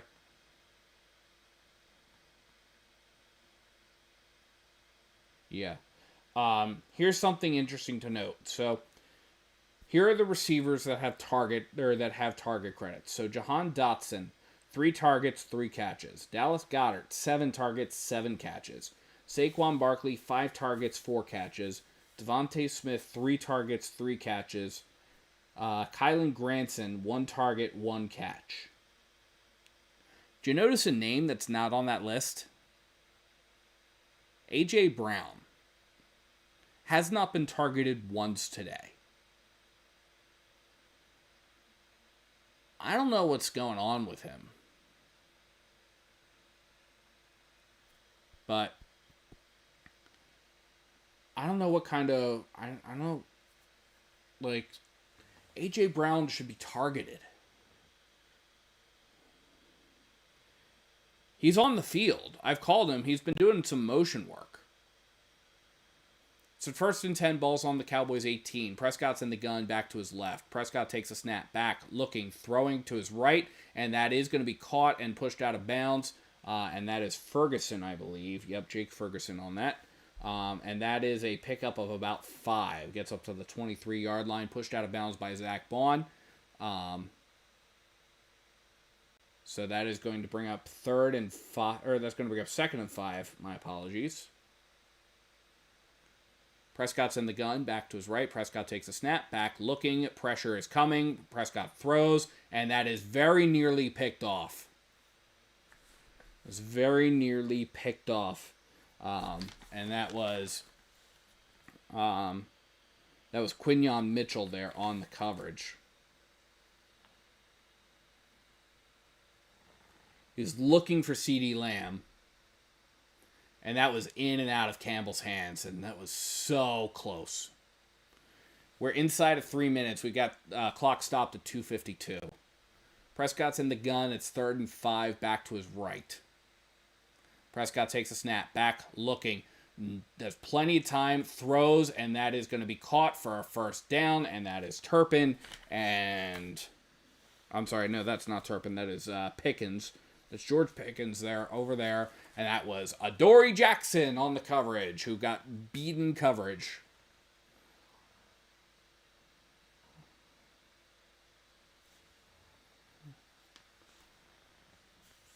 First and 10. Ball's on the Cowboys' 38-yard line. Prescott's in the gun. We got it back to his left. Clock stopped at 2:47. Prescott takes a snap. He's back looking. Has plenty of time. Is throwing across the middle, and it is almost intercepted. It's off the hands of CeeDee Lamb, and it bounces through like 3 Eagles players' hands before it hits the ground. That was Quinyon Mitchell, Reed Blankenship. All kinds of players like had their hands on that one.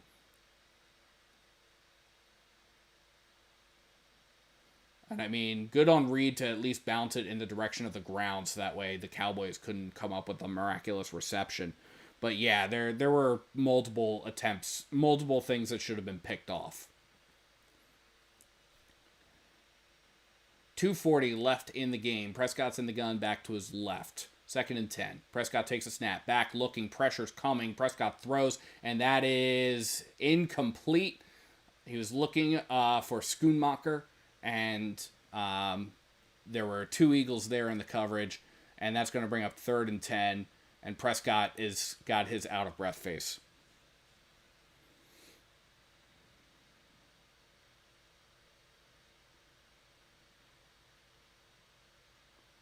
Clock stopped at 2:33.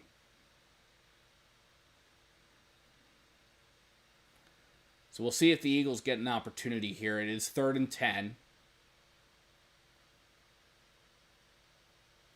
Prescott in the gun, back to his left. Prescott takes a snap, back, looking, has some time, then throws across the middle. It is caught. It is down just short of the 45-yard marker, which is not enough for a 1st down, and the clock runs.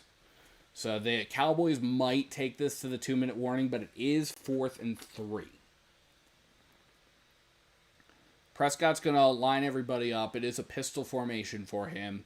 Eagles, they're probably just going to see if they can force a jump there. Yep, 2-minute warning. We have reached the 2-minute warning. They officially stop it at 1:59, but they're going to put a 2nd back on. 2 minutes left in this game. Eagles up by 4. Cowboys in a critical 4th and 3 situation.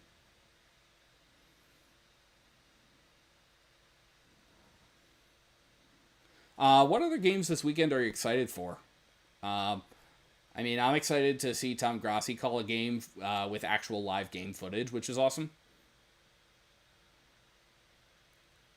So I'm excited for that.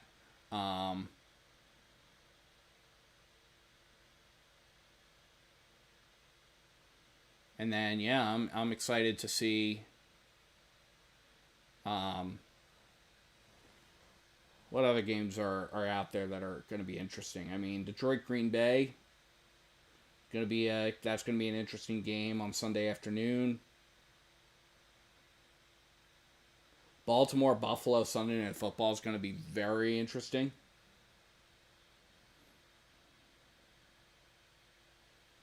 All right, 4th and 3. We're back from the 2-minute warning. Prescott's in the gun, back to his right. Man in motion to the near side. Prescott's doing a little bit of a hard count. Prescott takes a snap, back, looking, has time, throws, and that is going to be incomplete. He was looking for CeeDee Lamb, who had to leap for it. He just overthrew CeeDee Lamb, and then it went right through his hands, and he could not control it. And that is going to be a turnover on downs.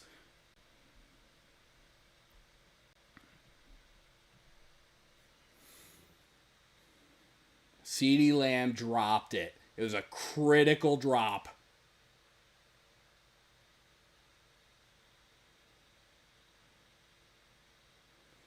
And now the Eagles have the ball. 1st and 10 on the Cowboys' 44-yard line. While the Cowboys do have all 3 timeouts, all the Eagles have to do is get a first down, and this game is over.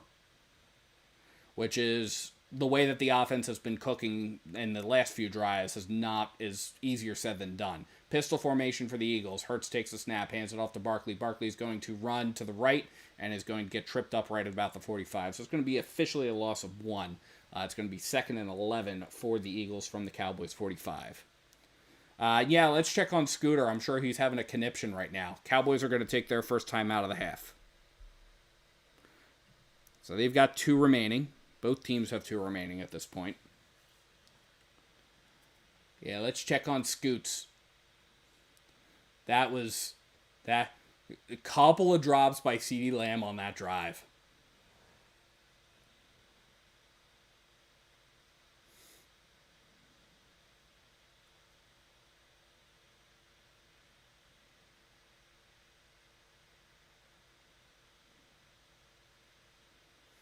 So we got 1:51. Clock is stopped after the timeout. It's 2nd and 11. Hurts is in the gun. We've got Barkley to his right. Hurts takes a snap. He's back. He's looking. Throws, and that is going to be caught by A.J. Brown. And he's going to be ruled forward progress as was stopped. And he was stopped inbounds, which is going to force the Cowboys to spend another timeout with the clock stopped at 1:42. And they'll probably wind up correcting that time. Jalen. So that was an 8-yard pickup. Brings up 3rd and 3. The Eagles just need to get 3 yards here and the game's over. He is in pain. All right. Okay. Also, that is the first A.J. Brown sighting of the game in terms of the stats. That is his first target, his first catch. Again, if you're new here, please feel free to like and subscribe. It really helps the channel out. I know he hasn't lost hope. No, it's always the Cowboys' year, right? All right, we got 1:45 left in the game. It's 3rd and 3. Eagles must get a first down in order to basically end this game. Hurts is in the gun. We have an empty backfield. Play clock is winding down.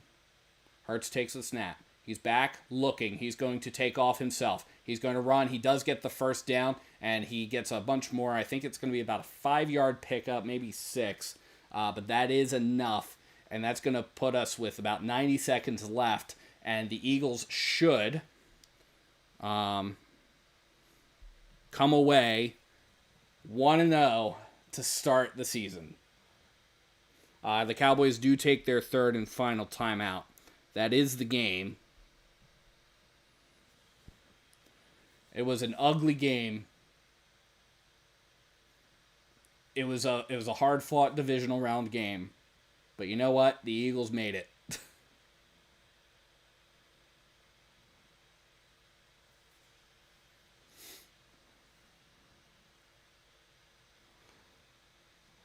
made it. Clock is stopped at about 1:29, so we've got about 89 seconds left here before the Eagles officially start the season 1-0.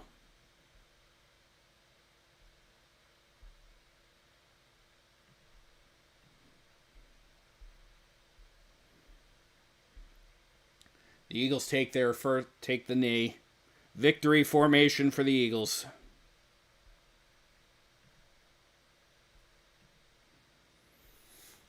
And just like that, I'm going to let this clock run down as much as possible. You're right. Doesn't matter how you win. All that matters is that you won. A victory by 1 point is just as good as a victory by 1,000,000 at the end of the day.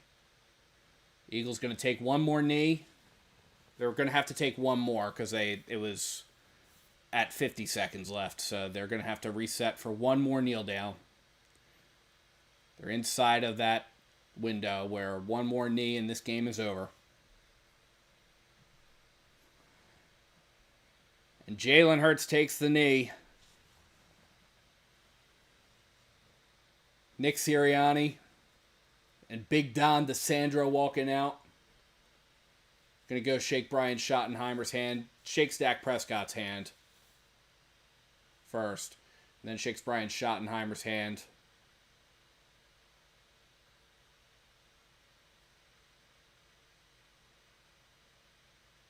Jalen Hurts stopping by Stephon Diggs. And that'll do it. How about them Cowboys? As the Eagles pull away with their first victory of the season, they rise to 1-0 with a final score: the Philadelphia Eagles 24, the Dallas Cowboys 20. Oh boy, there's going to be a lot to talk about in this post game here. So I appreciate everybody who stopped by at any point in time in this.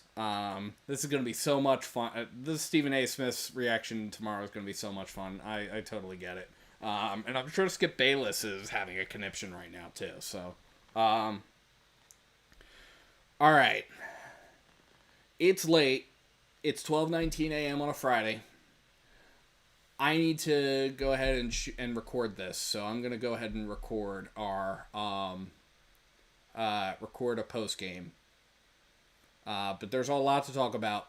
Hopefully this is just shaking off the rust, and the Eagles are going to have a solid progression going forward. Are just going to get better from here, and that's all you got to hope for. Because this was not a good start, particularly for the defense. But at this point, I appreciate you all for stopping by, for your support. Please feel free to like and subscribe to Bird's Nest Media because it really helps the channel out. Football is back, boys and girls. Football is back. But as always, I'm Joe Donahue, and let's go Eagles.